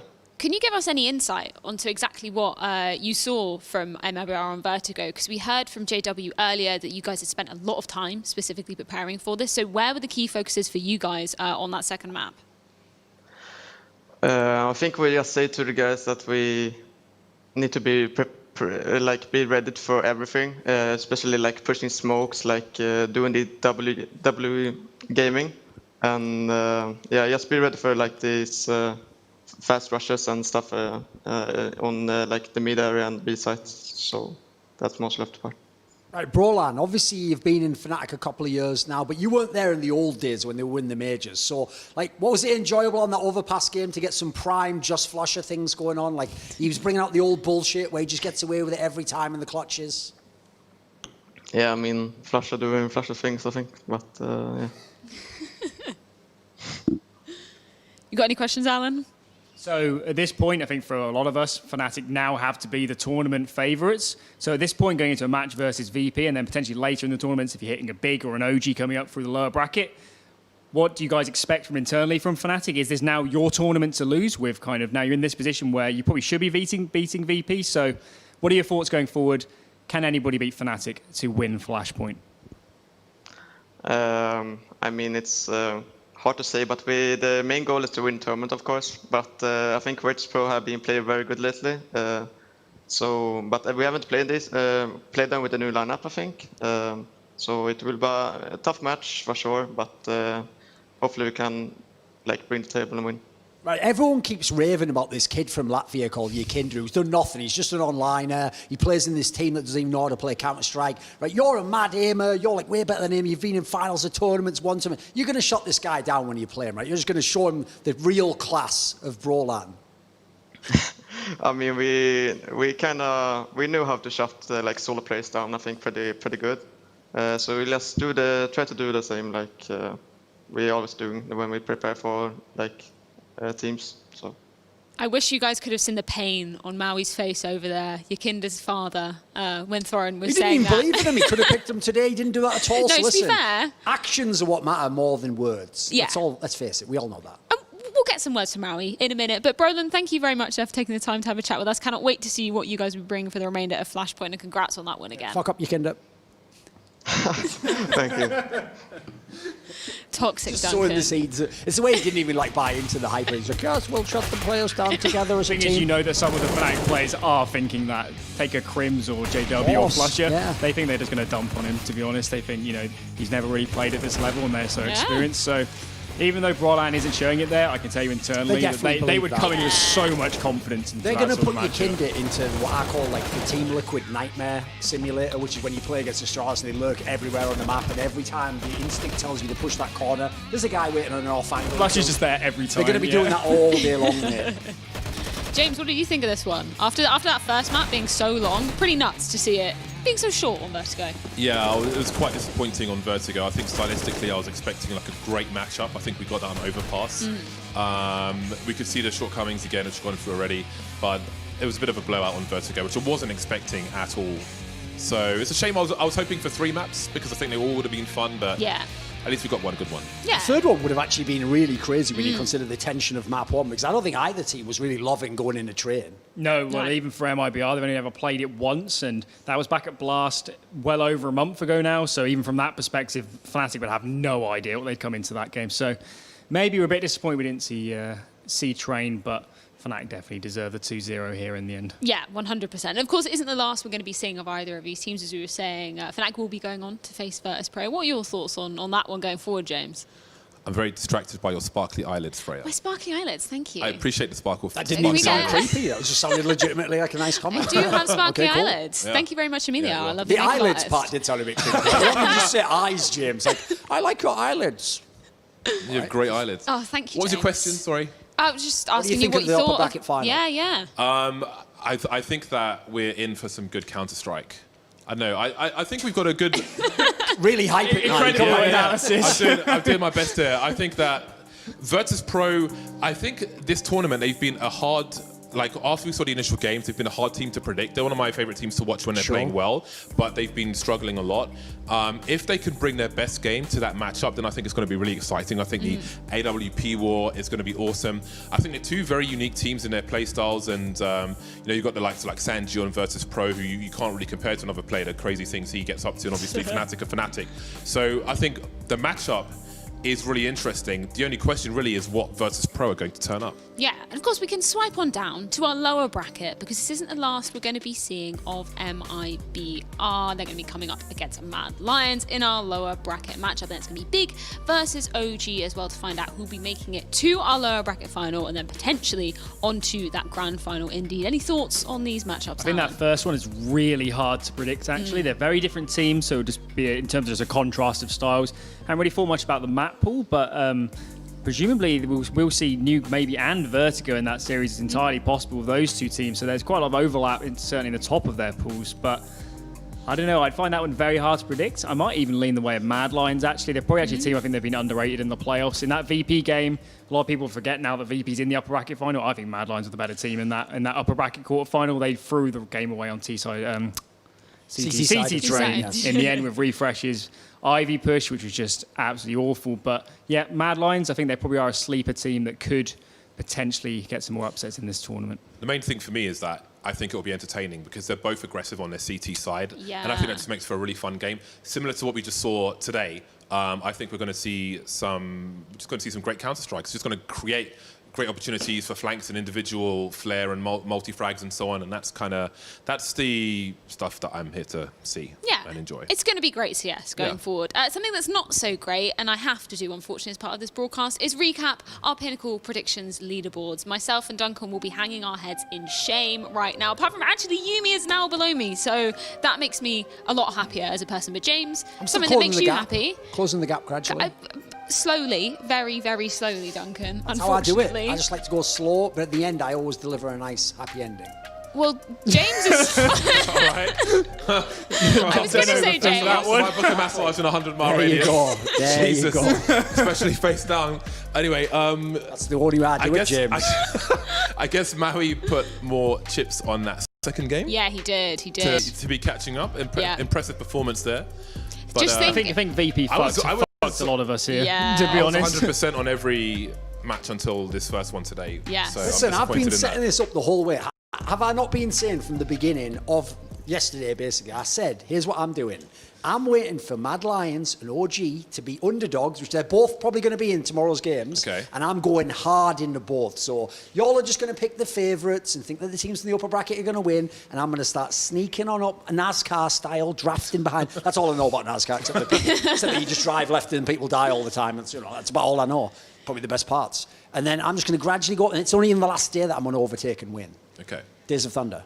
Well, that's enough Counter-Strike for us today, I think. Now we've got some real fun to be getting in with. We're going to be doing our brand game. Yet again, we saw James Bardolph subject to being the painter the other day, where we were creating an organisation. Maybe don't take 10 minutes this time around. You know, I tuned in. It was lasted a long time. I think it's longer than 10 minutes, actually. It's going on forever. Let's get some speed into it. Let's get him in then. Let's get Maui in. Maui's going to be joining us this time. You're going to be painting. Lovely shirt, Maui. Thank you. Can you tell us where you found that? This is Stussy. This is just that, Stussy brand. Nice. Never heard of it. Great. It's a classic streetwear brand. I know. Okay. Yeah. Okay. I'm not cultured enough. I also like rap music. It's like one of the first streetwear brands ever. Stussy. You know that lyric? By Sean Stussy, one of the original streetwear founders, So where are we going with this one this time? What we're going to do, just so the viewers at home know, we're going to be making our own organisation with the logo, the name. We did start brainstorming. So here's what we're thinking of, the kindergarteners. Your kindergartners. Because you can have a little garden angle, your kindergarten, work it in. Yeah. He's a little sprout you're helping to grow. Or, where are we going else? You said something about cold shower. It could be, it's got to be VP or Yakinda as the start. So anything off Yakinda, we of course had the cold shower stuff. So we could try and work that in, but it might be a bit Something long about cold for showers. Okay, so let me see where am I going with this. Okay, Let me, so just let me to get some preface colors this first. as Yeah. well, we're going to be doing something what we want else. Is Maui in a shower, taking a cold shower, struggling to force an erection down, while Yakinda frags out of control on a monitor in the background. Not too much to ask for there, Maui. Oh my Very easy. God. You know, I think that's reasonable. Image to paint. Now, can you paint in real life? We're gonna take a. These are all stuck. We're Okay, going to leave you to do your own thing, Maui, as Has he well, got a because we've bad got brush something again? else to do. No, the brushes seem better this time, but okay, what colors are you guys feeling for this one? Ooh. What color do you paint an All right, erection? let's bring these over. Let's bring these over. Colour do I paint in? What color do you paint an erection in? I mean, obviously the end has to be bright red. Greens. There you go, this one for the end. Oh, God. Okay. We're talking And then for the shaft. It's a great British tradition. If people don't know, it's a great British tradition that you go into a public toilet, or frankly almost any kind of men's toilets, and there's just graffiti on the walls. Just dicks, everything, you know, meet here after 7 p.m. or whatever. Glory holes, yeah. Pick a color. Pick a I used color. to think this is really inappropriate for church, but, you know, whatever. Pick a color, Thorin. What do you want to see in this? Like this one, isn't this the sort of like shite colour that Yakinda's flag is? It's sort of like God. horrible grey, dark Isn't it? mess. No, it's red, isn't it? Latvia. Oh, it's like some sort of like... It's like purplish, almost, or like... I'm colourblind. Give him a purple then. Give him a I'm purple. pretty sure it's like a dark red colour. Red, yeah.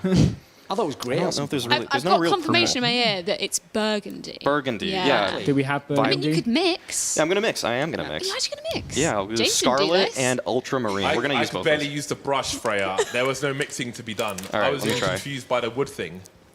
I believe there. lovely Techman That Ollie ties into washed the theme, brushes. because so actually Maui ended up getting confused by the whole wood thing as well. That's how this premise came about.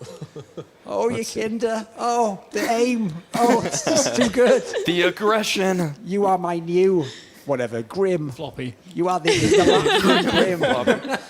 All my children. All of my children. Okay, right. Whilst we leave Maui to paint, we've got something else to be doing. It's Thorin or not Thorin. So we're gonna leave Maui to It's a do game his I play thing. every We'll morning in the mirror. Usually choose Thorin, believe it or not. well, let's see. Let's bring them up because I believe we've got some tweets ready. Put my glasses on so I can And actually you know my read. tweets bang like a morph. Okay, what have we got? Everyone raved about Stewie 2K's epic AWP holds in B and Skadoodle not being a bot for a few maps, but Tarek was the reason C9 won the major in my book. He had the impact plays in the lift. I need stronger glasses. When FaZe seemed destined to crawl over the line. And then B, FaZe shitting the bed on T Inferno gifted C9 the Boston major title. Stop acting like this Tarek-led Cloud9. It's the second coming of Christ. Morons. Which one is Thorin? This is tough, and I am Thorin. It's easy for me, I think. Isn't the I'd say it first was one B. too nice? Yeah, it's too long as well. Yeah.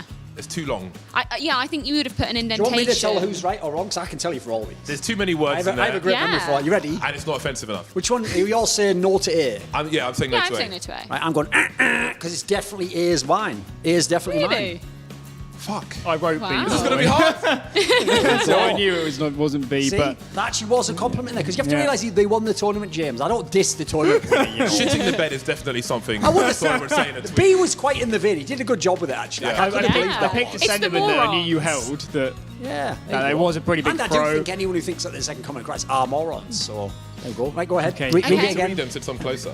Bragging about how fucked up you got the other night is one of the more pathetic things you can do. Or B, it's one thing for fans to do it, but journalists who are blatantly biased in favour of their region are just pathetic. I think B is him. I know I'm pretty confident B is him in this one. To be honest, from knowing Duncan's opinions on having mad I biases think about both regions and are stuff. possible. They are. Both are possible. Definitely like stream of consciousness tweets are out there. Yes. So I'm really kind of torn about this one because Oh, I really don't know. You did a good job on the fake tweets, haven't you? Yeah. Whoever did this one, props. this is a tough one. I don't know what to pick here.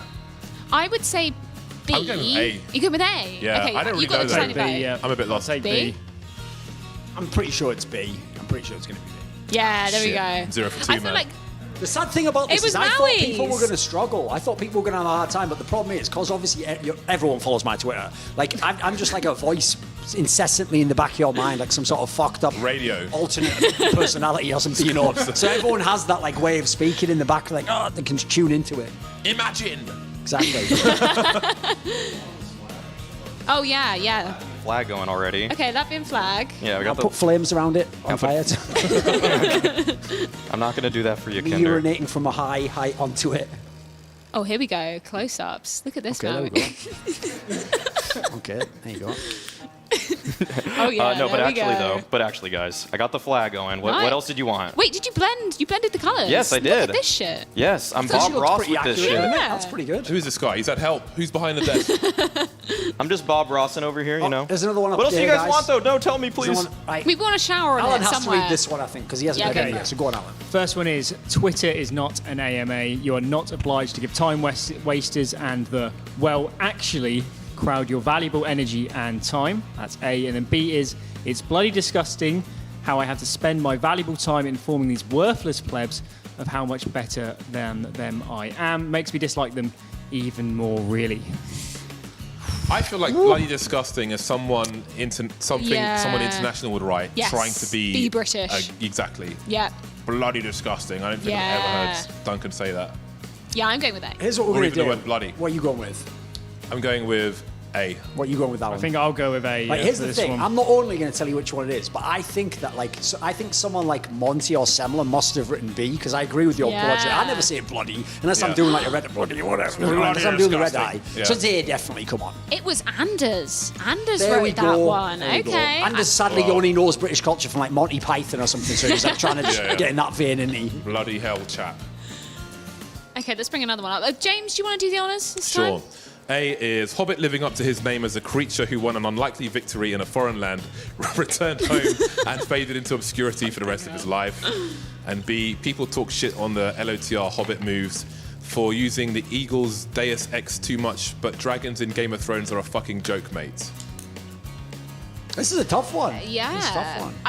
I would side with A. I don't even understand I B. think it's B, actually, on this one, yeah. Okay. Because I don't think Hobbit faded that quickly, and presumably this would have, if it was real, be tweeted fairly soon after PGL Krakow.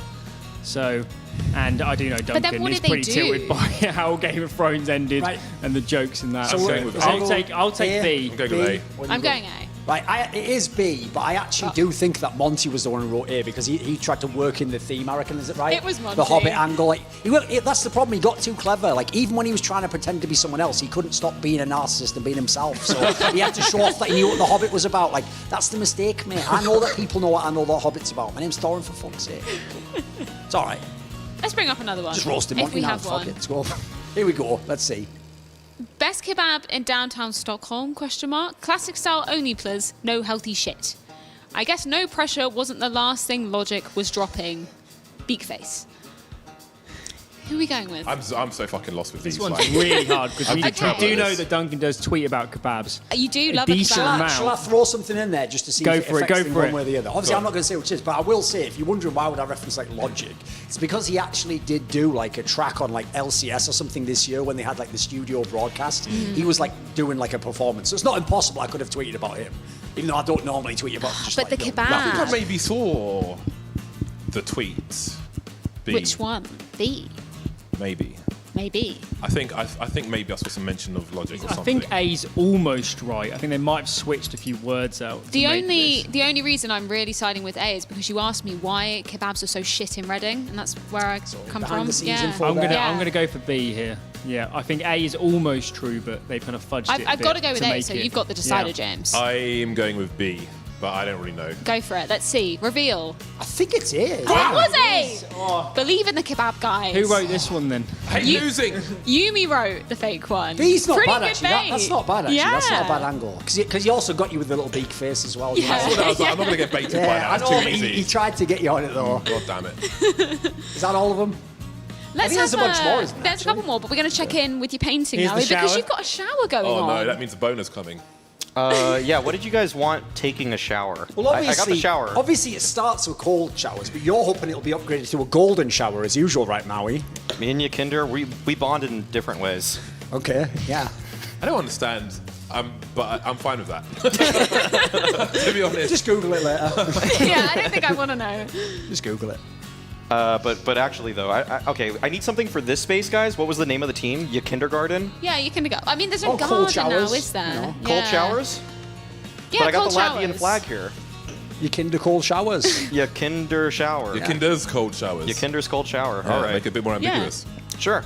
Also sounds like Get Right's talking about a player from 100 Thieves, YKS. YKS. See what I did there? Oh, look at them. Together in harmony, our two organisations. Maybe we should put it up on Twitter afterwards. Which one would you rather play for? Which one would you rather not play for? I know which one I wouldn't play for. Yeah. I'm not going anywhere near the showers, that's for sure. You'd rather go for the sexy snakes. I'll go for the poles, yeah. Yeah, 100%. Let's Polls bring over up showers. another tweet whilst we're at it. Do you want to take this one, Alan? The first one is TSM could use a little Reggie side.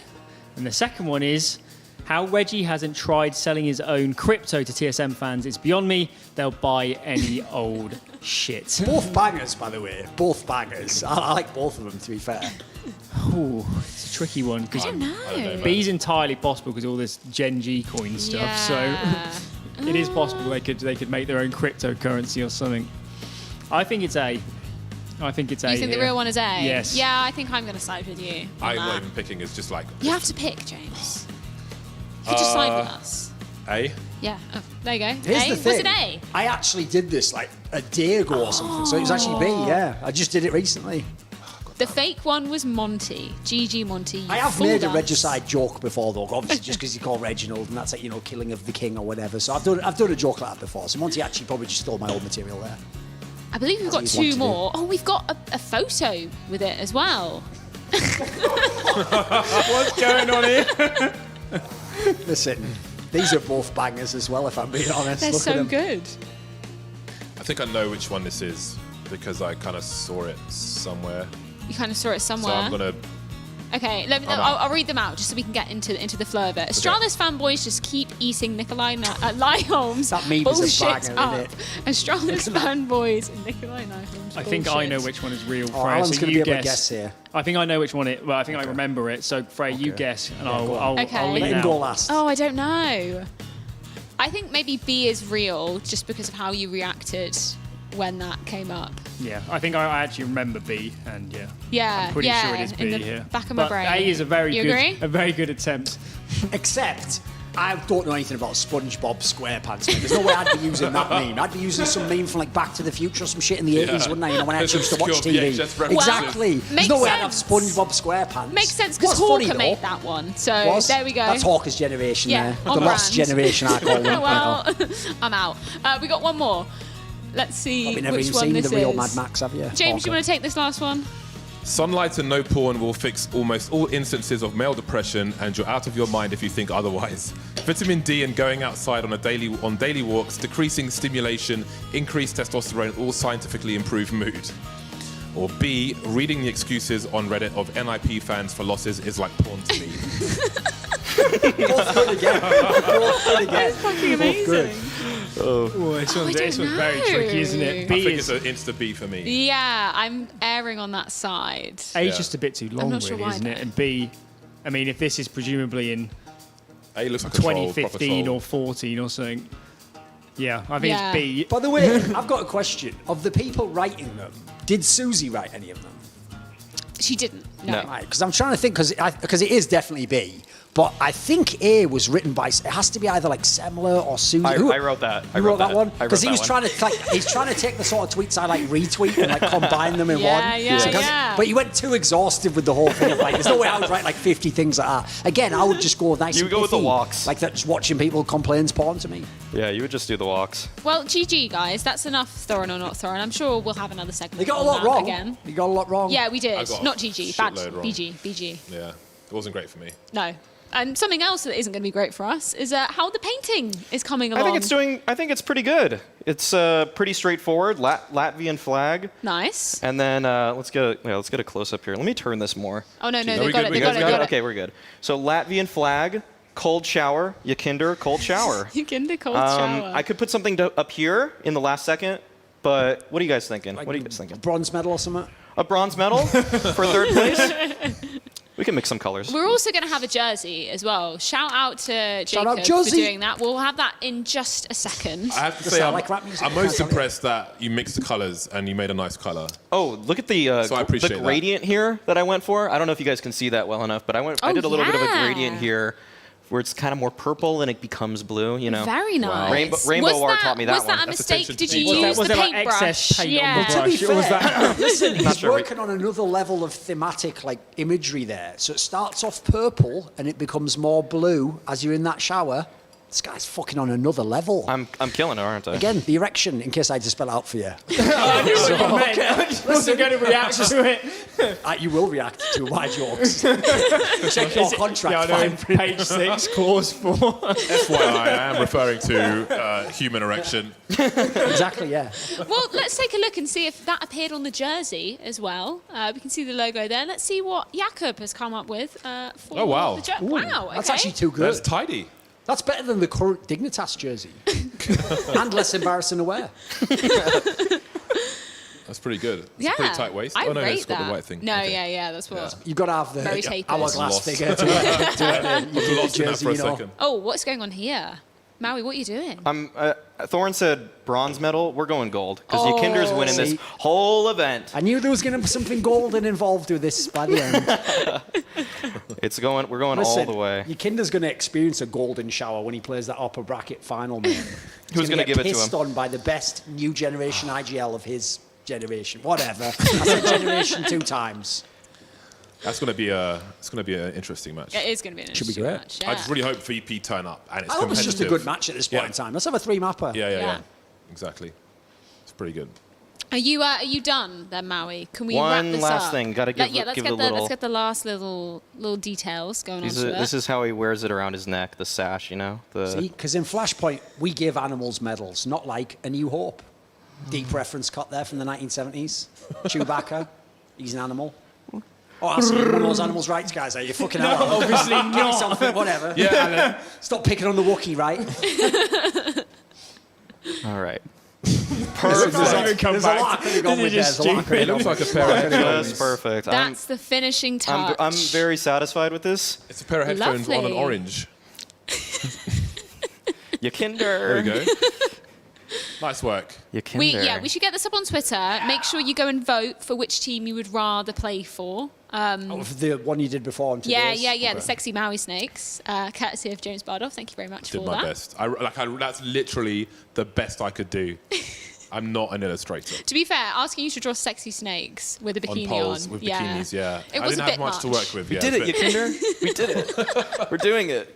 It's a bit difficult. Oh, there we go. We got the verses Oh, as wow. a jersey If you wanted as to draw well. a snake on the poles, why didn't you just draw Taz? You've seen him loads of times. Oh no. Think about it, Alan. Think about it. There's another I like the reference pink. to the snake. I like I the was pink. going to say, I love the hot pink. It's a nice pop. Very sexy Yeah, as well. it's a nice pop. Very on brand. Look at this. There you go. But aside from that, we've got to get back to the CS, and I believe we can take a look What's at going our on now? upcoming bracket for tomorrow to take a look at our schedule for exactly what's going to be happening there. Of course, we've got more elimination games coming up. MIBR versus Mad Lions kicking off at 2 p.m. GMT. Then it's going to be Big versus OG at 5 p.m. GMT as well. And of course, the blind spot again. Can we just bring attention to the bottom there, the SoundCloud link for the mixes Yes. during the Some breaks? bangers on this, aren't they? They are awesome. Absolute They are really, bangers. really good, and you should definitely check those out. Definitely. 100%. And of course, check out the Counter-Strike tomorrow as well. Make sure you're joining us back here. Maui, are you content after that day of painting, day of analysing? I think when we look back at Sexy Maui versus Yakinder Cold Shower, I have a stake in both of these, of course. Yeah, But yeah. let's just put them side by side briefly here. Let's see. Let's get the camera on them. Yeah, move it back a bit. Is there okay? Wow, Oh, you're there we go, already there not we smart, go. are you? There's So- definitely space for both of them So on type, the fucking type easel. 1 in Twitch chat if you like Sexy Maui better. Type 2 in Twitch chat if you like Yakinder Cold Shower better. There we go. That's how we'll make the votes. But Good. you don't really lose either way, Maui. Exactly. This is the best contest for me because it's either my drawing or a drawing about me. So There it's we kind of go. egotistical. I don't know. This is It's becoming nice a lot. to get to finally win something, Maui, because... Oh, James. Oh. Oh, if you just keep going the safe bet all the time. Okay. Where you at, baby? Mr. Go safe bet all the time. That's you. Just doing the safe thing all the time. It's not my fault. No guts that in your I have bets. all the points. You need to show me you really need it. Show me you really need to earn it. Well, thank you so much, gentlemen, for joining me. Thank you so much for your artistic flair. As always, Maui, pleasure to have you guys joining us here on The Blind Spot. And thank you guys at home so much for taking the time to chat with us as well. We'll be back tomorrow at 2 p.m. Before James's head takes up too much of the camera, we will say bye-bye for now. Erections.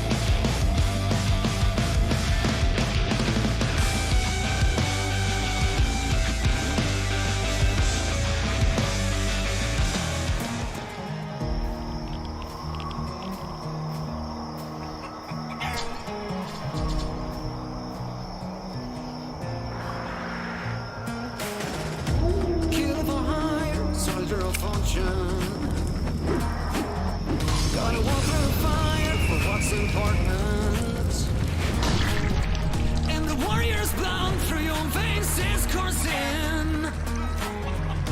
Killing for hire, soldier of fortune. The whole world's watching every move. Take your shot, don't act a fool. All you got and all